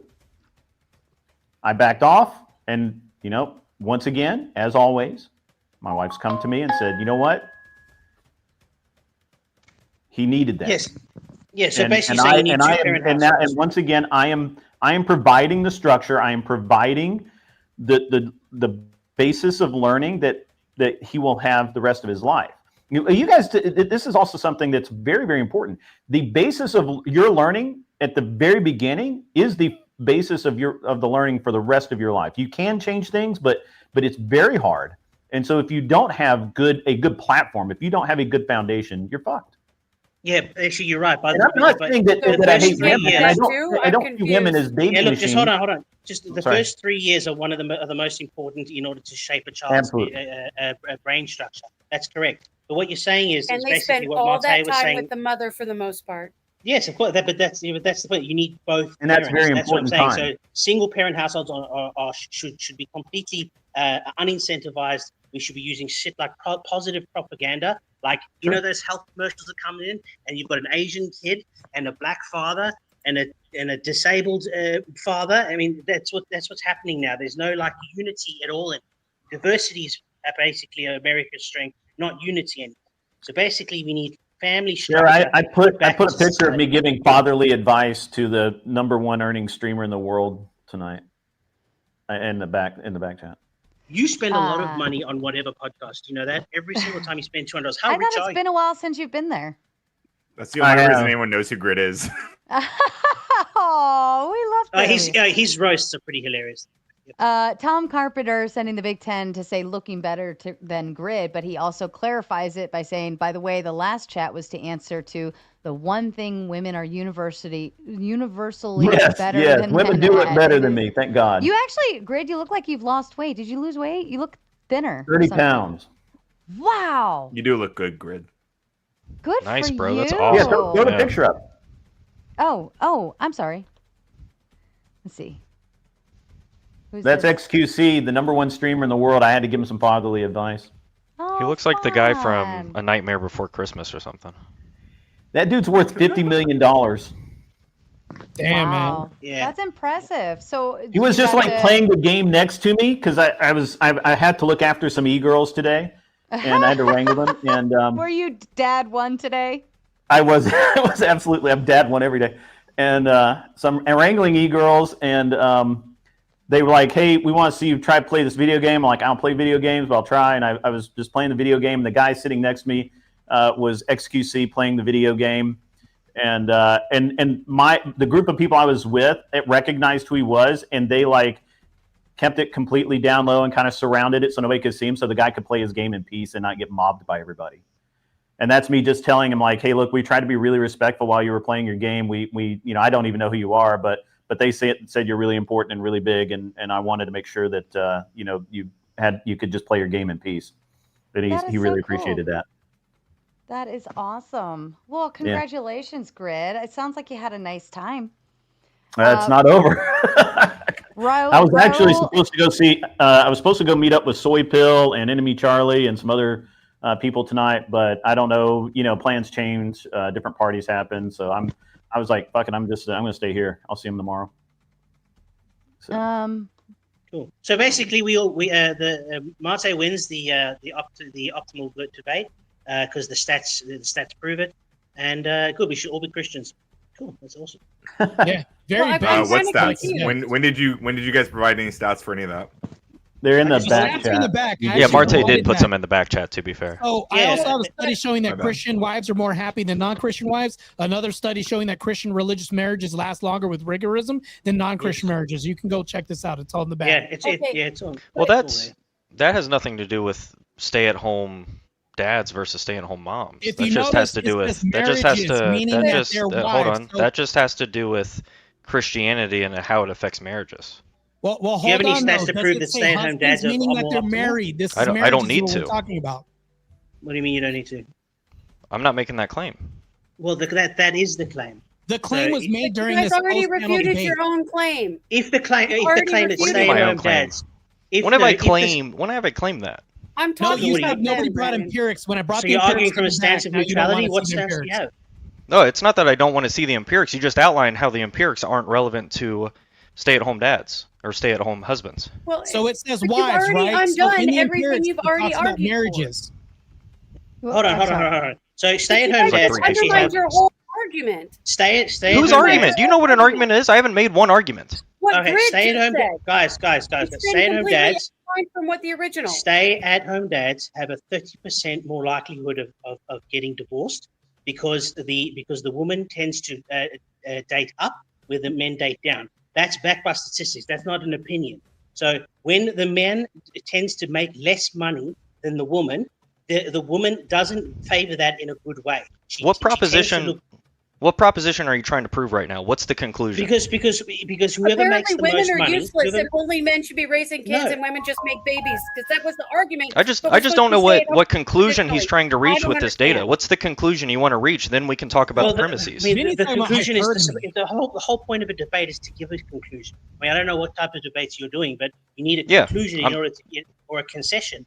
So what the conclusion is, which is our conclusion, that based on the stats, that men staying at home and women going out and working is not optimal because it increases marriages, it increases depression, it increases Okay, let's stick right and there. that's not optimal So the for society. conclusion, I wrote it down. So I wrote it down. Men staying at home is not optimal. And what do you mean by optimal? We'll just take it step by step. Well, you know, like in Transformers, is that blue guy, you know, the leader? Him? Oh, that's true. Optimus. That's right. Optimal means serious, what's though. more better. What's optimal means what's the best option out of 4 options. What's the best option? That's what I mean.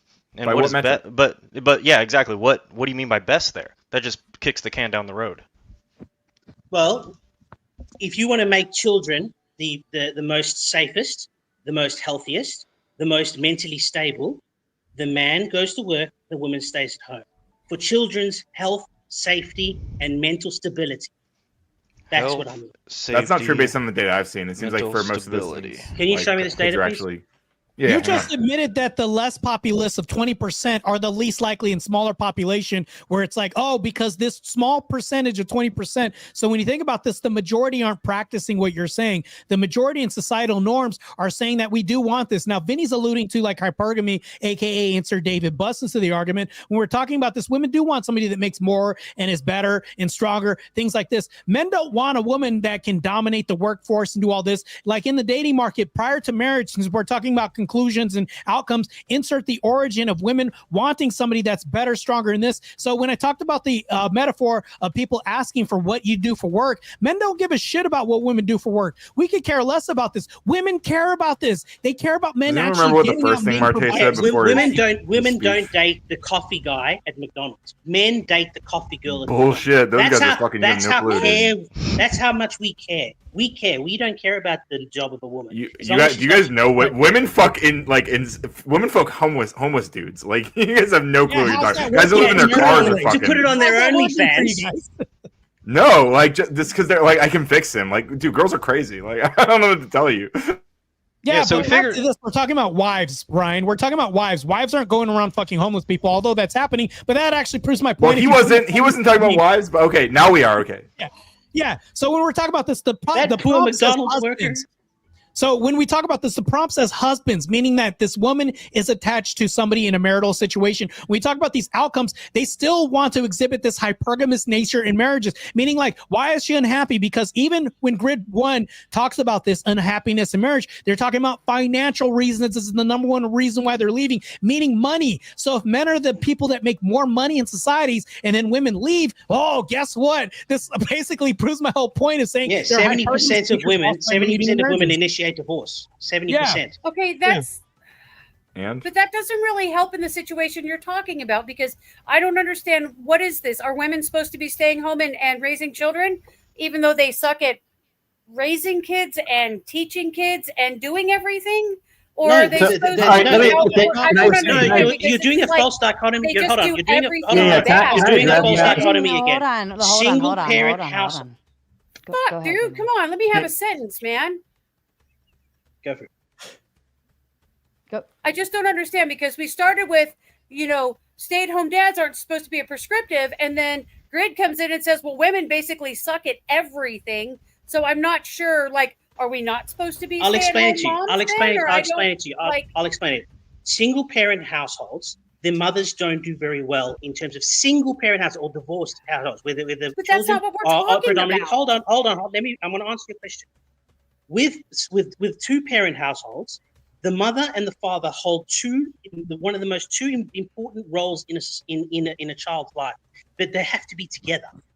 That's where the mother comes in, which is the most important, because even scientifically, the mother between 1 and 3 years old, she's scientifically and her brain structure is designed to be with that baby for the first 3 years. That's why it's more optimal for the mother to actually stay at home instead of the father, because biologically the prenatal deaths go down, and also the hospitalizations decrease by 73% if the mother stays with the kid.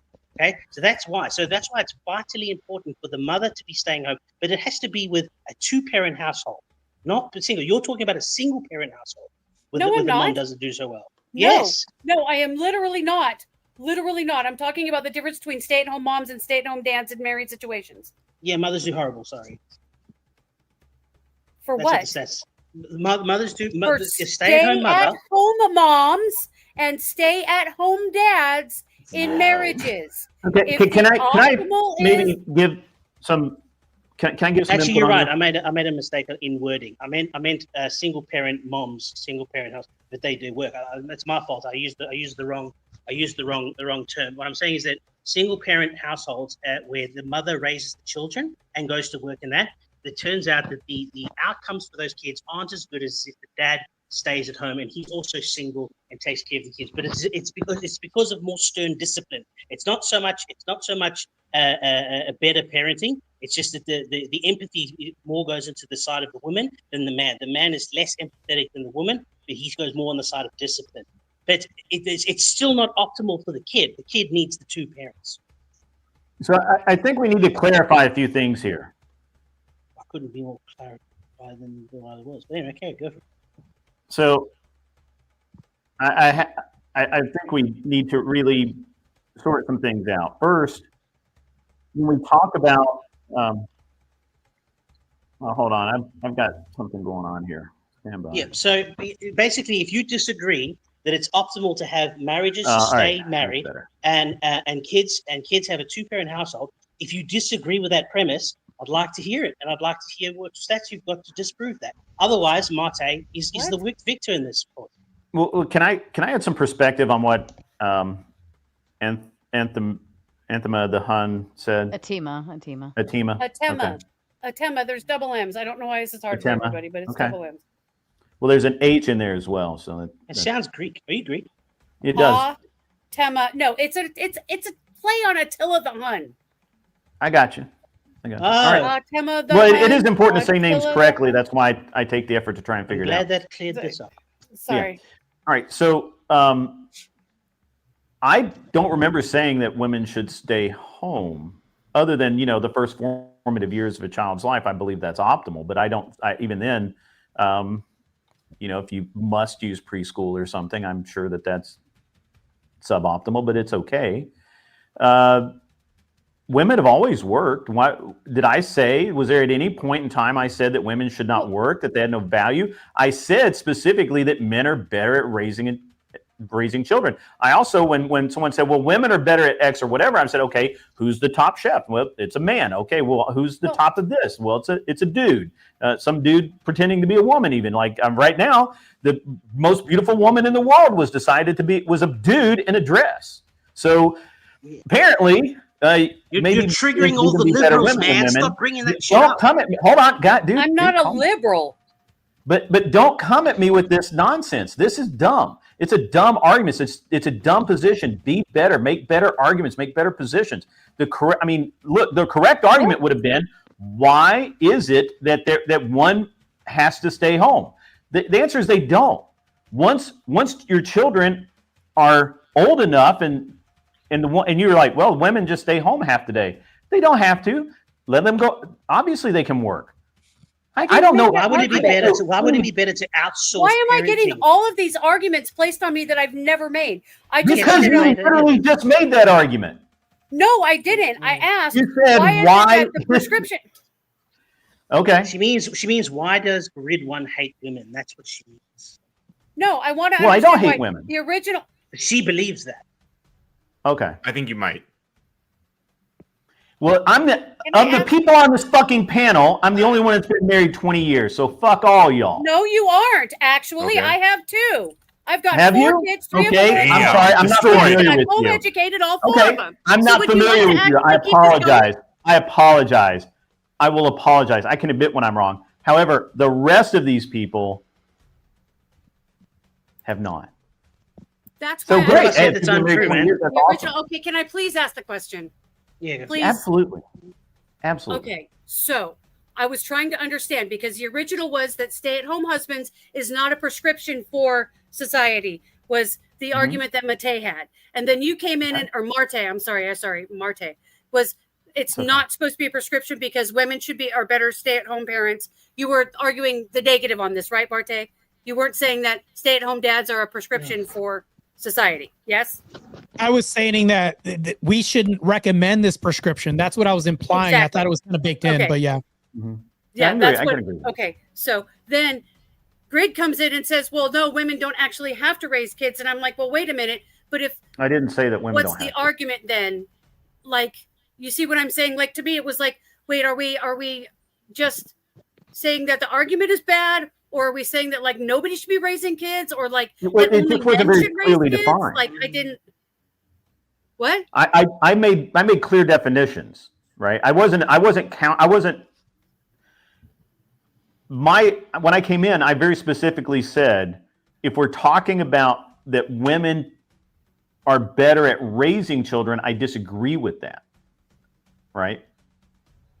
Okay. That was the claim that was made when I came in. So I don't know because I was out, frankly, I was out goofing off, here at TwitchCon. So I didn't catch the first part. So I don't know. I don't know what I came in and what I was listening to. I was listening to right? Vibe and make very poor arguments for the reason why women should stay home and raise the children. And I said, well, I don't believe that. And I don't believe that, and I believe that men are better educators. I believe that men, if you're going to outsource your children to school, I believe that men make better educators than women. When I say that this is a global thing, that doesn't mean that there aren't outstanding women educators.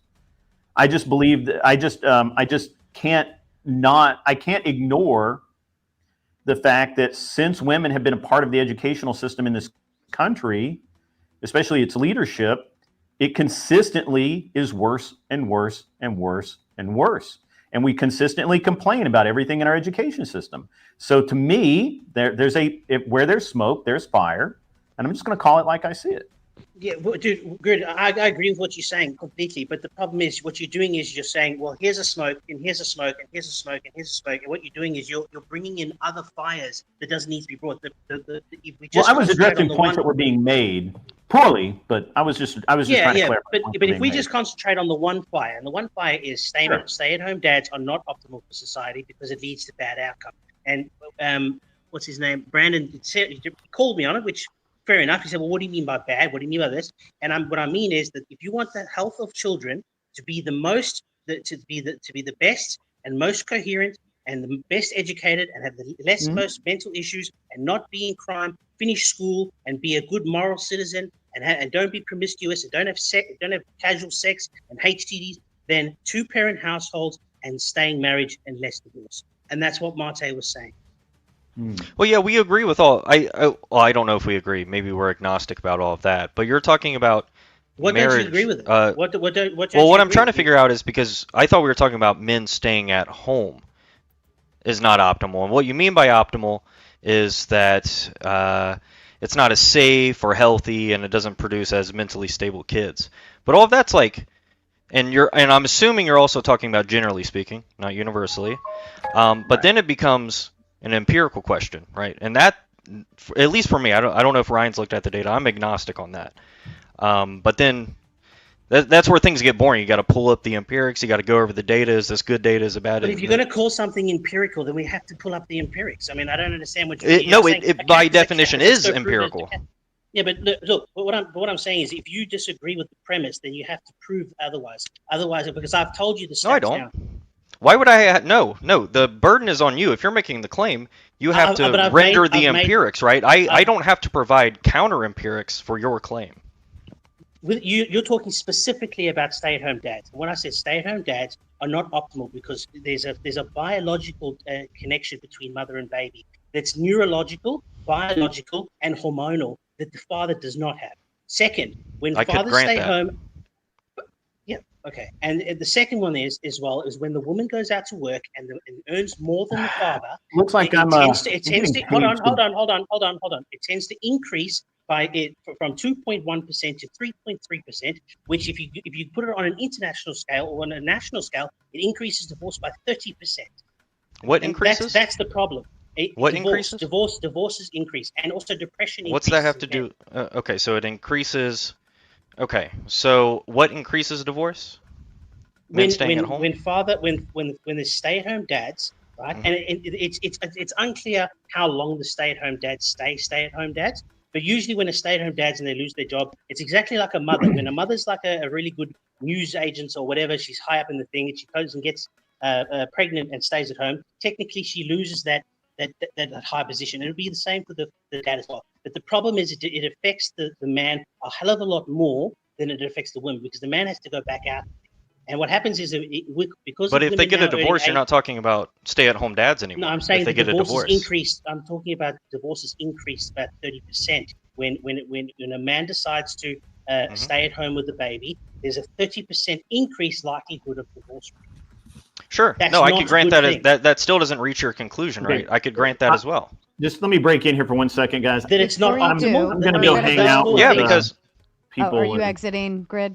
Yeah, I'm gonna go hang out with some people. I think I tell XQC I said hi. I gotta go wrangle e-girls again. They just get find Asmund Gold. He's really good to talk to. Anyway, you guys have a great night. Have a good night, Grid. Good to see you, Grid. And guys, we're gonna go for about 20 more minutes because we started earlier tonight. So we're gonna go for about 20 more minutes, and then we'll go ahead and head into shutdown. Okay. Sure. Hey, Brandon, I like your questions, because what it does is it clarifies the other side to you. Like, well, what do you mean by optimal? What do you think's better? Actually, I like these questions. So what it is if you've got a mother that stays at home, there's a neurological, biological, and physiological attachment between the mother and baby. It's also access to breast milk as well, increases a 73% decreased likelihood of child hospitalization.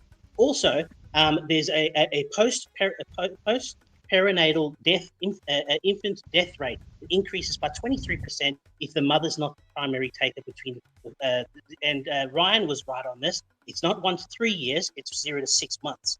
It's actually the months that are the most important. But in terms of 3 years for the neurological brain work of a baby, the mother needs to be the primary carer. There was a 25-year double-blind study. There was a 25-year double-blind study. 2 years is the optimal amount of time for a child to receive the full benefits of breastfeeding. That study has been out since I said 1 to 3. So I mean, yeah. So 2 years. 1 to 3 is very similar. So yeah, but 6 months. 2 years.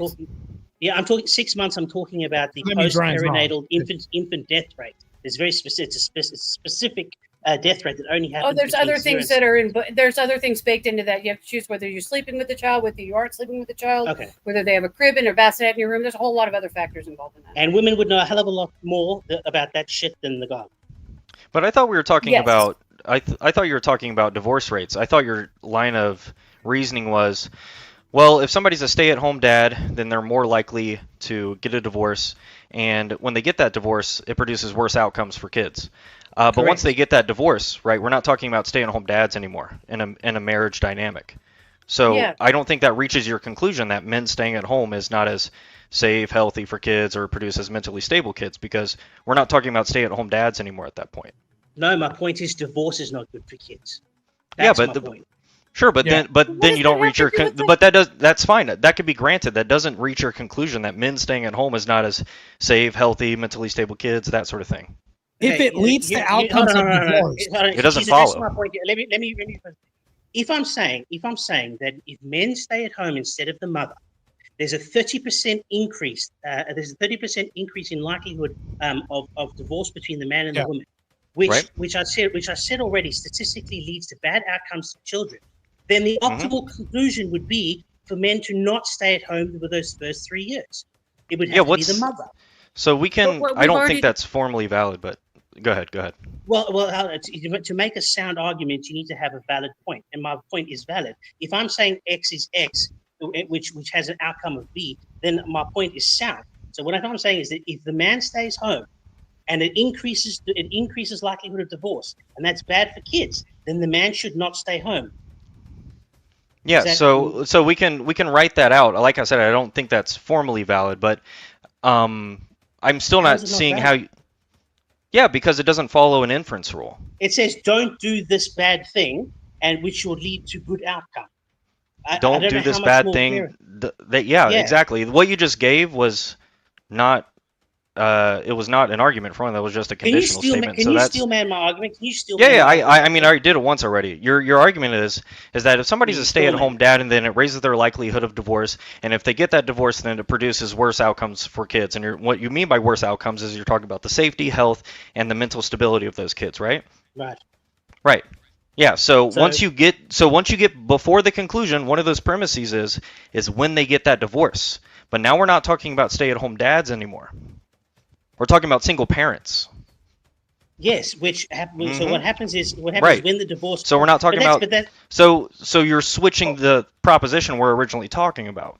no, the propositions that stay-at-home dads can be in a marriage. First of all, stay-at-home dads would imply marriage because how else would the person provide for the kid if he's a stay-at-home dad, unless he's an OF performer? I mean, Okay, stay-at-home dad, a stay-at-home dad. It means that the woman is working. That's the implication, that the woman is working and the dad's staying home within the 1st 3 years. Because in this society, you can't just have a stay at home unless you've got $1 million in the bank. You can't just have one person stay at home the rest of his life and the rest and one person working. Sure. $80,000. Sure. I mean, you could. $80,000 a year. It's often is the temporary. average Sure, income. it is often. I've been doing it for 20 years, bro. Well, you must have a very rich husband. Okay. Congratulations. No, we live a regular middle class life. Yeah, look, and I It's said about this. its And I choices. said this before. I said this before that it's not optimal to outsource parenthood to childcare centers and teachers, especially if they're teaching them about if they teach them not teaching them about math. It goes to like all these other debates and about politics and hatred and all this other bullshit that ends up by 16 years old. He's a horrible teenager. It's rather than just get the parents to teach them in the first place. So I actually disagree with that premise as well. I think that they shouldn't outlaw parenthood at all. But I'm talking about the first 3 years, which is what the prompt is inferring is the first 3 years of the child. The stay-at-home dad. Is that what you were is the- inferring, Marte? Well, that's also baked into it. So I will also co-sign that and say that's in addition to my also the other premises I brought up. Yeah, that was More clarity on the debate prompt. Let's go. Yeah. Ryan, I'd like you to say something. You've been awfully. What do you want me to say? What's your take on what we've been saying? Oh, I was doing my Duolingo. What is that? I have like an 8. Yeah, I have like an 845-day streak, and I have like 8 minutes to do it. And I realized that was happening. I thought Brandon was handling everything fine, so I just kind of. So Ryan's basically saying he's checked out and not invested in this debate. Meanwhile, what Vinny was saying was correct. Well, I feel like I Brandon, won the you debate have handily to like agree on hours this. ago. So. Well, right. Obviously, You're still proud of that moment, inevitably. aren't you? Right. So that's the Well, thing. I'm really. What I'm more proud of is debate. that I've sent real quick. What I'm more proud of is that I've sent a fucking shockwave through the debate sphere that is raging out through Andrew apparently having an angry stream about Sarah who did nothing involved in the things that everyone's mad about. I think he's having this is all fucking hilarious, and it's all of this is because Rob didn't prepare for an insurrection act debate with me that I prepared for, and then he pretended to know more about it than I did. None of But this has to do Run with and this Rob. debate right now. None of this has to, and you're proving my whole point.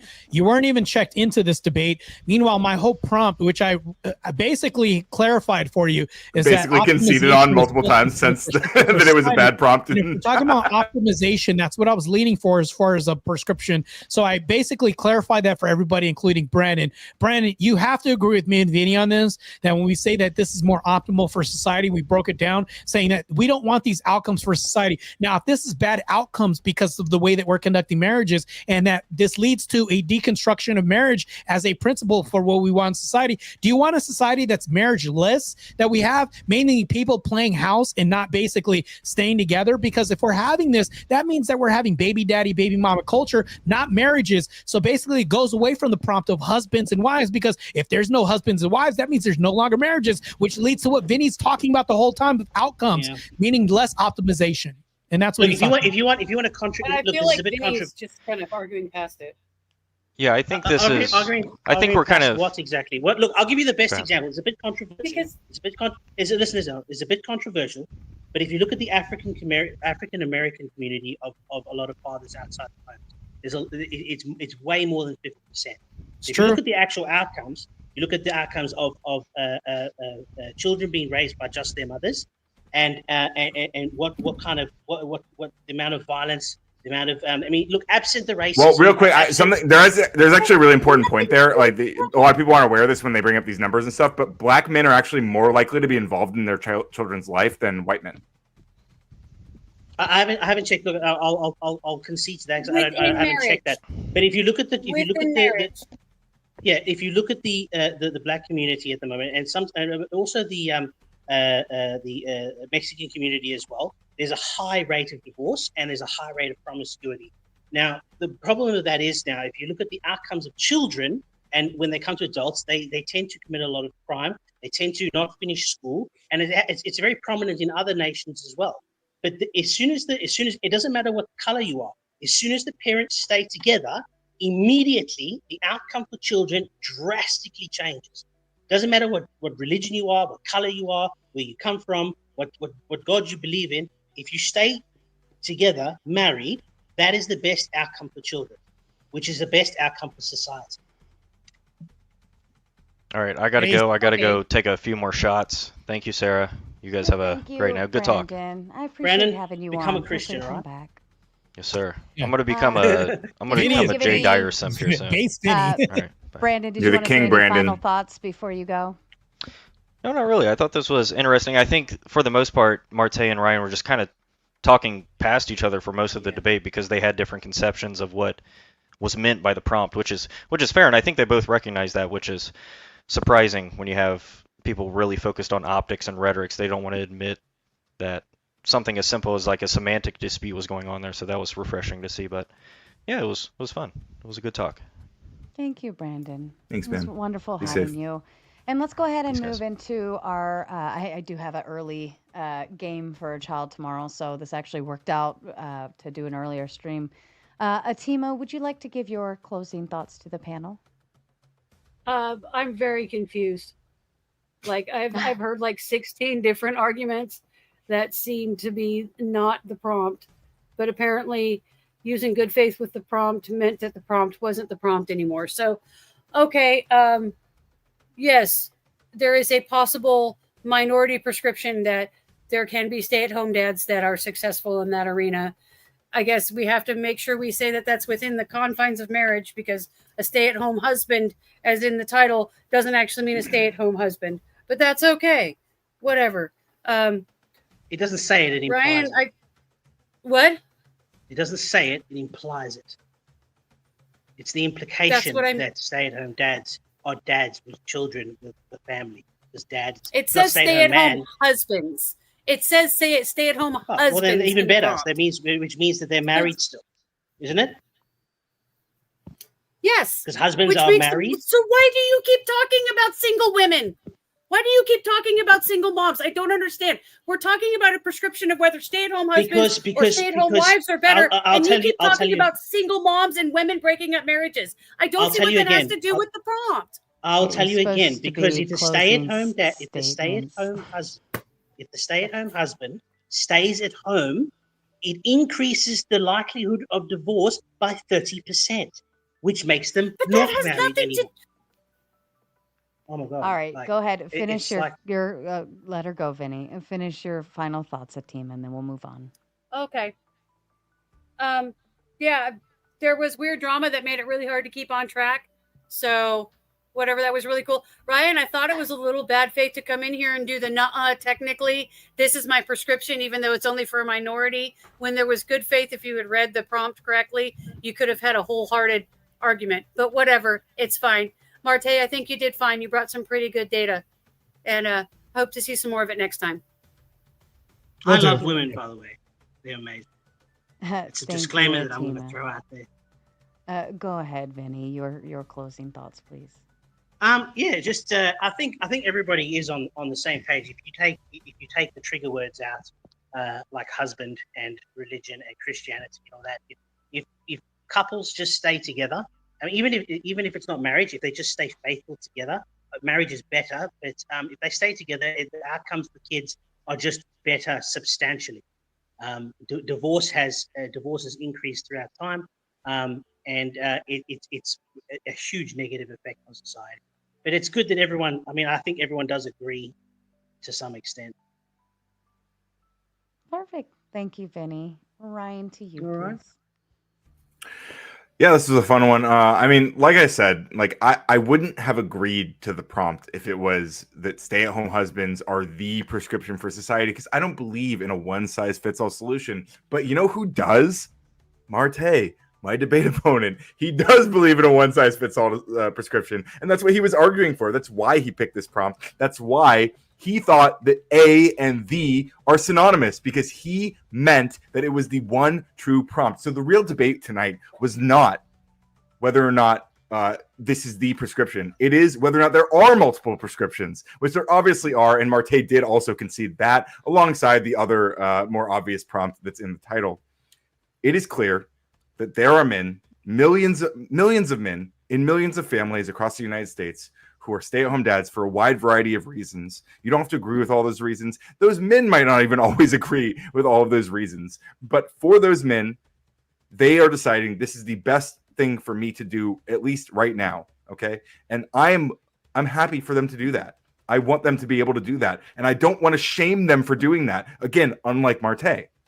I think that we can increase the bubble of what it means to be a successful and happy family and society. And we don't have to shame people for diverging from our ideal fucking neurotic worldview of what men have to be, what women have to be, how they have to be in society. If they are raising children successfully, if they are treating each other fairly, if they are surviving in society and treating their neighbors well and raising the next generation healthily, who the fuck cares? I guess Marte cares. That's who cares. But in reality, I'm not neurotic. You're neurotic.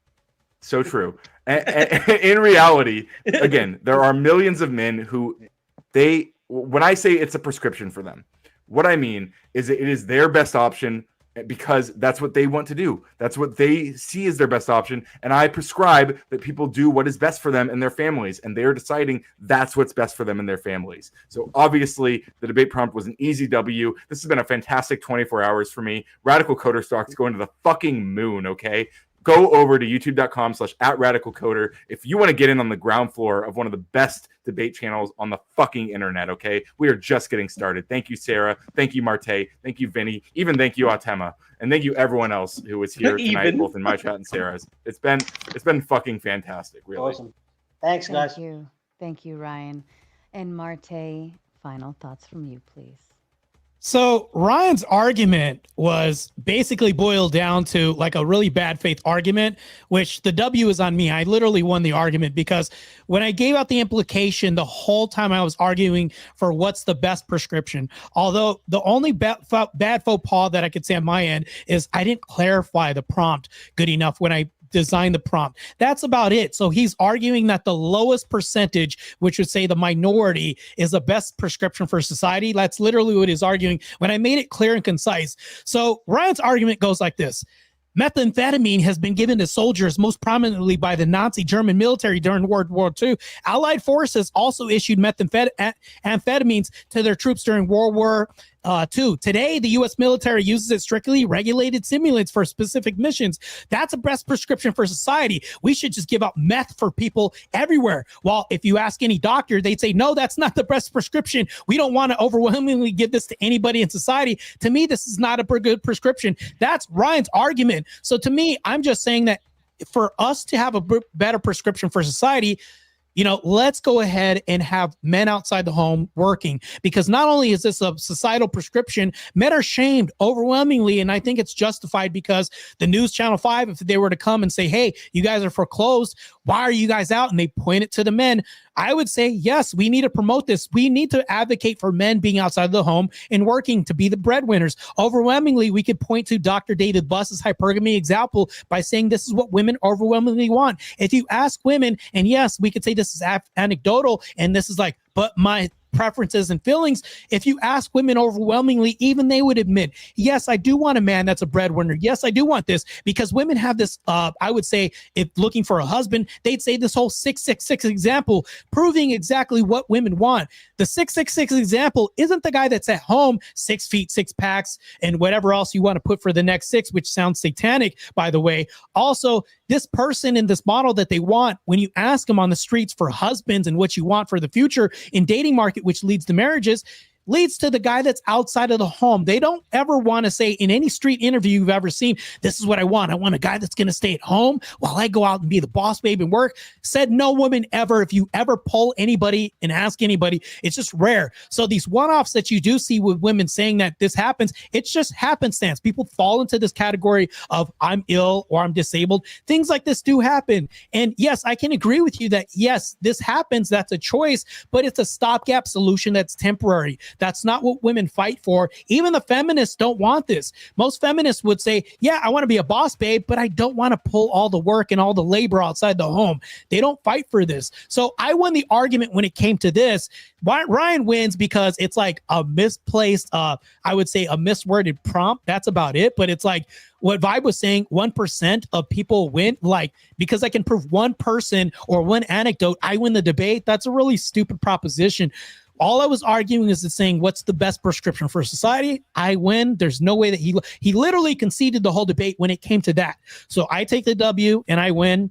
And Sarah's chat wins also too, because they showed up and they also donated too. So press the like button and also share this debate where I took the W in the end and Ryan takes a big L because he thinks some other thing that he brought into the debate with Rob and all this. I could care less about that. Let's focus on this next time. That's why he was sidetracked and thinking about other shit. That's why I take the W as well too, secondary W as well.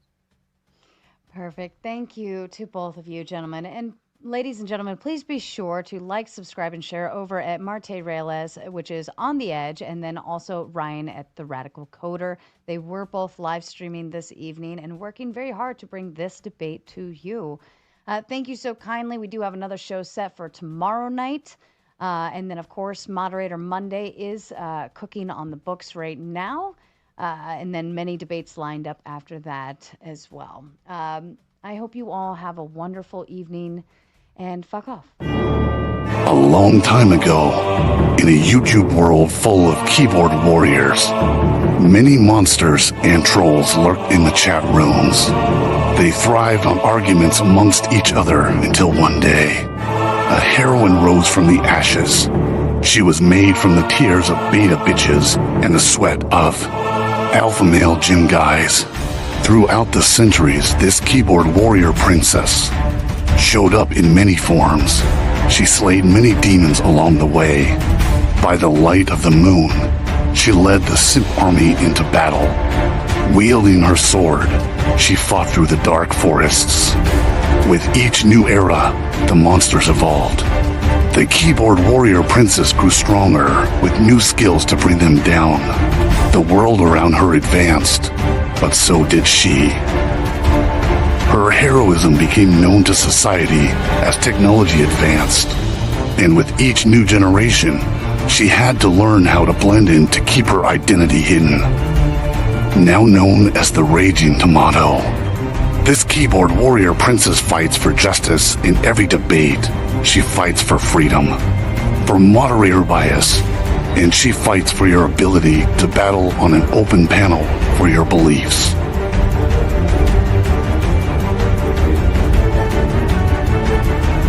She protects the Sith troopers from destruction.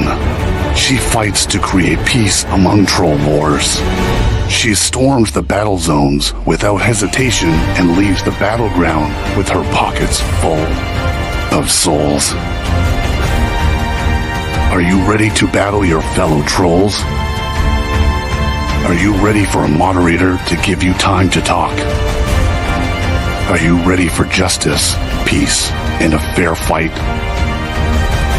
Tune in every Monday night to watch your friends duke out their issues, or join the open panel so that you can fight the good fight and find resolution with your peers.